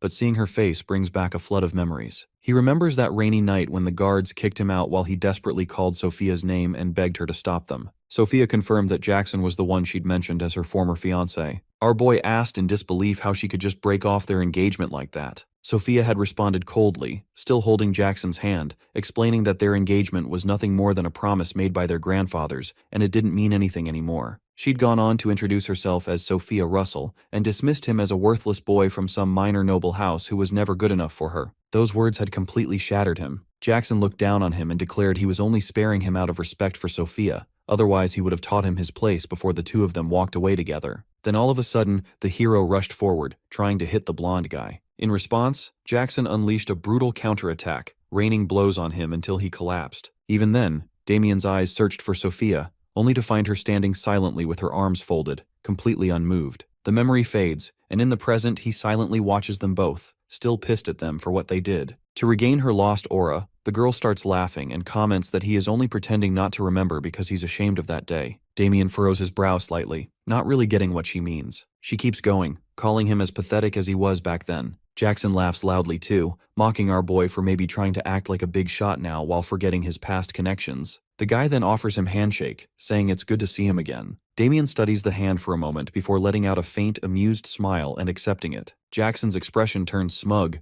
but in the next instant his body suddenly gets lifted into the air and thrown back to the ground like a doll. Our boy teases him, saying that he might have used a bit too much force. Deep down, he is thankful to that idiot for giving him an excuse to beat him. Despite getting thrashed badly, the guy gets up and draws his sword. The hero can't control his excitement as he announces that whoever bleeds first loses. Before things can escalate further, someone calls out to Jackson telling him to stop. The blonde guy immediately freezes and turns toward the source, recognizing the man as his master. The man admits that it's impressive how a useless boy like Damien has grown so strong in such a short time. Our boy stays calm and asks if the man knows him, already sensing that the power in front of him isn't insignificant. The man stops in front of him and confirms he knows him quite well. He then dismisses Jackson, ordering him to leave if his little performance is over. The blonde guy protests angrily, but a single glance from the man silences him completely. Forced to comply, he walks away while muttering about revenge. As they leave, the hero calls out to them teasingly, asking if they're really just walking away like that. The man pauses, glances back slightly, and introduces himself as Jacques Noir, telling Damien to remember his name before walking off. Hearing this, a faint smile appears on the MC's face as he believes that things are about to get interesting. Later, in the camping grounds, Jackson storms into the tent, furious and demanding to know why he was stopped, insisting he could have handled that guy himself. Before he can finish, his master suddenly grabs him by the throat and reminds him that he'd already warned him not to cause unnecessary noise or attention.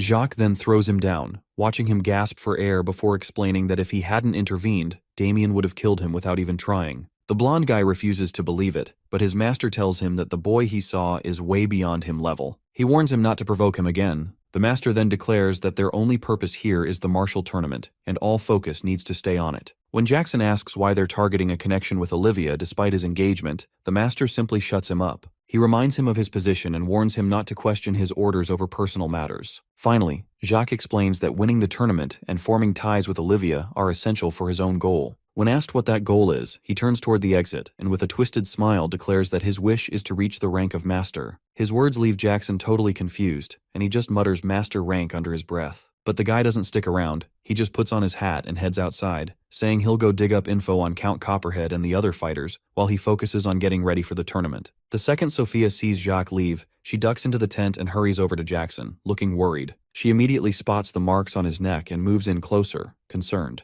The blonde guy says he's fine, but inside, a different kind of anger starts building. He silently curses his master, thinking if he wants something done, he could at least explain it properly. He has no clue how winning a tournament has anything to do with reaching the master rank. Frustrated, he swears that once he moves past the middle class rank, he's going to personally take out Damien. At the same time in the tournament grounds, the crowds are gathering outside the arena, whispering and spreading rumors about our boy. Meanwhile, he walks through the crowd with a relaxed smile, totally unbothered by all the attention. Victor quietly points out that a lot of people recognize him now, and he just grins wide, clearly enjoying it. Soon, heavy drum beats echo through the arena, and Count Chester Copperhead steps up and announces the big tournament he's throwing for his daughter's birthday, thanking everyone for showing up. The younger brother barely hears any of it, though. His eyes are locked on Olivia, and everything else just fades away. The Count says the tournament champion's fame will spread across the region, and that awesome rewards are waiting for the winners. The competition will last 2 days, split into team battles and individual matches. He also mentions that healing mages are on standby, encouraging everyone to go all out without holding back. After announcing the first matches start in 2 hours, the crowd goes wild.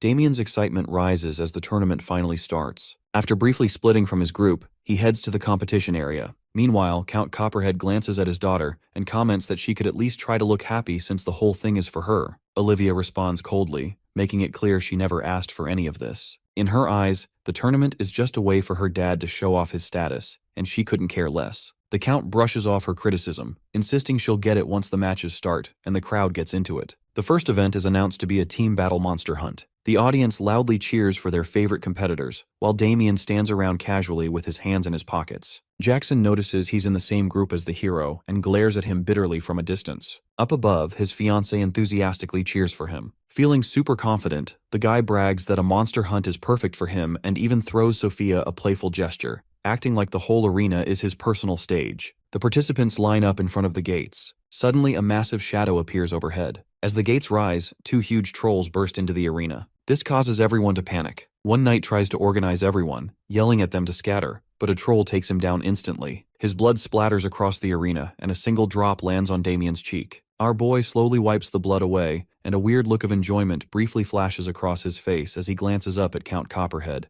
realizing the Count genuinely gets off on this kind of danger and chaos. The troll's attack is so brutal that the knight dies instantly, and the gruesome sight shocks the audience. People recoil in horror, and a noblewoman sitting near the front gets splattered with blood, making her scream. Around her, others struggle to process what they're seeing, asking if those creatures are really trolls and if that knight is actually dead. Even Olivia is shocked. She covers her mouth while staring at the scene below. Next to her, Count Copperhead just clicks his tongue in annoyance, thinking it's pathetic the knight died so easily. His daughter overhears him and demands to know why trolls were released during what was supposed to be a simple tournament match. The Count calmly explains that weak participants need to be weeded out so the true champion can emerge. Olivia strongly objects, but before she can continue, the crowd's attention shifts elsewhere as cheers for Andrew Graydon start echoing through the arena. The Count narrows his eyes and comments that the audience always craves excitement. The more intense the spectacle, the more they enjoy it. Down in the arena, Jackson charges at one of the trolls. Sliding beneath its reach, he lands a clean slash to its leg before striking a heroic pose for the audience. The troll roars in pain, but its wound starts regenerating almost instantly. Jackson's expression hardens as he realizes the creature's regeneration is ridiculously strong and regular attacks aren't going to do much. Meanwhile, our boy stays in a quiet corner of the battlefield, calmly watching the other knights. He remembers the weird waiver he had to sign before entering the tournament, and finally understands why. Count Copperhead is proving to be every bit as reckless as his reputation says. One troll raises both massive fists and gets ready to smash the ground. The blonde guy barely avoids the attack and realizes that going up against a monster like this alone is a huge disadvantage. Suddenly, a female knight suddenly charges forward and unleashes a rapid series of strikes against the troll's arm,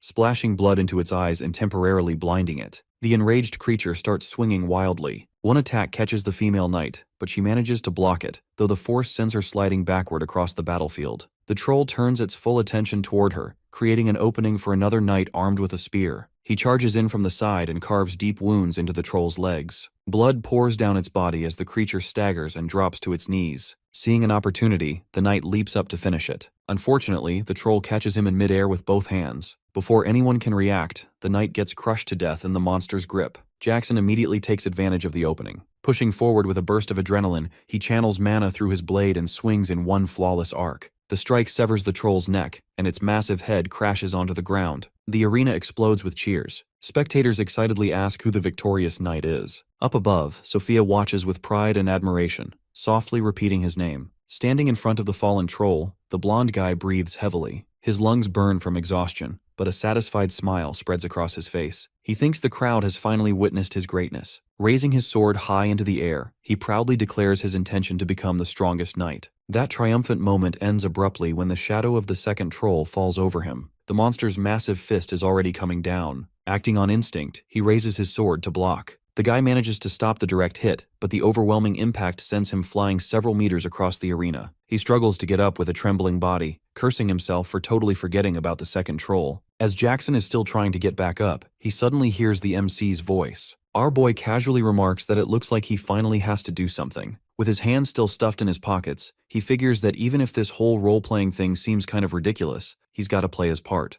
The second he steps forward, the troll charges at him like it wants to murder him. Lying on the ground, Jackson internally calls him an idiot, convinced that taking on a troll alone is basically suicide. The troll's giant fist swings straight for the MC's face, but bro doesn't even flinch. Right before impact, he activates his secret move, Myriad Flow Insight, and easily redirects the attack with one smooth motion. With a light jump, he lands on the troll's head, still keeping one hand in his pocket. In midair, he draws his sword and cuts right through the monster, splitting it from the top of its skull all the way down. The secret art, Terror-Slaying Sword, totally lives up to its name. Blood explodes outward, spreading across the battlefield like a red curtain, while Jackson can only stare at Damien in complete shock. Seeing this, everyone in the crowd starts cheering for our boy. Even Count Copperhead starts clapping enthusiastically, realizing that the stories about this kid might actually be true. Damien casually flicks the blood off his blade, and some of it splashes onto Jackson, making the humiliation even worse. Then he opens his subspace and stores his sword away like the whole fight was no big deal. While the crowd keeps shouting his name, Jackson lies there fuming, because every cheer feels like another punch to his pride. That night inside the banquet hall, noble ladies suddenly go quiet before breaking into excited whispers.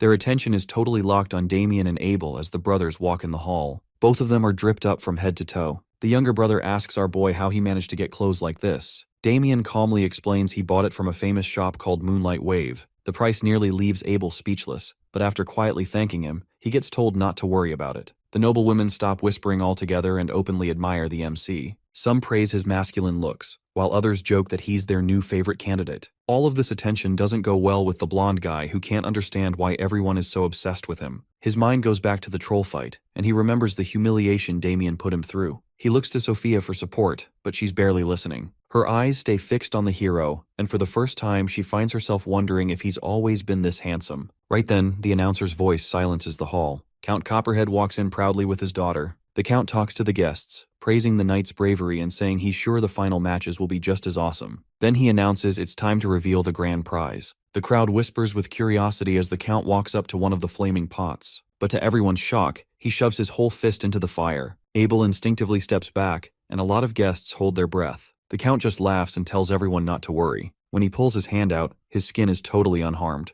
The guy reveals that it's all thanks to the treasure in his hands. Our boy immediately recognizes that orb from his previous life. However, he is not the only one fixated by it. Jacques is also standing in the crowd with his eyes on the spirit's heart. The Count explains that the treasure protects its owner from flames and helps regulate body temperature. He proudly says it's priceless before announcing it'll go to the tournament winner. Damien immediately realizes that offering something like this as a prize proves the Count has no clue what it's actually worth. His smile widens as the reward suddenly gets way more tempting. After that, the Count invites everyone to enjoy the banquet. With a simple flick of his finger, music starts up and the party gets lively again. A massive birthday cake is unveiled, followed by gift presentations. A young noble introduces himself as the son of Baron Nathan. The Count recognizes the family name and remembers their region is famous for apples. The guy presents a cosmetic product made by alchemists from Michu School. The Count's not impressed internally, but he politely says thanks. Soon after, Charlie from House Zion shows off a necklace made with a rare 7-colored crystal. The Count acts impressed at first glance, but internally thinks his family already has plenty of those crystals. Watching quietly from below, our boy realizes the real competition has already started. But gifts at this level clearly aren't doing anything for the Count. Then Jackson steps forward and introduces himself respectfully. Even with his Ogre Slayer reputation, the Count doesn't even recognize his name. Swallowing his annoyance, the blonde guy presents a legendary vitality elixir, a potion that supposedly gives you seemingly endless energy for a whole day with just one sip. For the first time, genuine interest shows up in the Count's eyes. Internally, Jackson is thrilled because everything's going according to plan.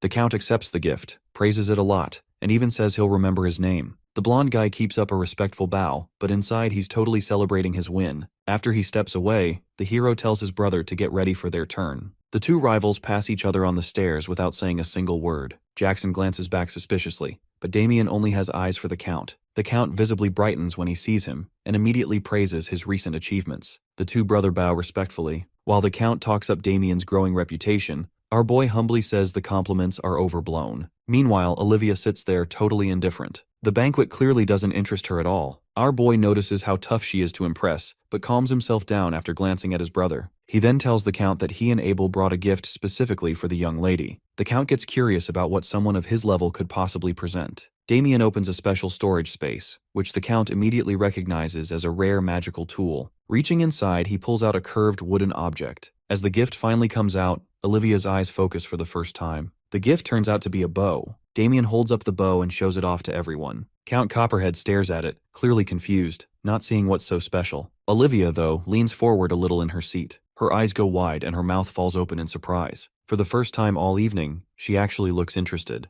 A few guests start whispering nervously, admitting they have no idea what they're looking at because it just seems like a regular bow. The Count's expression slowly drops as disappointment sinks in. He figures the hero brought some lame gift that his daughter won't care about at all. Before anyone can say another word, Olivia suddenly jumps up from her chair and excitedly blurts out that it's an amazing bow. Her reaction totally shocks her dad into silence. Seeing that she's already totally hooked on the gift, our boy smiles since this is exactly the reaction he was hoping for. He immediately gives the okay and tells Abel not to just stand there, but to hand the bow over to her. Inside the banquet hall, the girl pulls back the bowstring with all her might. Damien watches with a satisfied smile, realizing the rumors about Olivia loving hunting are true. It confirms his belief that winning someone over means knowing what they actually care about. After testing it carefully, Olivia admits that the bow's elasticity is insane. She turns to the hero and asks if it's made from a minotaur's horn. He confirms it is, admitting he knew she'd recognize it. He goes on to explain that the bow was forged from the horn of the minotaur that leads the whole herd. Jackson freezes on the spot. He immediately realizes that Damien is talking about a monster that even a middle-class warrior would struggle to beat alone.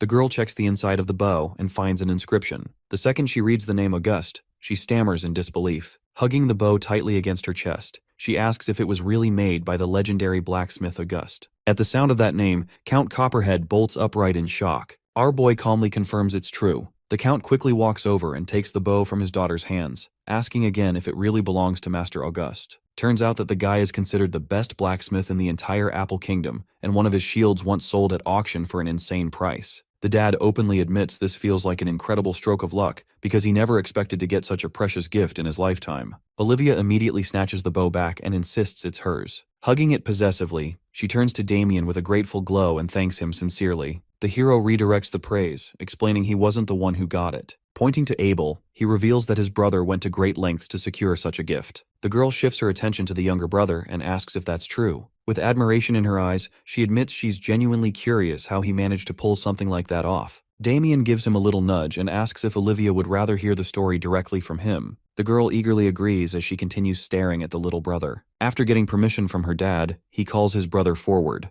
Abel jumps, stumbles over his words, and gathers his courage. Finally, he reaches her and greets the girl in a trembling voice. Meanwhile, from a corner of the hall, Jackson's master finally steps forward and tells him that something has gone wrong with their plans. He glances toward the hero and realizes that his abilities are way beyond what he expected. This makes him a bit frustrated because it seems like the Hexen brothers are about to win both the tournament and the Count's daughter. He turns away and tells the blonde guy to follow him. Jackson is a bit confused but obeys. Before leaving, though, he tells Sophia to stay put and wait. As they all leave, our boy lets out an evil smile. The next morning at the Copperhead estate, our group walks together toward the arena. Abel notices his brother giving him a weird look and asks why he's staring like that. Damien teases him by pointing out how surprisingly smooth and confident he was with Olivia the night before, and remarks that the vibe between them seemed pretty nice. Abel immediately freezes. His face turns bright red, and he stammers while insisting he's totally capable of stuff like that too. Damien and Victor burst out laughing, and the hero jokes that he'll be waiting for good news. Abel hangs back and awkwardly thanks him. Our boy immediately spins around with suspicion and asks what that's about. His brother clarifies that he's grateful for the opportunity he set up for him. In response, Damien jokingly takes out his sword and asks him if he is really his brother. He explains that looking out for his own brother is just the natural thing to do. Hearing those words, a warm smile spreads across Abel's face. He then hurries forward to catch up with the two of them. Soon, the arena hosts the second match. The hero launches himself forward with a flying punch. The sheer force of his strike shatters his opponent's sword before crashing straight into the guy's face. The impact sends the opponent flying into the arena wall, where he collapses unconscious.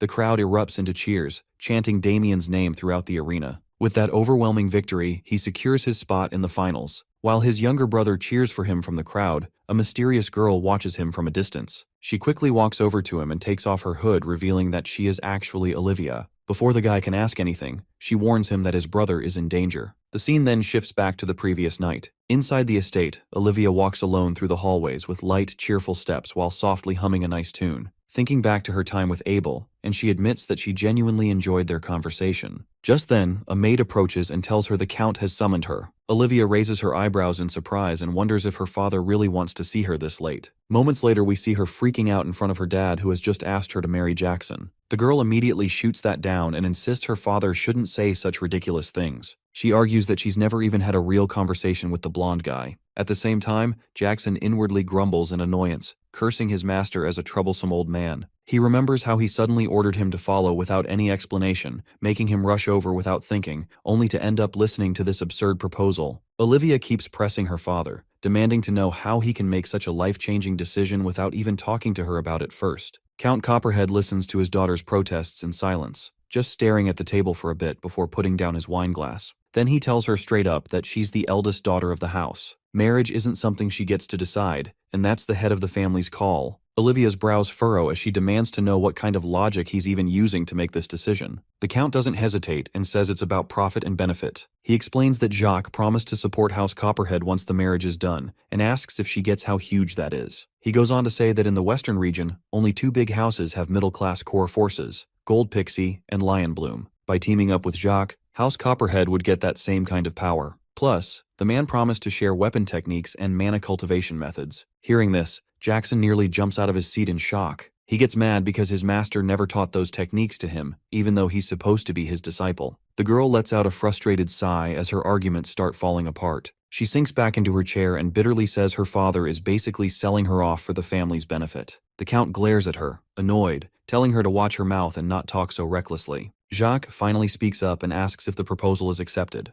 After thinking it over, Count Copperhead admits the terms are definitely tempting, but there's one small hiccup. Jackson is still a complete nobody as a knight, and taking some nameless guy as the family's son-in-law would hurt House Copperhead's reputation. Jacques immediately gets that status as the real issue. Calmly, he assures the Count that his disciple will win the tournament tomorrow. The Count hesitates and points out that Damien is also competing. The man stays cool and insists they can still win if he just agrees to do a small favor for him. Hearing this, the Count warns him he won't provide anything unreasonable. Jacques agrees and reveals the favor is actually pretty simple. With a sneaky smile, he asks the Count not to interfere, even if the hero dies during the match. Olivia instinctively starts to protest, but the words die in her throat when she sees her father actually thinking it over. After a long, heavy pause, Count Copperhead takes a sip of wine and quietly agrees. Back in the present, the girl stands in front of Damien and Abel with a tense, apologetic look as she tells them everything that happened. After understanding what is going on, the hero realizes that Jacques is way more dangerous than he ever imagined. Count Copperhead is acting exactly as he did in his past life, since he would do anything if it benefited his family. Despite all of this, the hero decides that he is not running away. Abel is stunned and demands to know what he means, pointing out that going up against a middle-class opponent is basically suicide. His brother just gives a faint smile and tells them he already has a plan. For now, he says they should just focus on finishing the tournament. A few moments later, he walks toward the fighting grounds with both hands in his pockets. The remaining fighters huddle together and all stare at him at once. Drums start beating to signal the match's start,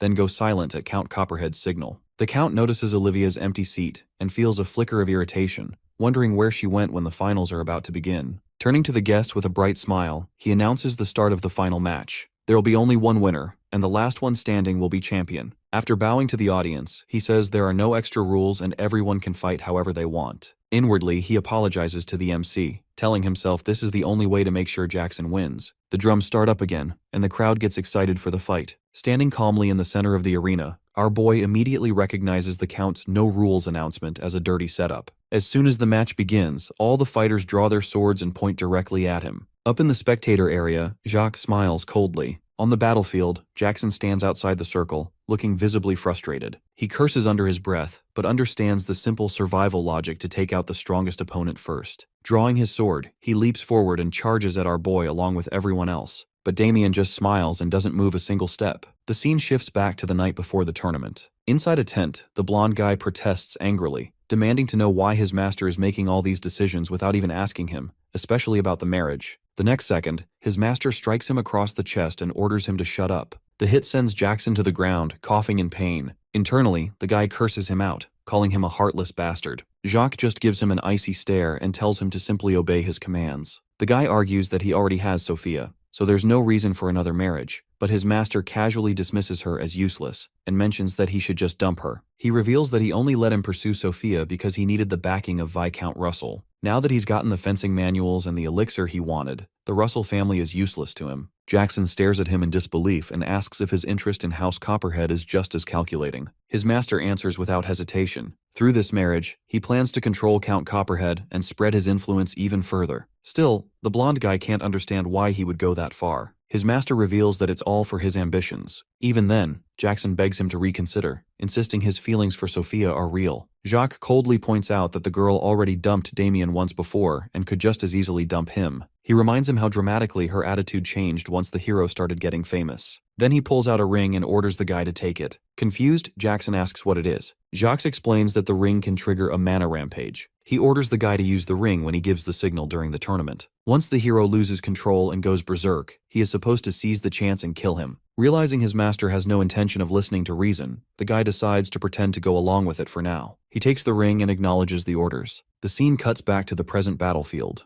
The blonde guy and the other knights launch their attack on our boy all at once. Despite all of them attacking him at once, the hero stands still while smiling. Without taking a single step, he slips through the barrage with barely any movement, dodging every strike with flawless precision. Right at that moment, another knight charges from behind, thrusting his sword straight at Damien's back. At the very last second, our boy jumps into the air, making the stab miss completely. He lands lightly on the knight's head, using him as a springboard to launch himself even higher. Twisting his body midair, he comes down with a crushing elbow strike aimed right at the knight's head. The helmet shatters on impact, and the knight crumples to the ground. Damien lands smoothly beside him, settling effortlessly into a fighting stance. The audience explodes into cheers as Abel and Victor excitedly shout Damien's name. Our boy lets out a soft chuckle and turns towards the remaining knights. He casually implies they must have thought their numbers would be enough to take him down. Raising one hand, he tells them to come forward with a little gesture, silently asking what they're waiting for. Jackson scowls, totally confused. He can't figure out how the hero is fighting low-class knights without even bothering to draw his sword. Behind him, one of the knights mutters that Damien's a monster. That's when the blonde guy begins to wonder if our boy has actually surpassed the low class. Suddenly, a female knight bursts forward from behind Jackson, yelling that she's about to show off the swordsmanship of House Alter.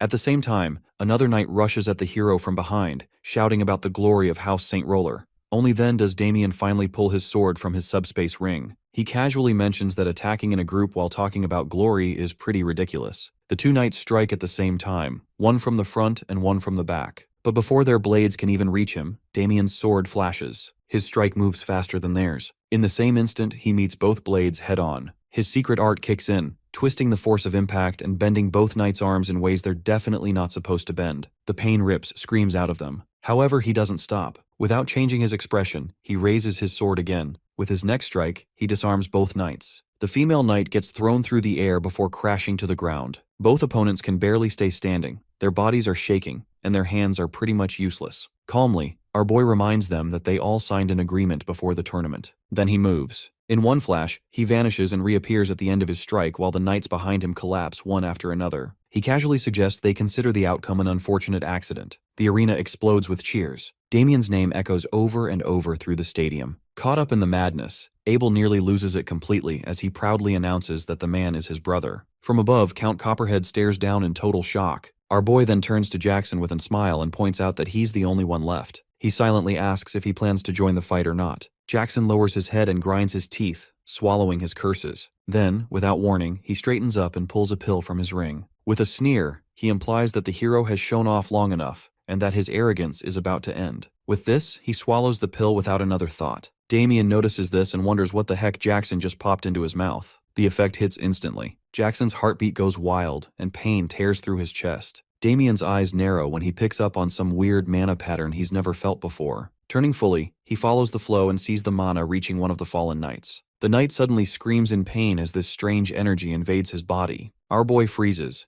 totally confused, because the mana keeps spreading and now it's infecting not just one, but every single fallen knight. The blonde guy smiles and the same creepy aura starts rising from himself. Damien gets a terrible feeling that something's seriously wrong, so he looks back at the fallen knights and notices that the energy is eating them from the inside out. The blonde guy grins wide and lets out a low chuckle, telling the hero this is called a mana rampage. He explains it's a phenomenon where the mana inside someone's body goes out of control. When that happens, the mana loss is massive, and the body gets severely damaged, sometimes even leaving the victim crippled. As that sinks in, our boy asks in a cold voice if this is the power of the gemstone Jackson just took. The blonde guy steps forward and confirms it, bragging that it's a trump card his master gave him. As he walks, he explains that this thing triggers a mana rampage in everyone around it. Getting more and more excited, he grins and taunts our boy, saying he shouldn't have been running his mouth for so long. Closing the distance completely, the guy gets right up in Damien's face and grins, saying he's about to be crawling on the ground like a worm. He stands directly in front of him while thick, fog-like energy pours out of his body, swallowing up the space around them. Seconds pass, but nothing happens and our boy just stands there, not even twitching.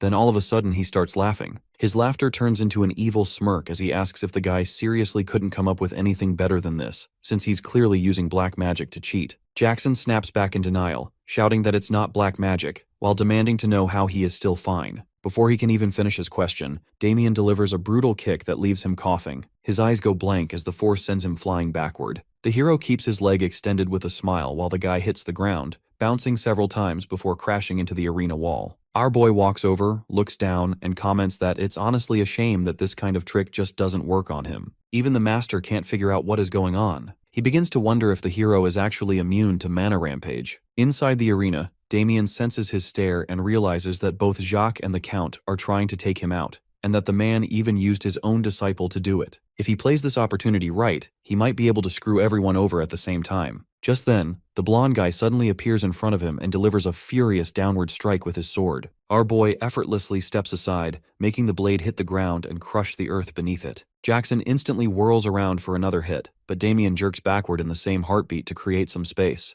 The blonde guy plants his feet and takes a battle stance, screaming that he's going to kill the MC. As he charges forward, our boy simply smiles and tells the guy that he needs to remember his place. Just then, he swings his blade in a clean upward arc, and the waves blast outward in a wide spread. The attack hits Jackson before he can even close the distance, knocking the sword right out of his hand. The guy screams in pain as the mana engulfs him. The next second, a massive explosion shakes the arena. The ground trembles as dust and smoke rise into the air. From the impact of the attack, the blonde guy crashes down onto both knees. He covers his mouth, gagging, as dark mana starts leaking from his body. Witnessing this scene, the crowd freezes in horror. Afterward, Jackson falls unconscious while Damien stands there calmly, and the dark energy spreads across the arena like a fog. This makes the crowd panic as people begin shouting that they should report this to the Holy Order. The Count breaks out in a cold sweat because all of this is going down right in his own backyard. His butler comes running up in a panic, reporting that things are spiraling out of control and warning that if this keeps up, word's gonna reach the Holy Church real soon. Gritting his teeth, the Count makes a quick decision and orders his men to stop the match and shut the crowd up immediately. Meanwhile, Damien calmly puts his sword back into his subspace ring and mutters to himself that everything's going exactly according to plan. Glancing over at the Count's now empty seat, he scoffs and notes that the rat's already bolted.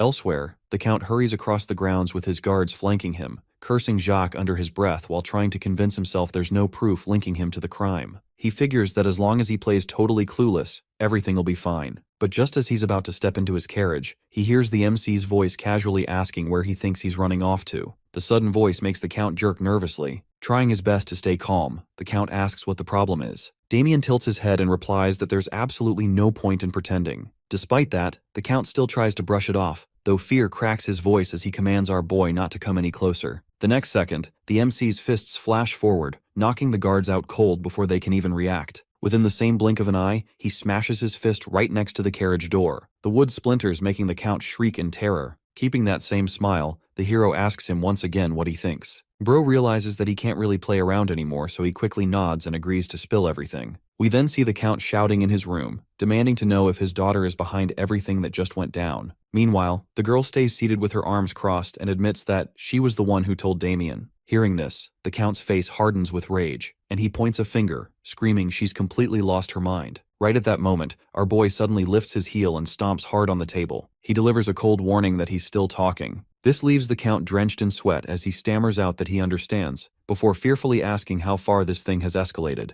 The hero scoffs and reveals that the church will be sending investigators soon, adding that they'll easily uncover how the Count conspired with Jacques to set up the assassination attempt. He presses further, asking what the Count thinks will happen once the church finds out that forbidden black magic was also used. The Count panics hearing all this, and hurriedly denies any responsibility, insisting he had no idea Jacques would go that far, and claiming he never could have imagined black magic being involved. Damien just scoffs, asking if he really thinks the church will buy such cheap excuses. Driven to utter desperation, the Count starts begging for forgiveness, admitting his mistake and pleading not to be reported to the church. After thinking for a moment, the hero notes in an indifferent tone that even if he keeps his mouth shut, Jackson will eventually spill everything. He then reminds the Count of the brutal torture methods the church inquisitors use, asking if he's ever heard of them. That revelation leaves the Count's face completely pale. Damien's eyes narrow slightly before he straightens up to offer an alternative solution. He mentions that he's got some connections within the church, so protecting the Count would be relatively simple. Shocked, the Count eagerly asks if that's really possible. Our boy smiles, confirming that it's totally possible, though there are a few conditions. The Count desperately agrees, saying he'll accept anything within his power. First, the hero clarifies that the Count has to formally allow the relationship between Abel and Olivia. Though the Count is a bit surprised, he immediately agrees. Next, Damien points a thumb at himself, saying he must be officially declared the winner of the martial tournament. The Count remarks that this much is obvious, asking if that's all the conditions. The hero pauses for a moment, but before he can speak, Olivia suddenly cuts in, calmly demanding that the Count pay 300 gold coins to the hacks in Viscounty as compensation. Hearing this outrageous demand, the Count screams in sheer shock. Our boy looks over at the girl, genuinely surprised since this detail was never discussed beforehand,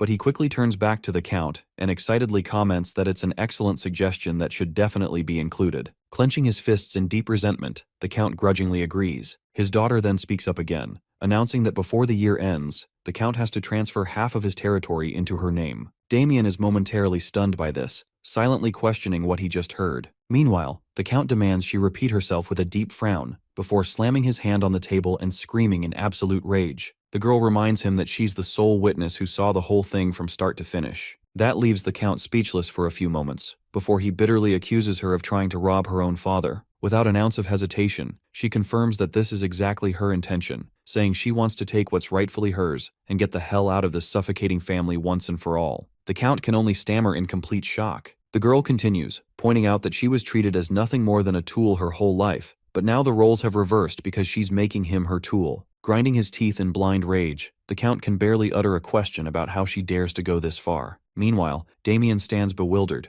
realizing the situation has escalated way beyond his expectations because Olivia is proving to be way more terrifying than he thought. The girl then slowly turns to our boy, asking if there are any other conditions left. The hero assures her that the current terms are already more than enough. Turning back to her dad, the girl states that if he has no objections, his silence will be taken as consent. The Count trembles with rage but ultimately finds himself completely powerless to resist. A few days later, we see the Count being interrogated by a holy knight from the church. Our boy steps in to defend the guy and declares that Count Copperhead is totally innocent. Hearing this, Holy Knight Thomas expresses his confusion, pointing out that Jackson has already confessed to conspiring with the Count to go after Damien's life. The Count hurriedly defends himself, claiming the conspiracy charge is an absolute lie. He explains that he only asked for some interference with the duel's outcome, and had absolutely no knowledge of their real, sinister intentions. Applying a bit of pressure to the Count's shoulder, the hero confirms his statement, elaborating that the Count had secretly warned him beforehand to avoid the duel because he too was clueless about what those people were planning.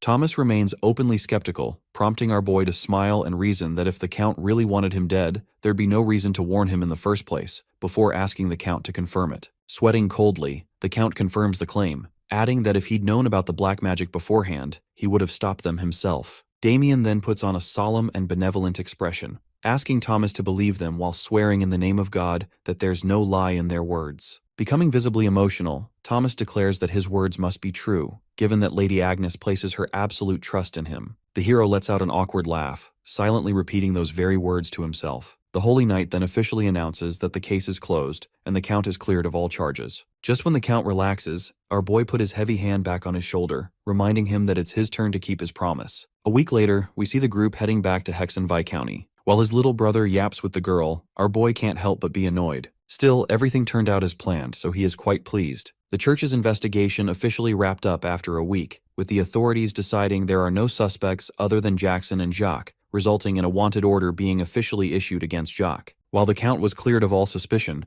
Olivia had already distanced herself from him entirely, choosing instead to leave with Abel. Damien acknowledges that while Abel finally won Olivia's love, he himself managed to snag a different kind of prize. With that in mind, he pulls out a glowing red orb. Even though there was no award ceremony after the tournament, he made sure to claim his reward. The hero smiles faintly to himself, noting that the Count had absolutely no clue about its true value, whereas he knows exactly what it is. He recognizes it as a spirit heart, which is an incredibly rare item that only forms upon the death of a high-ranking spirit. He knows that if it's melted down and absorbed, it gives a massive boost to one's mana and spirit power. Gripping the orb tightly, Damien feels a surge of excitement, realizing it's a heart infused with fire spirit abilities. He understands that absorbing this will rapidly speed up his return to the power level of his previous life. While this is happening, Jacques is silently following the carriage with rage in his eyes. While everyone is asleep inside the carriage, the master sneaks up on them and draws his sword. At that exact moment, our boy, who's casually perched high up in a tree, comments aloud that he was starting to think his neck would snap from waiting so long. The second the words leave his mouth, the branch beneath him gets cleanly sliced apart. Dropping downward with excitement, Damien comments in an amused tone that this must be what being middle class feels like, since his opponent's reactions are undeniably fast.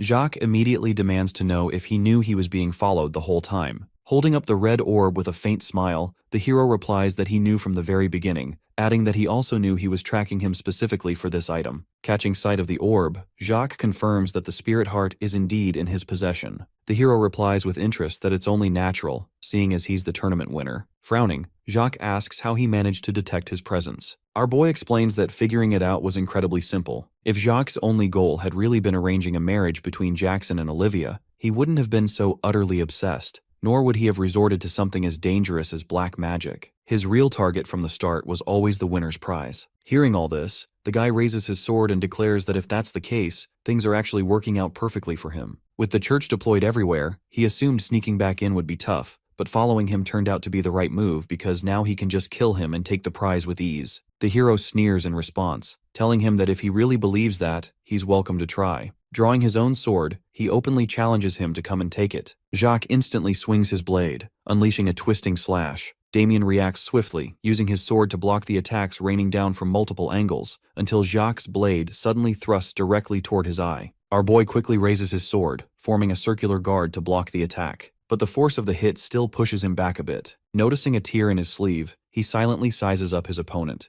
realizing that Jacques is a top-tier fighter even among the middle class. There's absolutely zero wasted movement in his attacks, and his strikes are razor-sharp. The man is also surprised, commenting that it's pretty amazing for a mere low-class fighter to withstand his attacks this well, but he believes this is where the hero hits his limit. Right after that, the man steps forward and creates multiple copies of him. The clones speak at once, asking our boy if he finds this impressive. They explain that this sword art is a technique from a swordmaster, one that he spent his whole life restoring. Twisting the tips of their swords, they add that all of their blades are simultaneously fake and real, meaning Damien's senses will never be able to tell which one's the original. With this, the clones surge forward together to launch a coordinated assault, unleashing the false true mirage sword technique. On the other side, our boy lightly taps the body of his sword, filling it with energy. A moment later, an overwhelming power spreads from the tip of his blade. Using his sword as a focal point, he unleashes a massive surge of energy that wipes out all of Jacques' clones in one go. Watching this, the man can only stare in disbelief. As the dust and smoke slowly clear, only the two of them remain standing opposite each other. Terrified, the man yells in shock that what he just saw is impossible. In his heart, he panics as he realizes this is the exact same technique that blocked Jackson's blade earlier. Damien mocks him in response, saying that he is making way too much noise over such a minor sword art. Jacques grinds his teeth in anger, snapping back because he can't accept that his lifelong technique is being called trivial. Our boy just gives a slight smile, casually asking if that's really how the technique is supposed to be used. Then bro copies the exact technique and his opponent's eyes widen in horror. Multiple silhouettes start to appear, and within moments, thousands of Damien's clones manifest before him. Jacques' entire body shakes with fear. Pointing a trembling hand, he demands to know how he can use the false true mirage sword. The hero casually replies that he just tried copying him. This pushes the man to the edge. Ever since his childhood, he had believed that he was a genius. However, upon meeting a real genius, that illusion shattered instantly. These thoughts make the man clutch his chest in pain, muttering in disbelief that this can't be happening, and demanding to know how someone could defeat him so effortlessly. In his memory, the true genius just looked up with indifference and gave a vague response. That's the day he finally decided to change. To make up for his shortcomings and stand on equal footing with real geniuses, he constantly searched everywhere for elixirs and master-level techniques. It took him more than 10 grueling years just to finally reach the middle class. Reflecting on this, the man tightly grips his sword and asks how Damien could treat the techniques that took him a lifetime to master like they're nothing and copy them so easily. While bro is fuming in anger, our boy walks right past him, casually swinging his blade to cleanly cut his neck in one motion. After killing him, my man simply walks away, commenting that he needs to sleep. However, he turns back after a few steps and adds that once an enemy's defeated, you should properly loot them. The scene cuts to a month later where we see Olivia washing her own clothes. Noticing this, the maids anxiously rush over, insisting that she shouldn't be doing such chores herself since it's their job. The girl calmly responds that it's totally fine and she can handle this much work on her own. Just then, a voice calls out from a short distance away, telling her to leave the chores and go get some rest. Olivia turns around and in surprise addresses the woman as her mother. She gently asks where she's heading, and her mother kindly replies that she heard the stable master's wife is pregnant, so she's going to visit her. Hearing this, the girl excitedly mentions that it's wonderful news and suggests that they should bring along some healthy food for her. Her mother happily agrees, calling it an excellent idea, and asks if she would like to come along. Smiling, the girl replies that she'd love to, and the two happily chat with each other. Meanwhile, the hero and his dad stand near an indoor window watching the scene unfold. The dad remarks that managing the territory has gotten way easier thanks to the girl. Our boy agrees, adding that the servants are also incredibly thankful because he oversees everything so carefully. Hearing this, the dad recalls the moment he and his wife first saw Olivia in complete surprise,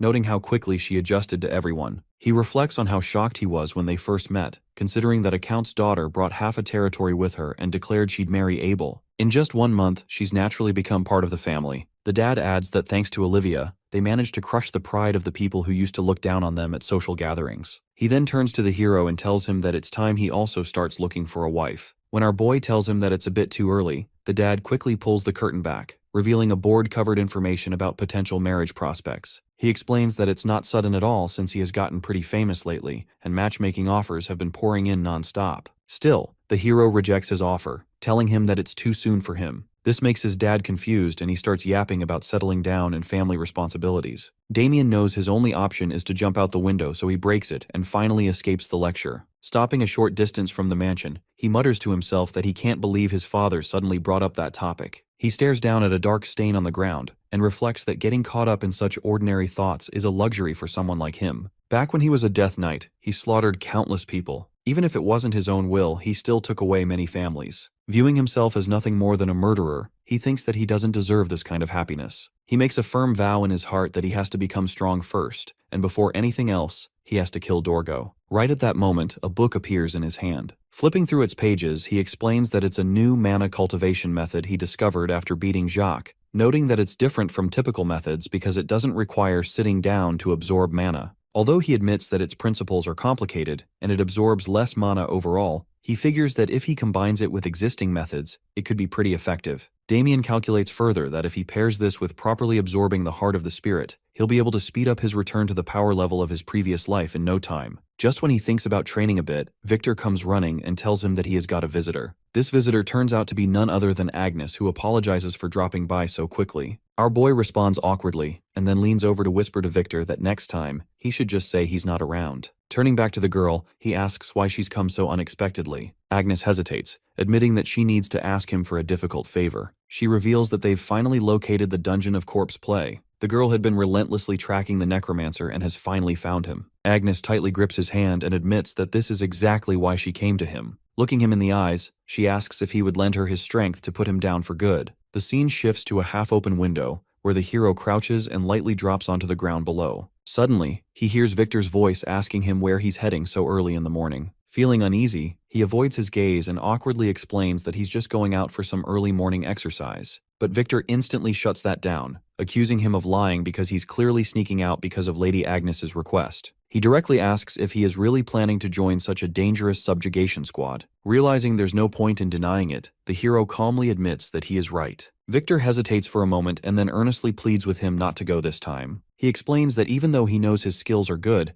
a necromancer's dungeon is incredibly dangerous, and above all, the Viscount would never give his permission. Damien agrees that his father would indeed never allow it. With a smile, he explains that this is exactly why he's sneaking out, casually suggesting that Victor should just pretend he never saw anything. Hearing this, Victor shouts in frustration, moving forward to stop him and raising his broom to block his path. He insists that he won't let him leave, declaring that he'll never send him to a place that's practically a death trap, and firmly tells him that he must not go. Before Victor can finish his sentence, he gets suddenly smacked hard on the back of the neck and instantly falls unconscious. Damien casually catches his limp body and props him up against a nearby wall. After taking care of the boy, he dusts off his hands and casually reassures him that he doesn't need to worry because he won't lose to someone like Corpse Play. With a sinister smile, he adds that this is the perfect chance to cut off one of Dorgo's limbs, and he can't afford to miss it. As he walks away, he cheerfully waves his hand, telling Victor not to forget to put in a good word for him with his father. Then he leaps off and heads toward his destination. A few hours later, a woman extends her hand to greet him. Introducing herself as Margata, she explains that she's a second-class paladin and says it's a pleasure to meet him. Our boy notices that she's huge and politely returns the greeting. When they shake hands, the grip is unexpectedly powerful, making the hero reflect that a second-class paladin's strength is on par with a middle-class knight. The girl admits that it might sound a bit rude, but she didn't expect him to actually show up, especially since this dungeon was created by Corpse Play. Damien replies that he couldn't refuse Agnes's request, since he also holds a strong grudge against necromancers. Hearing this, Margata leans toward Agnes and comments that she was worried before because Agnes knew nothing about men, but it looks like she made the right choice. She then draws her sword, clicking her tongue as she remarks that it's a bit of a waste but can't be helped, and then she hands it over to Damien. Our boy accepts it with a blank expression, asking what it is. But the moment he pulls the blade from its sheath and sees it glowing with a dazzling light, his eyes go wide in shock. Margata smiles and explains that it's a holy sword. As he stares at it, he notes to himself that it's made of rare metal, tempered countless times by dwarven masters, and infused with divine power by priests. He can feel all his fatigue vanishing just by holding it, and he delightfully comments that it's truly incredible. The girl laughs heartily and reveals that Agnes begged their master to give him a proper reward if he joined the subjugation. She then adds in a teasing tone that it's very rare to give a holy sword to an outsider so easily, joking that their junior disciple is completely head over heels for him. Before she can finish her sentence, Agnes lands several kicks on her, blushing deeply and muttering that she already warned her to stop speaking nonsense. Feeling shy, Agnes turns to the hero and thanks him once again for accepting her request. Our boy calmly replies that it's no big deal and asks if she can explain the details of the current situation. The girl answers in a serious tone that she'll explain everything inside the carriage, and the whole group climbs in. As the carriage begins to move, she recalls the events that took place a few weeks ago in the Nofri Mountains. There had been a series of unexplained disappearances, and a couple of knights were sent to investigate. Suddenly, the dog guiding them got agitated and started backing away. Seeing the animal trembling uncontrollably, both knights wondered what was wrong. Right at that moment, an agonizing voice echoed through the forest, repeatedly crying out that it was in pain. At first they thought it was a human, but suddenly a huge creature appeared from behind the trees. Both knights could only stare in horror, as they noticed that its body was covered in the faces of multiple people. Back in the present, Agnes explains that the dungeon's location was identified by local soldiers. Hearing this, our boy senses that something about this situation is suspicious. He analyzes that it makes no sense for the test subjects of someone like Corpse Play to be found so easily, especially since he never used to leave any traces behind. Margata agrees with his assessment, mentioning that headquarters also suspects it might be a trap. Damien curiously asks if they're still sending the subjugation squad anyway. She replies that they are, but clarifies that headquarters isn't being reckless. In case it's a trap, elite members from 3 different orders have been gathered to handle it. Hearing this, our boy gets confused and asks her why they needed him since they have more than enough manpower. Agnes hesitates, admitting that she's the reason. Her master originally rejected the mission, considering it far too dangerous. However, she insisted and pleaded that she absolutely had to join. Margata adds that the decision was made at the last moment, which is why only she and Agnes could come from their order. If he hadn't accepted, she wouldn't have let the girl go either. After hearing everything, our boy finally says that he understands. In his thoughts, he acknowledges that he already knows exactly how this subjugation will end. He remembers that the same thing happened in his past life, where a large subjugation squad went out and was completely wiped out. The truth only came to light later through the words of a single paladin. What that paladin told them was that there was a traitor among the squad members. It doesn't take long for our group to arrive at their location. Inside the subjugation forces camp, the hero quietly looks around at the busy knights. Watching their expressions, he notes to himself that they seem pretty highly trained. After looking around a bit more, he figures that several paladins only appear to be at a low-class level, This shows that the Order has really thrown everything into this subjugation. Right then, Margada loudly calls him over, telling him to come to her. He immediately acknowledges her and follows behind. Entering the tent, she cheerfully greets everyone inside. Gamal, a second-class paladin of the Swirling Blizzard Order, complains that she is late yet again. There is also a third-class knight, Dionisio, sitting beside him who tries to calm him down. The girl takes a seat and explains that she only stopped somewhere for a quick moment, joking that she promises not to be late next time. She teases Gamal about his bad temper, warning him that if he keeps scowling like that, he'll get wrinkles on his forehead. This makes the man even more annoyed, and he tells her that this is exactly the kind of behavior he expects from the Scorchers, whom he calls ignorant and rude. Hearing this, Margada gets visibly angry and warns him to watch his mouth. She explains that while she might let a personal insult slide, she will never tolerate disrespect toward her order. While the two of them argue, the hero turns to Agnes and who that guy is. She explains that he's a disciple of Black Snow and a second-class paladin of the Swirling Blizzard Order. Seeing that neither side is backing down, the hero thinks to himself that these two orders clearly do not get along at all. Just then, a thick girl steps into the tent and tells everyone to stop fighting. Her name is Sanis, and she is a second-class paladin of the Dazzling Agony Order. She tells them that they should save that rage for the filthy black mages hiding in the dungeon. Her appearance seems to calm down the room. After sitting down, the girl looks at our boy and asks who he is since he doesn't look like a paladin. The huge girl introduces him as Sir Damien Haxon. Hearing his name, Gamal freezes in shock, asking if he's the same knight who defeated an executive of Yulan. The girl enthusiastically confirms it, proudly adding that Agnes recruited him herself. Suddenly, Dionisio raises his hand to stop them, asking in surprise if they're really adding an outsider to the subjugation team. The girl immediately explains that Damien is no ordinary outsider since he's made significant contributions to the Order and has been granted associate status. Hearing this, the guy frowns and comments that this just makes him a mercenary. The other guy also supports his junior's point, questioning if it isn't dangerous to accept an outsider into such a critical operation. Agnes clenches her fists and asks angrily what he means by that. The guy replies that an outsider could have hidden motives, pointing out that black mages have sent spies into the Order before. Hearing this, Margada slams her fist on the table, angrily warning him that he's crossing the line. The thick girl also sides with the man, since she thinks adding an outsider just brings more risk. The man then turns to our boy directly. He explains that the paladins are here to purge heretics and prove the greatness of God, and then asks what his reason is. Damien goes quiet, realizing he needs to answer carefully if he wants to earn their trust. He hesitates for a moment and starts to respond, but before he can finish his sentence, someone rushes into the tent with urgent news, reporting that the scouts have spotted a flesh golem in the middle of the mountain. The scene suddenly shifts to another location, where a child's face is shown crying in despair, calling out for his mother. The knight yells in horror, wondering how such a terrifying creature can even exist. Suddenly, a stream of blue energy lashes against the monster's body. The monster recoils, snarling and shouting that it's in pain. It asks why they're tormenting it and warns them not to touch it. In the same movement, the monster strikes the knight, throwing him a great distance away, and screams that it will kill him. However, before the knight can hit the group, the huge girl suddenly appears and catches him.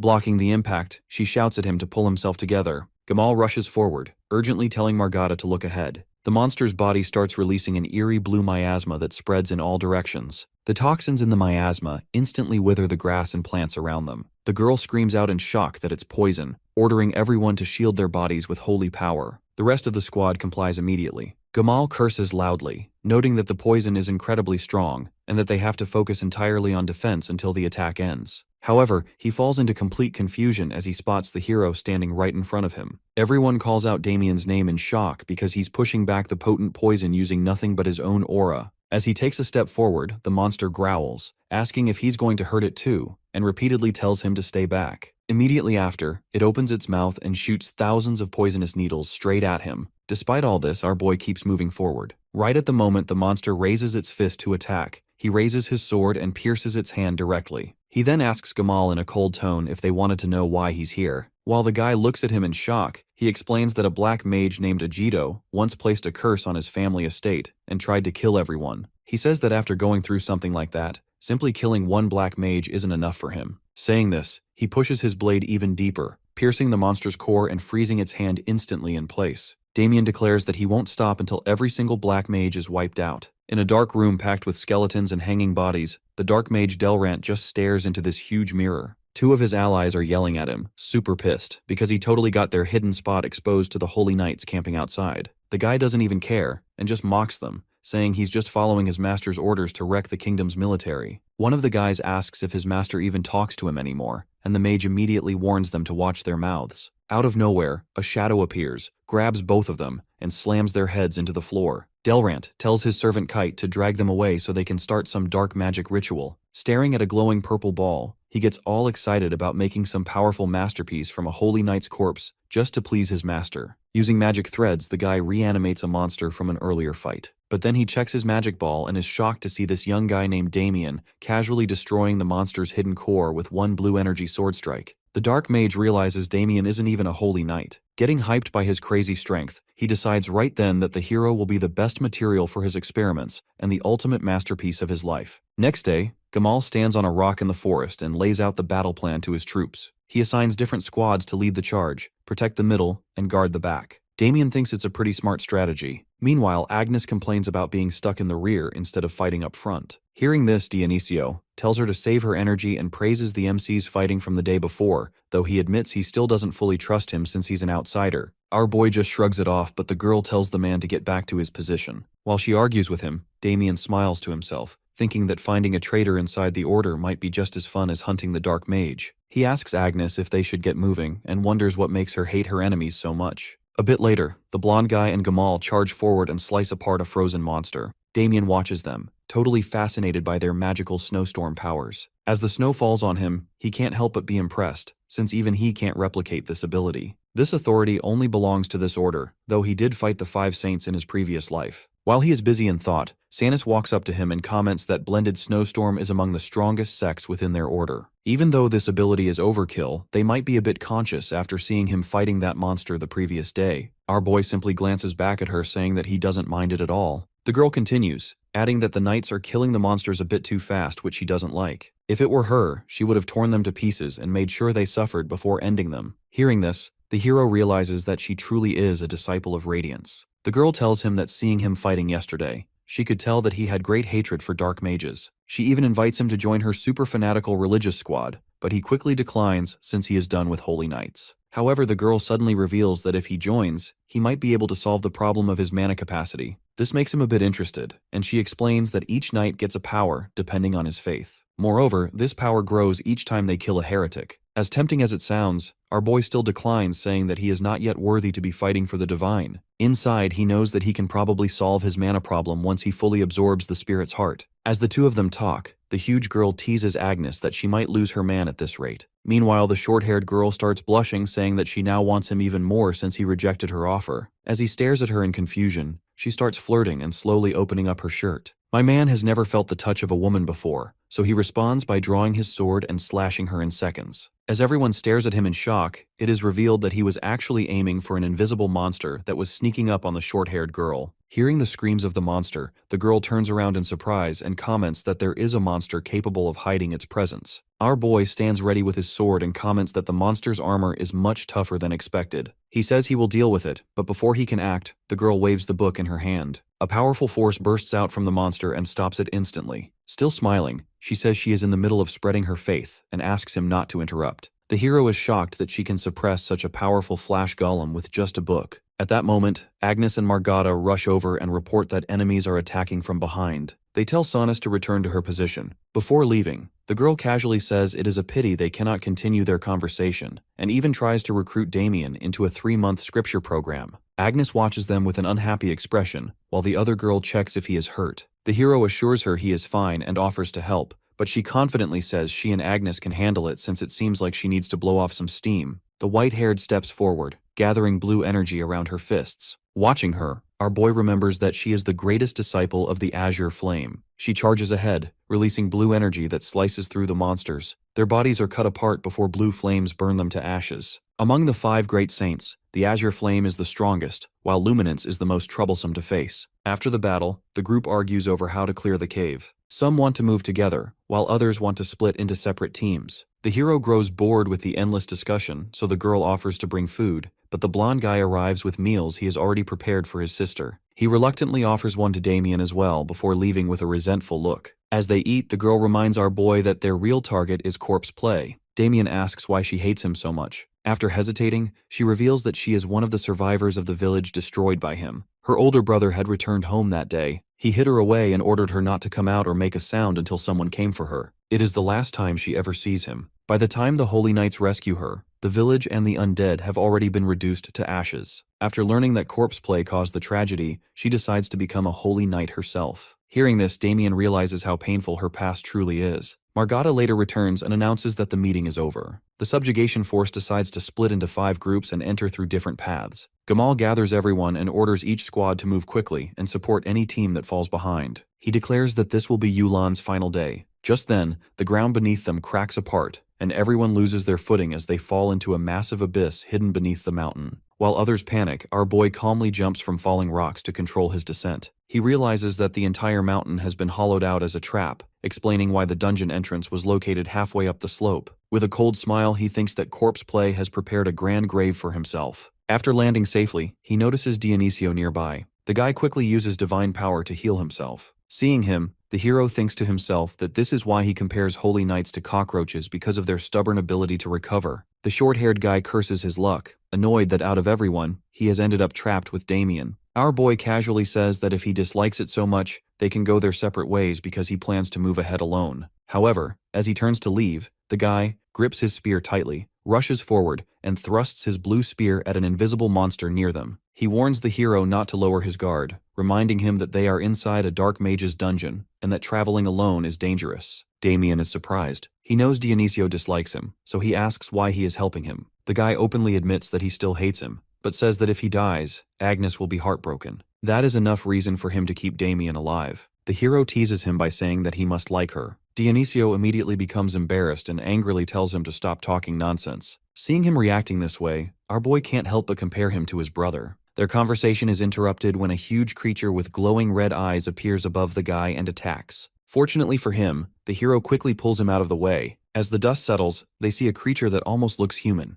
Damien recognizes it as one of Corpse Play's flesh golems designed to resemble real people. The blonde guy attacks with divine power, trying to destroy it, but the moment his spear strikes, his divine energy disappears. The golem punches him into a rock wall. Shocked, Dionisio realizes that his divine power is no longer working. Damien steps in and cuts through the monster. Inside its body, he finds a strange orb and immediately recognizes it as a magic artifact connected to someone he knows from his previous life. After destroying the golem, he gives the orb to the blonde guy and tells him to hand it over to the Order for investigation. It is the reason divine power is failing. The hero remembers that in his previous life, the Order discovered the solution too late, causing terrible losses. This time they can prepare much sooner. After that, Dionisio becomes noticeably more respectful toward him. The two continue deeper into the enormous cavern hidden inside the mountain. Soon, they run into Sanas, who happily greets them as if nothing is wrong. However, our boy notices that she is holding Gamal by the throat. The blonde guy is horrified and demands an explanation. At the same time, elsewhere in the dungeon, Agnes and Margata recover from the fall and discover that most of the ordinary holy knights have died. Before they can react, a man appears before them. He introduces himself as Corpse Play, the very person they came to kill. The white-haired girl is furious when she finally comes face-to-face with the man responsible for destroying her village.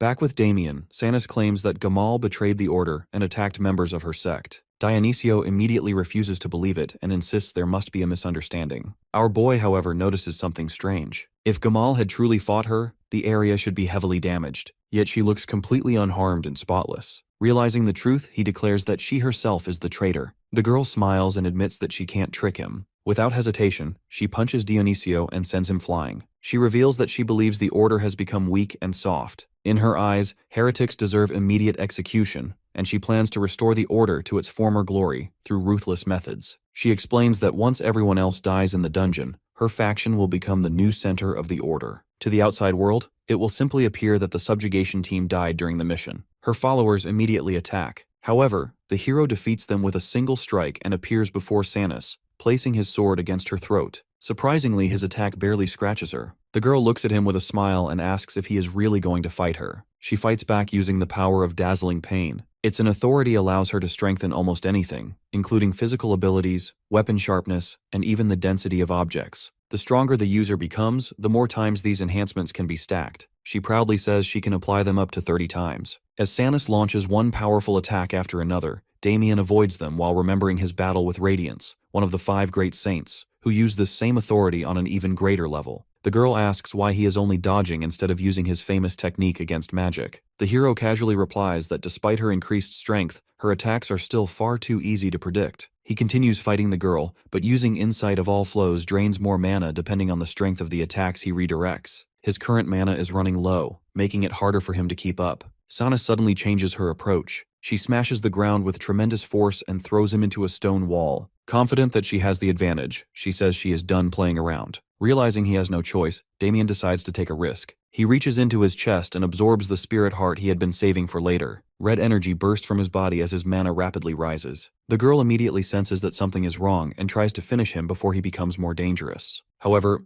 Damien uses his technique to redirect her attack and lands a powerful kick that sends her flying. Since his sword cannot cut through her enhanced defenses, he decides to beat her down with pure force instead. The hero knows that this was a close call because if he had been any slower in absorbing the spirit's heart, he might have died. With his mana restored, he declares that it is time to deal with the traitor. Elsewhere, Agnes and Margata are struggling against corpse play. The white-haired girl can't understand how these monsters are so strong. She watches as Kite chokes the other girl by squeezing her neck. We go back a few minutes ago when the guy suddenly commanded his servant to attack. The girl tried fighting back, but surprisingly, their holy attacks had no effect on the monster. As he overpowered them both, Margata quickly stepped in front of him and told the other girl to run. Agnes is a bit hesitant to leave her, but she screams that she needs to get back up. Watching her trying to get away, Corpse Play smiles and reveals that he has her surrounded by monsters from all sides. The guy tells her not to worry since he won't kill her, but he might turn her into one of his creations. Agnes is horrified as she watches Margata get defeated. Looking at Kite, she is now convinced that the man in front of her is Corpse Play, since he is the only one capable of making monsters like this.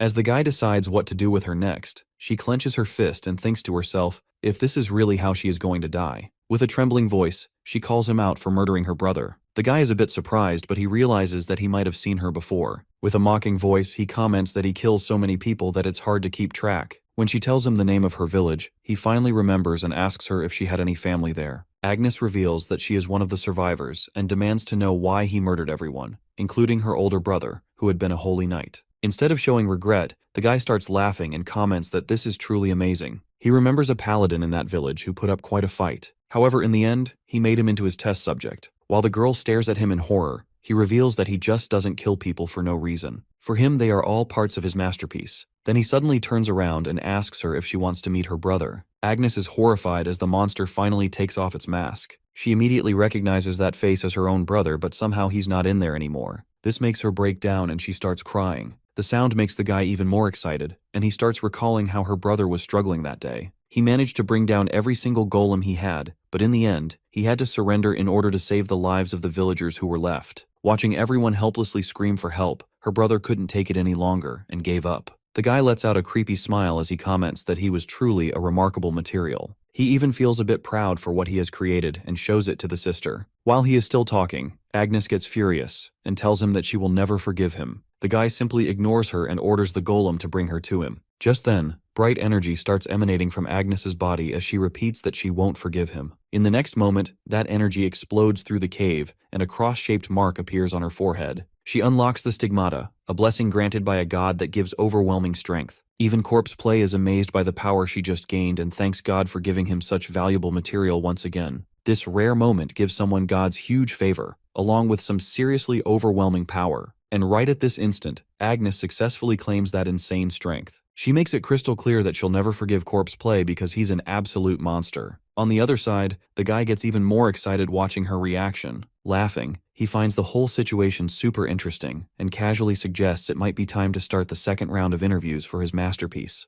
With that, he orders his monsters to attack her. But as the monsters surge forward, the girl advances and shatters them one by one amidst bright streams of light. Her punches carry so much power that every single strike creates dazzling streaks of light. The man is genuinely amused by the sight and openly admits that the stigmata's power is incredible, noting that the stigmata itself is basically a form of divine power. During the chaos, Margata gets thrown toward her. Agnes catches her instantly and moves her to a safe spot without wasting a second. Just then, Kite rushes toward them at high speed, and Corpse Play points out that they're facing the very power he gave out. The girl charges back at him without any hesitation and hits him directly with a massive punch. This catches the guy a bit off guard because the divine power shows no signs of fading. He figures that the power of his magic tool is totally useless against the stigmata. He thinks to himself that people with the stigmata are extremely rare, which explains why even Dorgo didn't have much data on them. Amidst these thoughts, he casually checks if any pests are still alive. Suddenly, the whole cave starts shaking violently, and rocks rain down from above, turning everything into chaos. Corpse Play reacts instantly and shatters the falling boulders heading his way, while the girls are confused about what's happening. Looking down from above, the hero asks him what is going on.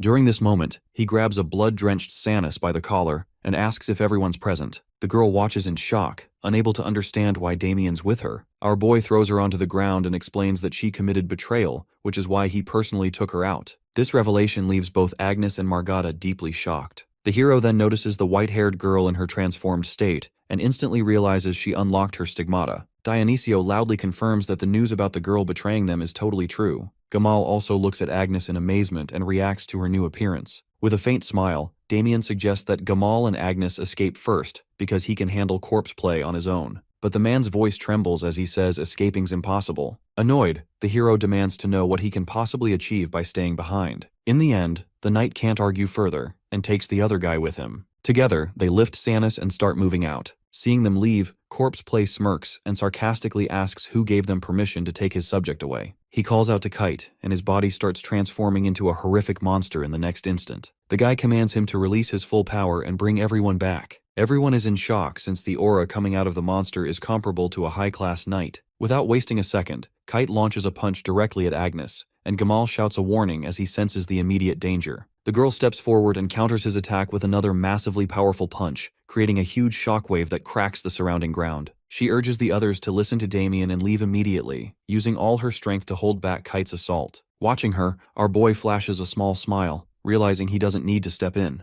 The girl calls out to him, asking to be allowed to handle this fight completely on her own. When he asks why, tears stream from her eyes as she reveals that the creature Kite is actually her brother. This freezes Damien in absolute shock. He immediately realizes her brother's being used inside that golem, and intense anger flares up in him over how vile Corpse Play really is. On the other side, Corpse Play finds the whole display incredibly entertaining, and casually orders Kite to capture everyone alive if possible. Sensing an opportunity, Gamal shouts that this is their chance and tells everyone to run since they're useless staying there. He also urges Agnes to leave quickly, but seeing them flee infuriates Corpse Play. He yells out, demanding to know where they think they're going without his permission. Internally, he complains he doesn't have many flesh golems left. He crushes a weird egg that contains a human mouth, and a horse emerges directly from that mouth. Then he orders Kite to grab both of them and drag them to the sewing room. The hero is deeply confused by all this bizarre stuff, and the moment he tries to give chase, Kite blocks his path. Right then, Agnes moves forward and delivers a powerful kick straight to Kite's head, burying his face into the ground. She tells Damien to leave right away. After a brief silence, he agrees, telling her that he'll meet her later, and dashes forward at high speed. Seeing him escape, Kite lets out a furious roar. Agnes grits her teeth and keeps raining punches down on him to hold him back. When Kite still tries to advance, she plants her feet firmly into the ground to steady herself, using her whole body to block his path. Putting in every ounce of her strength, she pushes back harder, silently apologizing to her brother. Her eyes close tightly as she painfully realizes she might have arrived way too late. Elsewhere, Corpse Play laughs as he chases Gamal's group, shouting at them to stop. Suddenly, our boy leaps down from above and reaches him with incredible speed.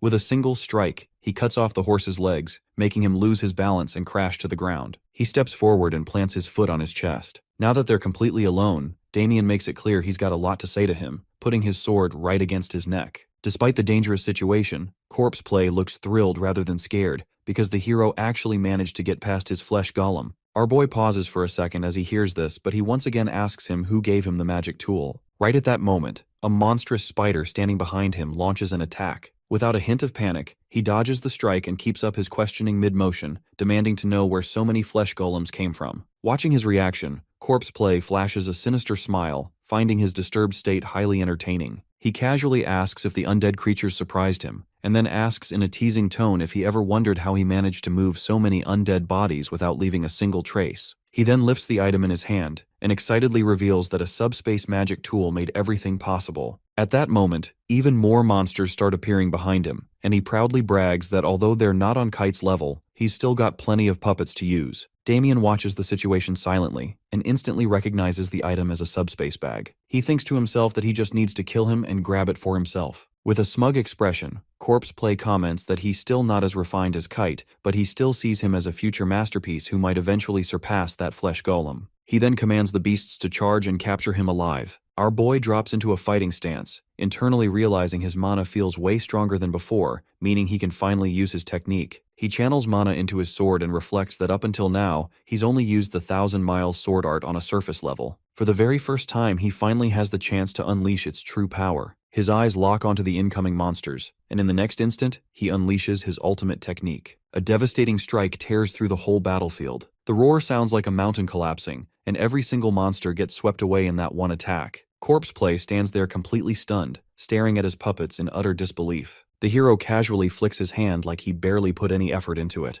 In a mocking tone, he asks if that was supposed to be his big surprise show, and suggests they should continue their question and answer session. For the first time, genuine fear shows up on Corpse Play's face. He realizes the situation is slipping completely out of his control, and that Damien's combat power is way beyond what he expected. Clutching his hand anxiously, he notes to himself that his transformation isn't stable yet, but he's got no other options left. The hero comments in a bored tone that it seems his opponent still has one more puppet left. But things suddenly change in the next moment. Corpse Play admits that he never imagined he'd have to resort to this method in his entire life. The next instant, his body starts distorting and he transforms into a giant, monstrous beast. Once the transformation's done, the guy Play even feels a sense of disgust at his own condition. Meanwhile, the scene shifts to Agnes, who's still battling her transformed brother. Raising her hand shield, she blocks Kite's claws, but the impact is so powerful she gets thrown back into the rear wall. Even so, she refuses to give up and charges forward again with weapons in both hands. Kite lunges at her with a loud roar, but this time his attack misses because she is too quick. Her mana-coated fist sinks straight into the monster's thick hide, and a massive blow releases a second later, causing blue light to flash through the entire area. The impact sends Kite crashing into the wall, scattering debris everywhere. Suddenly, Kite's broken voice slowly starts calling out her name. Hearing this freezes the girl in place. As he keeps calling her name, the girl realizes that her brother is still alive inside that monster. He begs her for help, asking her to kill him. Agnes hesitates as she calls out to her brother. After a few moments, she closes her eyes like she's finally made her decision. She then delivers multiple direct strikes, focusing on destroying the golem in front of her. But the sorrow inside her keeps growing because she now understands that the final words of people turned into flesh golems are just the lingering thoughts left inside them right before they died. The attack makes the monster collapse, but even in his final moments, he keeps calling her name. Agnes comes close to him and softly tells him she's right there. Kite asks her to kill him one more time, and she finally understands the unbearable pain he was trapped in. The girl starts tearing up as she admits how incredibly hard all of this must have been for her brother. Slowly, Kite's strength starts fading, and he slumps onto her shoulder. Using his remaining strength, he thanks her and calls her his little sister. Hearing this breaks Agnes's expression, and she momentarily goes back to her childhood. He apologizes and tells her she has to live bravely from now on. Sobbing, the girl promises she'll live a good life. He runs his hand over her head one last time before his body slowly starts disappearing. After he is gone, the girl drops down in the empty cave with tears in her eyes. On the other side, Corpse Play comments that he never imagined he'd have to use this method in his life. Seeing this form leaves our boy visibly confused. He starts to wonder whether a human can actually fuse with a flesh golem. Damien never saw such a form in his past life, and he figures that maybe the shut-in creator never needed this kind of transformation because he stayed on the front lines. Right then, the guy creates a massive sphere of magic above himself and proudly declares that he is the first person to force him to use his trump card. His obsession turns even more dangerous, like he wants to capture Damien at any cost. The next second, multiple streams of magic blast toward our boy, but he dodges the attack by leaping to the side with instant reflexes. Observing the attack pattern, the hero immediately identifies it as magic from the School of Ruin. He internally guesses that Corpse Play probably turned other dark mages into flesh golems too. Without any delay, the guy closes the distance and attacks Damien with his massive hoof. His attack smashes into the ground, raising a huge dust cloud from the impact, and a grin stays on his face. But that grin turns into confusion the next moment because Damien comes right through the smoke. He charges straight at him, and with a clean slash cuts off his shoulder. The arm falls off completely, making him scream in pain, but it regenerates within a few seconds. Seeing this makes our boy instantly realize that magic from the Frenzy School is probably mixed in there too. Corpse Play launches another violent attack, pushing him back. Gathering massive power in his hand, he declares that resistance is useless, and tells the hero to quietly become his material. Damien grits his teeth and places a hand on his blade just as the guy releases a gigantic wave of magic. Corpse Play laughs in almost manic excitement, praising his own power and declaring himself the culmination of dark magic and a true masterpiece. Activating his glowing bracelet, our boy comments that the fools of Yulan consider dark magic supreme when they don't even understand the basics properly. Corpse Play freezes in shock as he realizes that the hero is using dark magic. He fails to understand how a member of the Order's subjugation force can use dark mana, and he desperately demands to know who Damien actually is. Showing no emotion, our boy forms a massive magic circle and calmly declares that he'll now show him real dark magic. The guy stares at the formation in complete disbelief. He admits he's never seen dark magic like this before, as an ominous energy starts spreading across his entire body. Bro starts to panic and tries launching another attack because he knows he needs to kill Damien before he finishes with his spell. But his attack stops abruptly upon hitting an invisible barrier. This makes the guy even more alarmed, and he notices that the surrounding dark mana has started to disperse, wondering in confusion if Damien has an artifact similar to his. He quickly rejects that possibility himself and demands once more to know what the hero truly is. Meanwhile, our boy continues his chanting. Countless chains start emerging from inside the magic circle, binding Corpse Play's whole body at lightning speed. The guy tries to brush it off with a forced smile, acting like they're just simple binding chains. But deep down he's horrified because his body can't move at all. Damien slowly walks toward him and calmly explains that not just his body, but his mind has been sealed as well. Corpse Play now trembles visibly and asks in horror who he really is to possess such dark magic. Our boy moves his finger just a little, and the next second, bro gets slammed face first into the ground. In a serious tone, Damien directly demands to know where Dorgo is. Hearing that name completely stuns Corpse Play. In total shock, he asks how he knows that name and immediately suspects he might be another contractor working for him. The hero raises his finger again, ordering him to just answer the question. Struggling against the restraints, the guy laughs and says he doesn't see why any contractor would betray their master, adding that he won't get a single thing out of him. Damien coldly replies that he can easily kill him and just question his soul directly. The guy sneers at that, admitting it's typical dark mage behavior, but then reveals his soul is already sealed under a restriction. Our boy seems confused, so the guy explains that he put a restriction on his own soul, so it would instantly destroy itself if anyone questioned him about Dorgo. Internally, the hero thinks the guy is completely insane for cursing himself like that. Strangely, Corpse Play starts getting excited. He proudly says that Damien must now realize nothing can be learned from him, so he might as well just kill him. He says he's a little regretful he can't turn him into a puppet, but dying for his master is still an honor. The hero grinds his teeth and mentions he will certainly kill him, just not with his own hands. Confused, the guy looks up and asks what he means. Suddenly, countless souls appear right in front of his eyes, and our boy explains these are the souls of the very people he murdered. He mentions that the dead always linger around dark mages, but dark mana usually keeps them hidden, and now that his mana is completely sealed, he can finally see them. This is one of the most painful punishments among dark mages, where vengeful spirits directly devour the soul. Hearing this fills the guy with terror, making him shake as he desperately begs Damien to stop, crying out that this punishment is just too much. He practically begs for a quick death instead, but the hero has made his mind. He watches as the guy slowly gets devoured by the very spirits he tormented. The next instant, the spirits swarm over the man's body and begin devouring him. The scene slowly shifts to a dark room where piles of human bones lie scattered everywhere. In the center, a girl is shown sitting silently inside a magic circle. Countless vengeful spirits surround Corpse Play, tearing at his flesh. His screams echo throughout the whole area as his consciousness slowly starts fading. Showing no emotion, our boy walks over to him and severs his head from his body with one clean strike. The spirits look dissatisfied by this, like they wanted to drag out his suffering longer, and their angry whispers fill the air. Completely ignoring them, the hero asks in an impatient tone how much longer he has to wait, casually mentioning that he needs to make it look like he killed for the Holy Order. Lifting his bracelet, he explains the paladins are coming back soon, so he has to erase every single trace of dark mana before they arrive. Slowly, he seals all the power back into the bracelet, a cunning smile appearing on his face as a new plan already forms in his mind. He casually adds that the farming here has to end. After finishing the cleanup outside, he slowly enters the hidden room. He instantly smells the damp, rotten air inside. Scattered skulls cover the floor, and human corpses hang from iron chains. The spirits still follow him silently, and looking around, the hero figures this must be the guy's research room. He also wonders why these spirits can't achieve ascension, and just wander behind him instead. His eyes land on a mirror positioned in the center of the room, and he remembers this magical tool used to connect with Dorgo.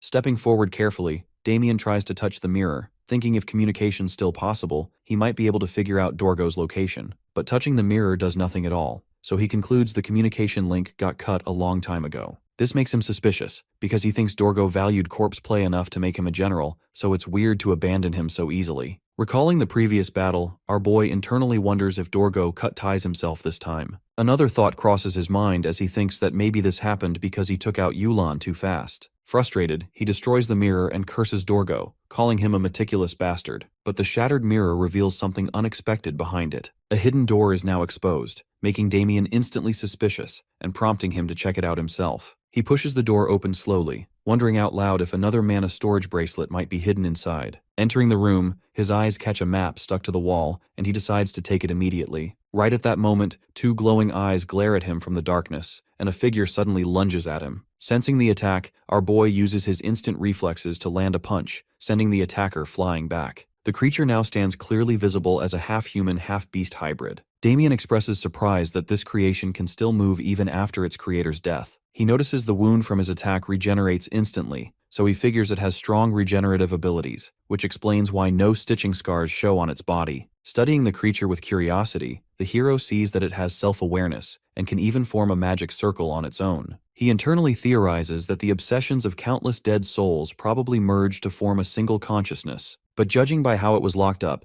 it seems pretty obvious this outcome was totally unintentional. Damien finds it interesting but notes calmly that unundead are ultimately just unundead, adding that he'll help it achieve ascension. The very next second, he freezes as two spirits stand protectively in front of the creature. Our boy immediately demands to know what they're doing. One spirit addresses him as Sir Knight and explains that this child was born hating the dark mage who created her. The spirit asks him to take the child with him and use her against the dark mages, insisting her abilities will prove really useful in the future. Composing himself, Damien points his sword at them cautiously, though his tone lacks any real threat. He asks if the spirits are related to the creature and demands its name, to which the spirit softly replies that she's named Mia. At that exact instant, two flashes of light cut through the air, shattering the chain around Mia's neck. Damien still doesn't fully trust her, and sets a condition that if the girl ever attacks humans, or fails to prove useful, he'll kill her with his own hands. He asks if they've got any complaints before turning around to walk outside, casually mentioning that his farming here is done and it's time to head back. Later, it's revealed that when Dionisio and Gamal got back with the reinforcements, they found Damien and Agnes standing there with the puppet master's head. Although they were shocked, they chose not to ask too many questions. Everyone is surprised that the hero managed to take down such a dangerous enemy without getting a single scratch, yet he successfully avoids any excessive questioning. During this time, Damien gets word that the traitor Sanus has safely reached the church trial court, and the giant lady who was severely injured is now recovering safely. Overall, everything goes smoothly, and we learn that the church's core combat force, which got completely wiped out in the previous life, managed to survive this time. Shortly after, the reinforcements start getting ready to head back, and Damien prepares to leave with them. Before they depart, he thanks Agnes, who notices he's leaving and casually asks if he's going right now, even offering to let him ride in her carriage. Our boy politely says no, explaining he needs to go somewhere else first. Curious, the girl asks if he's not going home. He admits a bit awkwardly that he left without telling anyone, so his father's probably pretty mad. Because of that, he figures he'll travel around for a while to let his dad cool off. The two of them talk for a while before he finally leaves. Damien is pretty happy since the girl opened her stigmata, which will be a great asset in her fight against Dorgo. He bids farewell, thinking to himself that he needs to reduce the number of the dark mages as much as he can. Meanwhile, at the stronghold of Yulan, we see the members frantically discussing the death of their master. Suddenly, an explosion destroys the wall behind them and our boy appears out of the smoke. He is carrying a grotesque, mouth-like object in his hand, while absorbing dark energy. Mia is also with him, and by the looks of it, she doesn't look happy. The mages immediately recognize her as a test subject that their master was experimenting on. Just then, the hero gives her the order to charge and announces that it's time to clean up some rats. In the next scene, people inside a tavern are gossiping, and one guy asks the others if they've heard about the dark mage running around the Empire lately. Another man replies that he knows about him, explaining that this particular dark mage only hunts other dark mages. Among all the chatter, someone mentions that his name is Wood-Chopping Victor because he chops mages like firewood. Just then, my man Victor enters the tavern and mentions that he's there to pick up the luggage left under his name. The next second, the whole tavern erupts into pure panic. People start screaming in terror, desperately crying out that they didn't say anything. Within seconds, the tavern empties out completely, leaving Victor standing there all alone. He's totally confused, unable to figure out what's wrong with everyone. He then starts picking up the luggage in front of him, assuming it belongs to his young master. Suddenly, a man in a black cloak walks up and asks if his name is really Victor. Turning around with a bit of hesitation, Victor confirms who he is. The cloaked guy then mentions the woodchopper title, and Victor casually replies that yeah, he's actually pretty good at chopping wood. The next moment, the man shouts in rage that he has finally found him and prepares to attack. Before he can hit him, our boy comes to the rescue and slashes him in half. He jokes that Victor has become quite popular ever since he last saw him. The fat guy is stunned as the hero casually smiles at him and asks how he is doing. As they walk out, the guy starts trash talking about this new dark mage named Wood chopping Victor. Damien nervously agrees with him, though internally he apologizes since he's actually that Victor. He then asks him if his dad had calmed down. The guy tells him that he's fine, but he still stares out the window waiting for him. Our boy then asks if his dad is usually holding a weapon while looking out, and Victor confirms it. This tells him that he is still pretty mad. While the two of them talk about his family, Victor's expressions suddenly change as he tells him that there is something important. The hero first thinks it's about dark mages, so he gets worried, but the guy tells him that his sister is getting married to Sir Ballad Hugo. This makes our boy a bit emotional since he was the one who ruined her love in the past life. He starts running hearing this news and announces that they are going back. Just then, he gets a glimpse of dark mana from a girl passing by. This freezes him in place, and he decides to stay another day to get rid of the remaining rats. The scene then changes to a fortress later that night where we see Mia destroying a couple of dark mages. Our boy casually walks in and reveals that these people were guarding some items. As he looks down, he notices a box with some writing indicating that it actually belongs to Dorgo. This makes our boy excited since he had been chasing for this for 3 months. The slashes the top off, and surely enough, inside is his personal demonic sword Erebus. Other than destroying the Empire, Dorgo also had the goal to complete the demonic sword by gathering all the fragments. When he got it in his past life, it was already half restored, but right now it looks a bit smaller. Just then, the sword starts lighting up with energy, and our boy wonders if it has actually recognized him as the owner. Even in his previous life, it took him half a year to gain its recognition. While he is thinking about that, a girl leaps at him from behind and punches him away. She asks if he is the guy going around as wood-chopping Victor, and mentions that he won't be around for long. Damien recognizes her from his past life, and orders Mia not to attack since the girl is far above what she can handle. The girl is a bit surprised and asks if he really knows who she is. He confirms it, saying that she is Slaw, an executive of Pandemonium, which is the largest group of black mages in the continent. In other words, the girl in front of him is an archmage. The hero knows that it's still too early for him to face someone like her. He wonders if he should use the demonic sword, but this place is a bit too cramped for that. Just then, a kid with blue hair appears behind our boy, complaining about the noise. It appears that he has just woken up from his sleep. Looking confused, he asks where he is and questions who Damien is. The kid grabs Mia by the chin and asks what kind of cat she's supposed to be. Looking ahead, he casually remarks that if he remembers right, the lizard standing over there is Slaw. The moment the girl hears this, she's completely floored. Turns out that she kept him asleep for a whole month using some drugs, but somehow he still woke up. Our boy suddenly remembers that this guy is none other than the mercenary king himself, Karl Hopper. Even after becoming a Death Knight in his past life, he needed a whole week of fighting to barely beat him. The mage girl immediately takes to the air and spins around fast, creating a binding trap. She thinks if she can take Karl down before he fully wakes up, she might still have a chance. She leaps at him and triggers the trap, which wraps tightly around Karl's body, but the kid breaks free almost instantly. The very next moment, he lunges at the girl and attacks her, calling her an annoying brat. Within seconds, she is completely wrecked. Watching this happen, our boy thinks this is exactly what he expected. Stepping on top of Slaw, Karl remarks that he only played along because she was nice to look at. Meanwhile, our boy reflects that there are only 3 transcendent beings in the entire world, and Karl is one of them. After dealing with the mage, he turns his attention to our boy, asking who he really is. A few seconds later, he suddenly laughs and recognizes him as Damien Hexen, the honorary knight of the order. The hero explains that he was chasing a black mage and eventually ended up here. From there, things just kind of escalated into this situation. Karl laughs and says that without realizing it, he nearly killed the person who saved his life. Turns out that the kid is actually 72 years old, a Grand Master, and the commander of the Fafnir mercenary group. Curious, Damien asks how someone of his level ended up in a place like this. The guy laughs and admits that when Slaw approached him, he already knew she was a black mage. But because she was pretty, he decided to have a little fun. Hearing this, our boy just nervously laughs, telling him that it was a close call. But he still can't figure out why Dorgo wanted to kidnap the mercenary king or how Erebus got involved in all this. He wants to search the black mage's soul memories for answers, but with Karl standing right there, he can't risk it. At that moment, several cloaked figures come running from a distance. Calling out for their commander and father, they ask if he's okay. The commander looks up and laughs, commenting that they always seem to show up only after seeing his lightning. Damien then suggests that he clean up this mess, but Karl shuts that down immediately. He insists he can't make the person who saved his life do that kind of work. Instead, he wants to reward him and announces he'll open his treasury and send its contents straight to his home. Elsewhere, Dorgo sits in his laboratory commenting that this little incident has given him some fresh inspiration. Right then, his servant approaches and reports that Slaw failed to capture the mercenary king and is dead. Dorgo just shrugs it off, saying she would have made an excellent Death Knight base, but he can always find someone else. However, he freezes in place when he hears that the demonic sword has also disappeared. As our boy walks with Victor, he thinks back to everything that happened. After parting ways with the mercenary king, he tried searching Slaw's soul, but it was already sealed, leaving him with nothing. Victor happily talks about the upcoming family gathering, but the hero is still worried about his dad beating him up.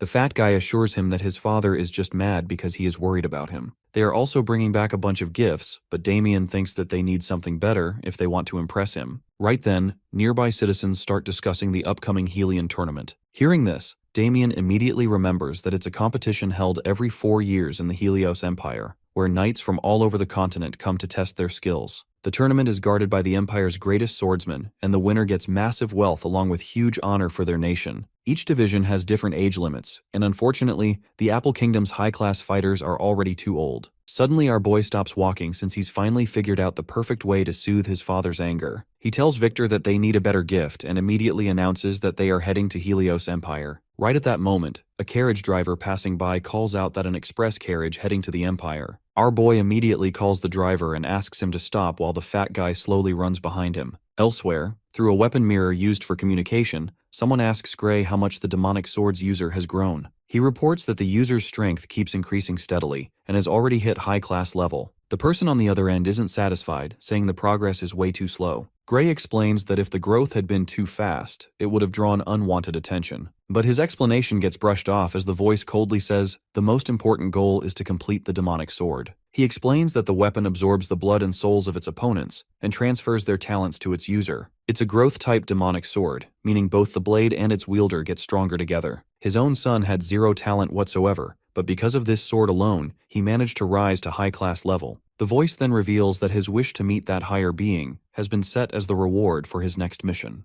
Gray gets overwhelmed with excitement. He loudly swears he'll complete the mission, even if it costs him his life, and immediately asks for his orders. In response, the voice commands him to drown the Empire's festival in blood during the Helion tournament. Without a second of hesitation, the guy vows to carry out the mission and refers to the voice as Lord Weapon Master. The scene then changes to the Helios Empire, where we see our boy walking in with Victor. The fat guy asks him if he visited this place during his travels, and he confirms it. The two finally split and decide to meet at the registration desk. While Damien is walking alone, he hears someone calling his name. When he looks ahead, he notices Michael excitedly looking at him. As the two of them talk, the guy tells him that he took his advice and worked hard to reach the middle class. The hero pretty much ignores him, and instead focuses on registering himself for the tournament. The guy notices his reaction and mentions that he was hoping they would duel again. Hearing this, Damien reveals that they are in different divisions since he is a high-class knight now. The man freezes in shock because just a bit earlier, they were both in the low class. Still ignoring him, the hero casually mentions that he was in the middle class even back then. As the guy continues chasing after him, someone in the crowd watches the two of them silently. The scene then changes to the arena where Victor wonders why there are no masterclass battles this year. Our boy explains that the masterclass is not easy to reach since it takes about 65 years on average to become a master. Therefore, most of them are above the age limit. The fat guy mentions that the monsters here look pretty strong and wonders if they will be safe here. Our boy assures him that as long as there are no masterclass fights, the barrier will protect them. Just then, Michael enters the arena while stretching, and the rules of the tournament are announced. A total of 100 knights will be fighting from all over the world, and the last one standing will be considered the winner. Michael wonders if the rival Damien talked about is also here because he wants to prove himself. Immediately as the tournament starts, he draws his blade and charges in, slashing multiple fighters in a single attack. Victor is amazed by his skills and comments that no one else will be able to fight him among the ordinary class. The hero agrees, but not everyone here is ordinary. Down below, a girl calls out to Michael and introduces herself as Rachel. She asks him if he wants to spar with her since he is the only one here who can rival her.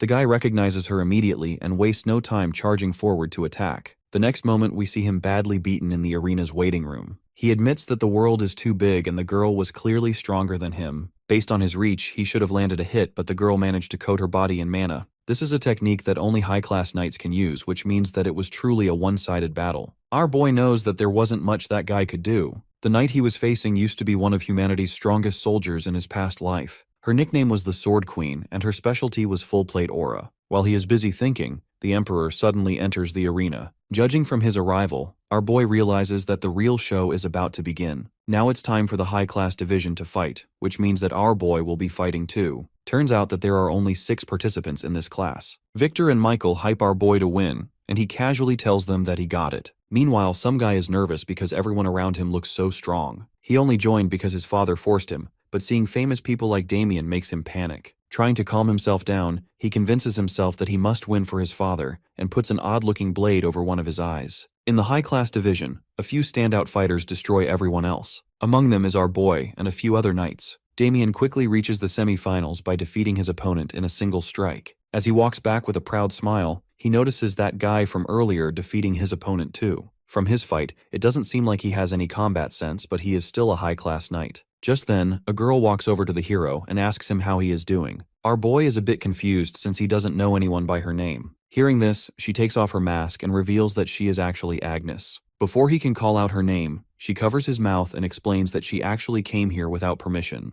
The girl makes up some kind of excuse saying that she wanted to test herself against the experts, but in reality she is here just for him. Hearing all this, our boy mentions that he also needs to visit the order, so once the tournament is finished, they can go back together. The girl starts blushing as she thinks he's asking her out on a date. Just then, she remembers that her match is about to start, so she awkwardly walks away. While entering the fighting ground, she can't help but wonder if he actually asked her on a date. Her match is with another girl named Athene, who also appears to be quite strong. The girl mocks her for wearing a mask and says that she will deduct points since she is too boring. Meanwhile, the only thing Agnes can think of is going on a date with the MC. She quickly realizes that she needs to lock in since she doesn't want to embarrass herself in front of him. Without saying anything, she prepares to attack the girl using her kicks. Her opponent gets excited and gives her 20 points for being so fierce. Meanwhile, our boy notices that she has changed her fighting style to hide her true identity. As soon as the match begins, Agnes moves at an incredible speed and starts dodging every single attack from her opponent. Athene is impressed by her speed and gives her more points. Just as she is about to land another kick, the girl quickly flips her sword and swings it right past her face. She deducts 10 points for not being able to dodge it. Damien knows that Agnes is holding back her divine power to not reveal her true identity. Still, her raw power alone is quite impressive. Her opponent, however, seems a bit disappointed and comments that only Damien is the one worth fighting here. Hearing his name, Agnes suddenly hits her with a punch infused with mana. The girl barely dodges it, but she realizes that the white-haired girl is hiding her true power. As the two of them continue to fight, our boy admits that the white-haired girl has definitely improved. However, she can't win against her opponent using raw power alone. His assessment turns out to be correct as Athene suddenly levels up and overpowers her using her abilities. Agnes realizes that she has no chance of winning like this, but she still can't use anything else since it risks revealing her actual identity. The red-haired girl realizes that she is not going to use her powers, so she decides to end the match here. With this, she unleashes an incredible amount of mana and completely destroys Agnes. After winning, she casually mentions that she managed to get 42 points, but she still failed. Turning back towards our boy, she comments that it's time for her to face the man her dad told her about. We finally move the semi-finals of the high-class division. The next match is between the Sword Emperor Jelijua Haribo and his opponent Javier Joshua. Javier is the same weird guy from before, and he has killed all of his opponents in a single strike until now. The knight facing him thinks to himself that he can handle his speed since he has been watching his matches. However, as soon as the round starts, the weird guy swings his sword at his neck, giving him no time to react. It appears that he got even faster this round. Despite destroying his opponent in a single slash, the weird guy doesn't seem satisfied. He points his sword at the Emperor and announces that he won't be happy until he spills the Emperor's blood at the winner's ceremony. We then move on to the second round of the semifinals where our boy is about to face that same redhead girl. His group cheers him on and teases him by referring to Agnes as his sister-in-law. Damien has won 2 rounds, but he still hasn't drawn his weapon yet. The girl looks at him with a disappointed expression and comments that he came late, so she will deduct 10 points. This makes him confused and he asks her what she means. She replies that it's just her thing and asks if the girl standing there is actually his sister-in-law. Damien refuses to answer since she isn't answering any of his questions. Hearing this, Athene grabs her weapon, telling him that it doesn't really matter since his points depend on his skills.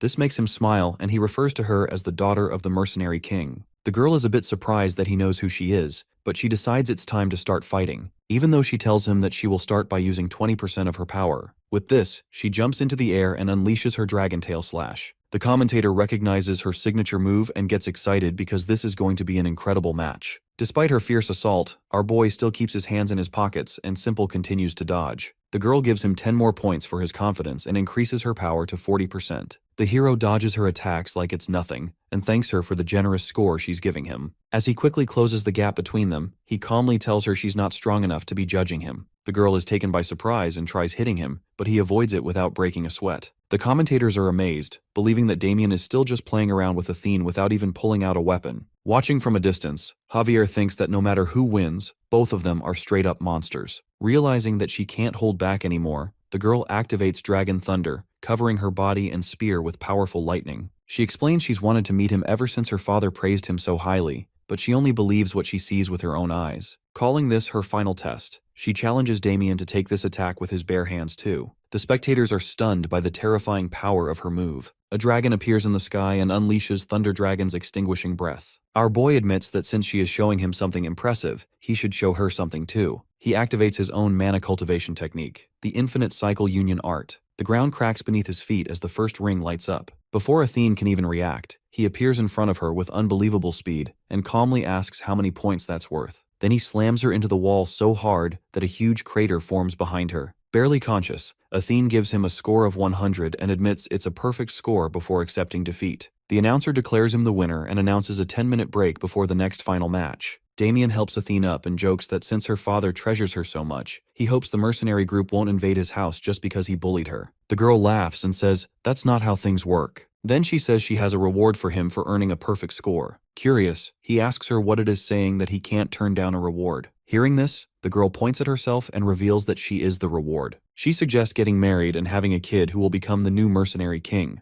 Our boy is a bit confused by the proposal, but it seems like Agnes is about to blow up. Damien is completely floored by the sudden proposal. The white-haired girl gets furious hearing it, while Michael nervously realizes just how scary his sister-in-law can be. Our boy immediately shuts it down, saying he has no desire to become that troublesome old man's son-in-law. Athene is stunned by the rejection and angrily removes 50 points from his score. Later, the announcer tells everyone the finals will continue the next day. The blonde guy asks the hero what he's been up to for the past 3 months. Damien casually explains he's been taking requests, collecting elixirs, and gathering mana cultivation techniques. From the shadows, Javier watches him carefully. He decides he needs to beat him to reach his goal, so he wants to understand his true strength. But as our boy walks past him, the guy freezes. The pressure Damien gives off reminds him of his father, Silva Javier, the greatest warrior in the kingdom. The weird guy remembers how untalented he used to be, and how he only got his current strength because of someone's kindness. Winning this tournament is how he plans to repay that debt, but after seeing the MC's power, he realizes that he won't be winning that easily. That night, Damien explains that his new cultivation method reduces the strain on the body by using an independent external organ to manage mana flow. Michael is amazed and struggles to wrap his head around how such a technique is even possible. The hero assures him that with his talent, he'll pick it up fast, and promises to teach him later. Hearing this, the blonde guy excitedly begs him to keep that promise. Our boy quietly decides that he's going to make him even stronger than he was in his past life, so he can keep fighting when the future apocalypse war hits. Agnes asks if she can learn the technique too,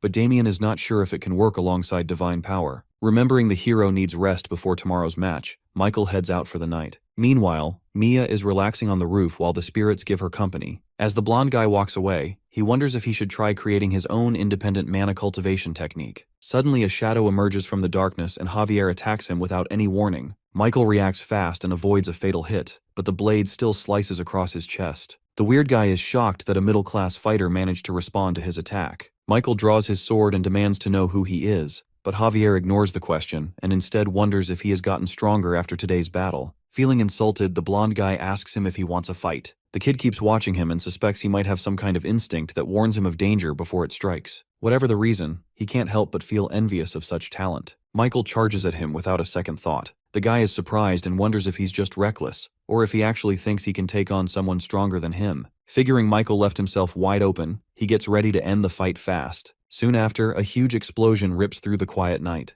By the time the dust settles, a bunch of middle-class fighters are either dead or banged up. Mia shows up after checking out the disturbance and manages to save Michael's life. Damien blames himself for what happened because he only had the spirits watching the area around the lodging. Filled with guilt and rage, he swears he'll find whoever did this and make them pay for what happened to Michael. The next day, the finals of the Helion tournament finally begins. Our boy notices that something feels different about Javier. The kid seems confident that this time he can beat the MC. Already in a bad mood because of Michael's condition, Damien tells him to quit showing off while getting ready to study Javier's mana flow. As soon as the match starts, the guy attacks with insane speed and blood sprays into the air, shocking everyone in the arena. Turns out that the hero only got a small cut on his cheek. Javier is stunned that he even noticed his attack, while Damien admits he should have analyzed his mana first. The guy keeps attacking and pulls out techniques the audience has never seen before. Our boy blocks the strikes with his bare hands while realizing that although the power's impressive, Javier's movements feel unnatural, like the power doesn't really belong to him. The guy then uses the Lion's Roar sword strike. The powerful attack creates a massive explosion that fills the arena with smoke. Damien immediately recognizes the technique. It's Michael's Lion's Majesty sword art, but Javier should never have known it. The hero realizes he must be the one who attacked him last night. Furious, our boy activates the first ring of the Half-Won Infinite Art and rushes at the guy. Seeing this makes the weird guy excited as he is confident he can beat him with the power he has today. However, the hero suddenly appears in front of him and tells him to know his place. The two clash hard with their swords, giving the audience the exciting final they were hoping for. But Javier slowly starts losing ground. Even after stealing the power and talent of skilled fighters, he still can't beat our boy. He starts wondering what kind of monster Damien really is. The hero eventually lands a heavy blow that sends the guy skidding across the arena. As he walks toward him, the guy admits beating him is way harder than he thought, but says he still has a mission to finish. Our boy immediately senses something's wrong. Suddenly, the eye embedded in Javier's sword starts glowing and he declares he'll sacrifice himself for his cause. The crowd watches in confusion as the hero realizes that his weapon is actually a demonic sword. Suddenly, a huge explosion occurs, filling the arena with thick smoke. The guy reveals himself as a Dark Knight of Pandemonium, the Empire's feared black magic organization. Panic spreads through the audience as people scream and run for their lives. Damien considers whether Javier's been completely consumed by the sword, but he knows the result is the same either way. The guy charges forward with terrifying speed and our boy barely avoids his attacks. Even so, his blade cuts Damien's arm. Javier loses whatever little reason he had left, and one of his arms transforms into a monster-like limb. The hero realizes the demonic sword grows stronger by absorbing blood, which explains how he has been using other people's abilities. The battle keeps going as Damien refuses to back down. Even the commentators praise him for standing up against Pandemonium. But those watching closely notice Javier's power keeps increasing. It soon gets close to masterclass warrior level. Drunk on his new strength, the guy declares that everyone who used to look down on him now seems like insects. Then he unleashes a terrifying technique called Crimson End. Damien immediately realizes the attack's strong enough to destroy the whole city. As Imperial guards rush to protect the Emperor and mages strengthen the barriers around the citizens, our boy knows he's got no choice. Even though it puts huge strain on his body, he activates the second ring of the Infinite Ring integration to temporarily gain masterclass warrior power. Drawing his sword fully, he releases an aura blade and sends the massive attack toward Javier. The stares in disbelief as the overwhelming power races toward him. But before it can hit, a cloaked man suddenly appears and destroys his aura blade like it's nothing. The mysterious newcomer draws another sword glowing with purple light and attacks Damien. Our boy barely dodges the strike and quickly realizes this guy is even stronger than him and is most probably at the masterclass level. Furious, he curses the Empire's weak security. But before he can react further, another slash cuts through him. Our boy falls down in disbelief, unable to process what just happened as blood pours from his throat. Meanwhile, Javier recognizes the man's voice and realizes that it's his dad. Staring ahead,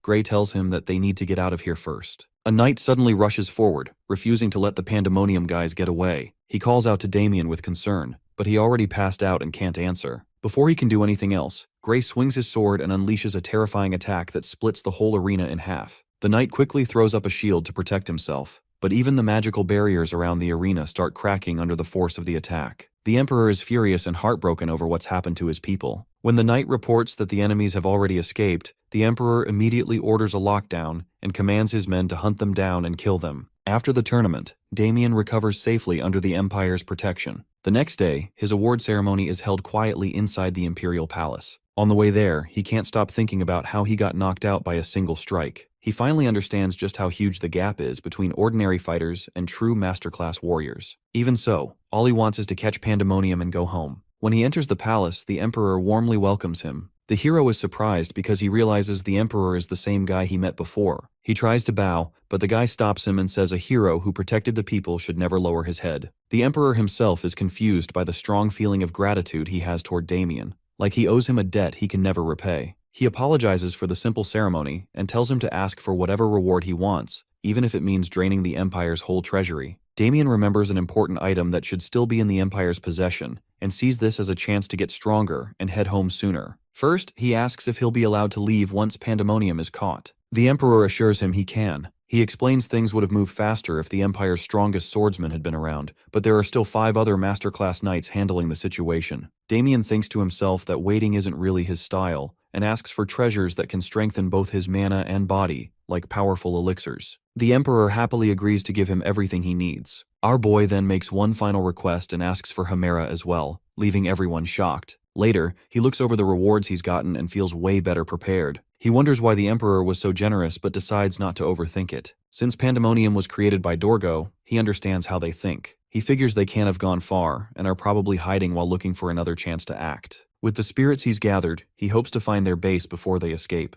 Back at his lodging, Athene is waiting for him. She jokes that he kept her waiting and deducts 10 points from his score. Damien apologizes for being late since it took time to navigate the Imperial Palace, and she immediately gives the points back. She admits she thought he was getting married when someone came from the palace. The white-haired girl gets annoyed and tells them to stop talking about their weird scoring game. This causes the two of them to argue once again. While watching them, Damien thinks seriously about the future. Agnes is a first-class paladin who's awakened her stigmata, while Athene is destined to become the future mercenary king. Even master-class opponents would have a hard time against a team like theirs. Still, he knows he's got to keep getting stronger. Elsewhere, Javier screams in pain as the demonization inside him gets worse. The mages around him desperately try to hold the magic formation together, warning that if the transformation keeps going, everyone nearby could die. A mirror suddenly activates, revealing Weapon Master. He calmly says the attempt to assassinate the Emperor was never likely to succeed. Gray falls to his knees and begs him to save Javier. The Weapon Master explains that the kid's demonization has gone too far. Since he isn't just using a demonic weapon anymore but is becoming a demon himself, even he can't control it. The old man is horrified and asks if his son isn't human anymore. He wonders if someone else might still be able to save him, but Weapon Master angrily warns him not to bring up that person for selfish reasons. Before ending the call, he orders Gray to kill his son before the transformation is complete. Otherwise, the Empire could trace everything back to them. After the mirror goes dark, Gray hugs his son in disbelief. Overcome with grief and rage, he lets out a roar and orders the mages to return his son to normal no matter what it takes. Although the mages insist it's impossible and that they can't hold back the demonization much longer, he refuses to give up. He convinces himself that if he can find that mysterious person and offer the Emperor's head in exchange, there might still be a way to save his son. Holding him tight, the man begs him to hang on a little longer and promises that somehow he'll make everything right. The scene changes to the entrance of a sewer where we see our boy with the 2 girls. They ask him how he knew about this location, but he simply tells them that he has a reliable source. As they head inside, Agnes seems a bit nervous. The red-haired girl notices this and teases her by deducting 10 points. While the two of them fight, our boy is focused on the Pandemonium who wield the demonic sword. This time, he is prepared to get rid of all of them. With this, he signals the group to head in and they all start running. Meanwhile, all the dark mages are still trying to heal Javier, but it seems like they can't do anything. His dad tells them to use any means necessary, but one of the dark mages tells him that using the mana of ordinary people won't achieve much. Hearing this, the man assures them that it's not a problem since some high-level knights are currently approaching them. Just as he says this, the hero breaks down the door and enters with his group. He smiles and announces that they are here to clean the sewers. The girls waste no time and immediately charge forward to attack. The dark mages also seem prepared and summon a monster. However, Athene still thinks that they are far too weak to even be given a grade. While she is fighting, she notices Agnes getting hit by the monster. She starts laughing and jokes that the girl should have stayed home since she's already dead. To her surprise, the white-haired girl uses her divine mana and completely obliterates the monster. Seeing this, Athene realizes that the girl was actually holding back during their fight and gives her 50 points for her new look. While they are distracted, the old man prepares to launch a powerful slash at them from a distance. Our boy sees it coming and shouts at them to dodge. After dodging the attack, the girls are a bit confused what just happened. He explains that it's a flying sword, and the man is simply launching invisible swords at high speeds. Gray is impressed that he could figure out his technique despite being a high-class knight. While he is facing them, Agnes notices Javier chained up behind him and asks if he is the same demon the hero mentioned earlier. It seems like the guy can't fight, which is a good thing for our group. They decide to use this opportunity to finish off the old man. However, defeating a masterclass fighter is not that easy. The old man draws his sword and declares that he can take them on 3 versus 1. Damien sees the attack coming and warns everyone to dodge. Still, the old man is confident that they won't be able to react to the incredible speed. To his shock, the 3 of them manage to dodge every single attack and close the distance. After getting close, Athene comments that his flying sword is useless now. The old man isn't going down easy, so he dodges her attack using his sword. When he tries to hit back, our boy quickly jumps in and blocks his strike. He looks at him with a smile and reveals that they are not some ordinary high-class knights. This makes the man mad and he starts swinging his blade wildly. Just then, Agnes appears behind him and hits him with her divine mana. This attack finally lands and the old man seems to take damage for the first time. Without giving him any chance to recover, the other two quickly charge at him, forcing him to retreat. Gray realizes that the three of them are probably above the high-class rank. Just then, both girls unleash their signature attacks at once, and the old man has no choice but to take it head-on in order to protect his son. Hearing him refer to the demon as his son, the hero realizes that he is protecting the demon because he doesn't want to lose his son. He charges forward thinking to himself that he will simply finish both of them at once. However, just as he is about to kill the old man, his son breaks through the chains and destroys the sword using his mouth. We then see everything from Javier's perspective, who can barely make out what is going on outside. At first he thinks he is dreaming, but when he sees his dad taking the entire hit for him, he realizes that this is no dream. Javier knows that he has to do something or else his dad will die. At that moment he decides to sacrifice his own life for his dad. The old man looks at his son as his body slowly dissolves and combines with the demonic sword. Even Damien is shocked as he struggles to believe that the guy suppressed the demonization to become a demonic sword himself. After his son dies, the guy picks up the sword and immediately our boy can tell that shit is about to go down. Bro now has the power of family by his side, and with the demonic sword in his hands, there is not much they can do. Desperate, Damien orders the girls to attack since he is planning to finish off the old man before he can wield the sword. However, it's already a bit too late because the man launches an attack while they are mid-air. With no options left, the hero shouts at everyone to brace for the impact, but the sword cleanly slices through every defense they have. It cuts through all of them and they drop to the ground. Meanwhile, the old man aura farms a bit, declaring that he won't stop until he has killed the entire world. Despite taking a direct hit from the demonic sword, Damien is somehow able to move. Turns out that he had been wearing a special kind of armor inside his shirt called Himera. It's the same artifact he demanded from the Emperor as his reward for winning the tournament. It's so strong that it can block almost every attack. Damien tears off his shirt as he remembers that Dorgo also made him wear the same armor when he was a Death Knight. He looks around and realizes that his 1,000-mile sword has shattered. Agnes is a paladin who manifested her holy soul so she won't die from the injuries. Athene also has the blood of the Nifl dragon, so she is probably knocked out. Even though they are both alive, the hero still has to finish this fight alone. He picks up the redhead's weapon and activates the third ring. Damien knows that he only has 1 minute and he needs to finish this fight within that time. Without wasting a second, he immediately appears behind the old man. Gray quickly leaps back and swings the demonic sword again. This time our boy manages to cut through the slashes using the spear. However, the old man surprises him by appearing right behind him. Damien is quick to react and barely dodges the attack. Just before he lands, the old man charges forward and grabs him by the neck. Our boy realizes that the difference in power between them is still quite high. While getting choked out, he begins to wonder if this is how he will die. He hasn't even seen the face of Dorgo yet, which makes him mad. Then all of a sudden, he finds himself in a dark place that looks familiar. Looking around, he notices his demonic sword Erebos in the distance. Soon it all starts to make sense, as he realizes that the demonic sword is actually calling for him. Even though he didn't want to use this sword because of its immense power, he realizes that he has no choice but to give in. Immediately after grabbing the sword, my man starts cutting the old man like butter. Before the guy can even figure out what is going on, he is already missing his right side of the body.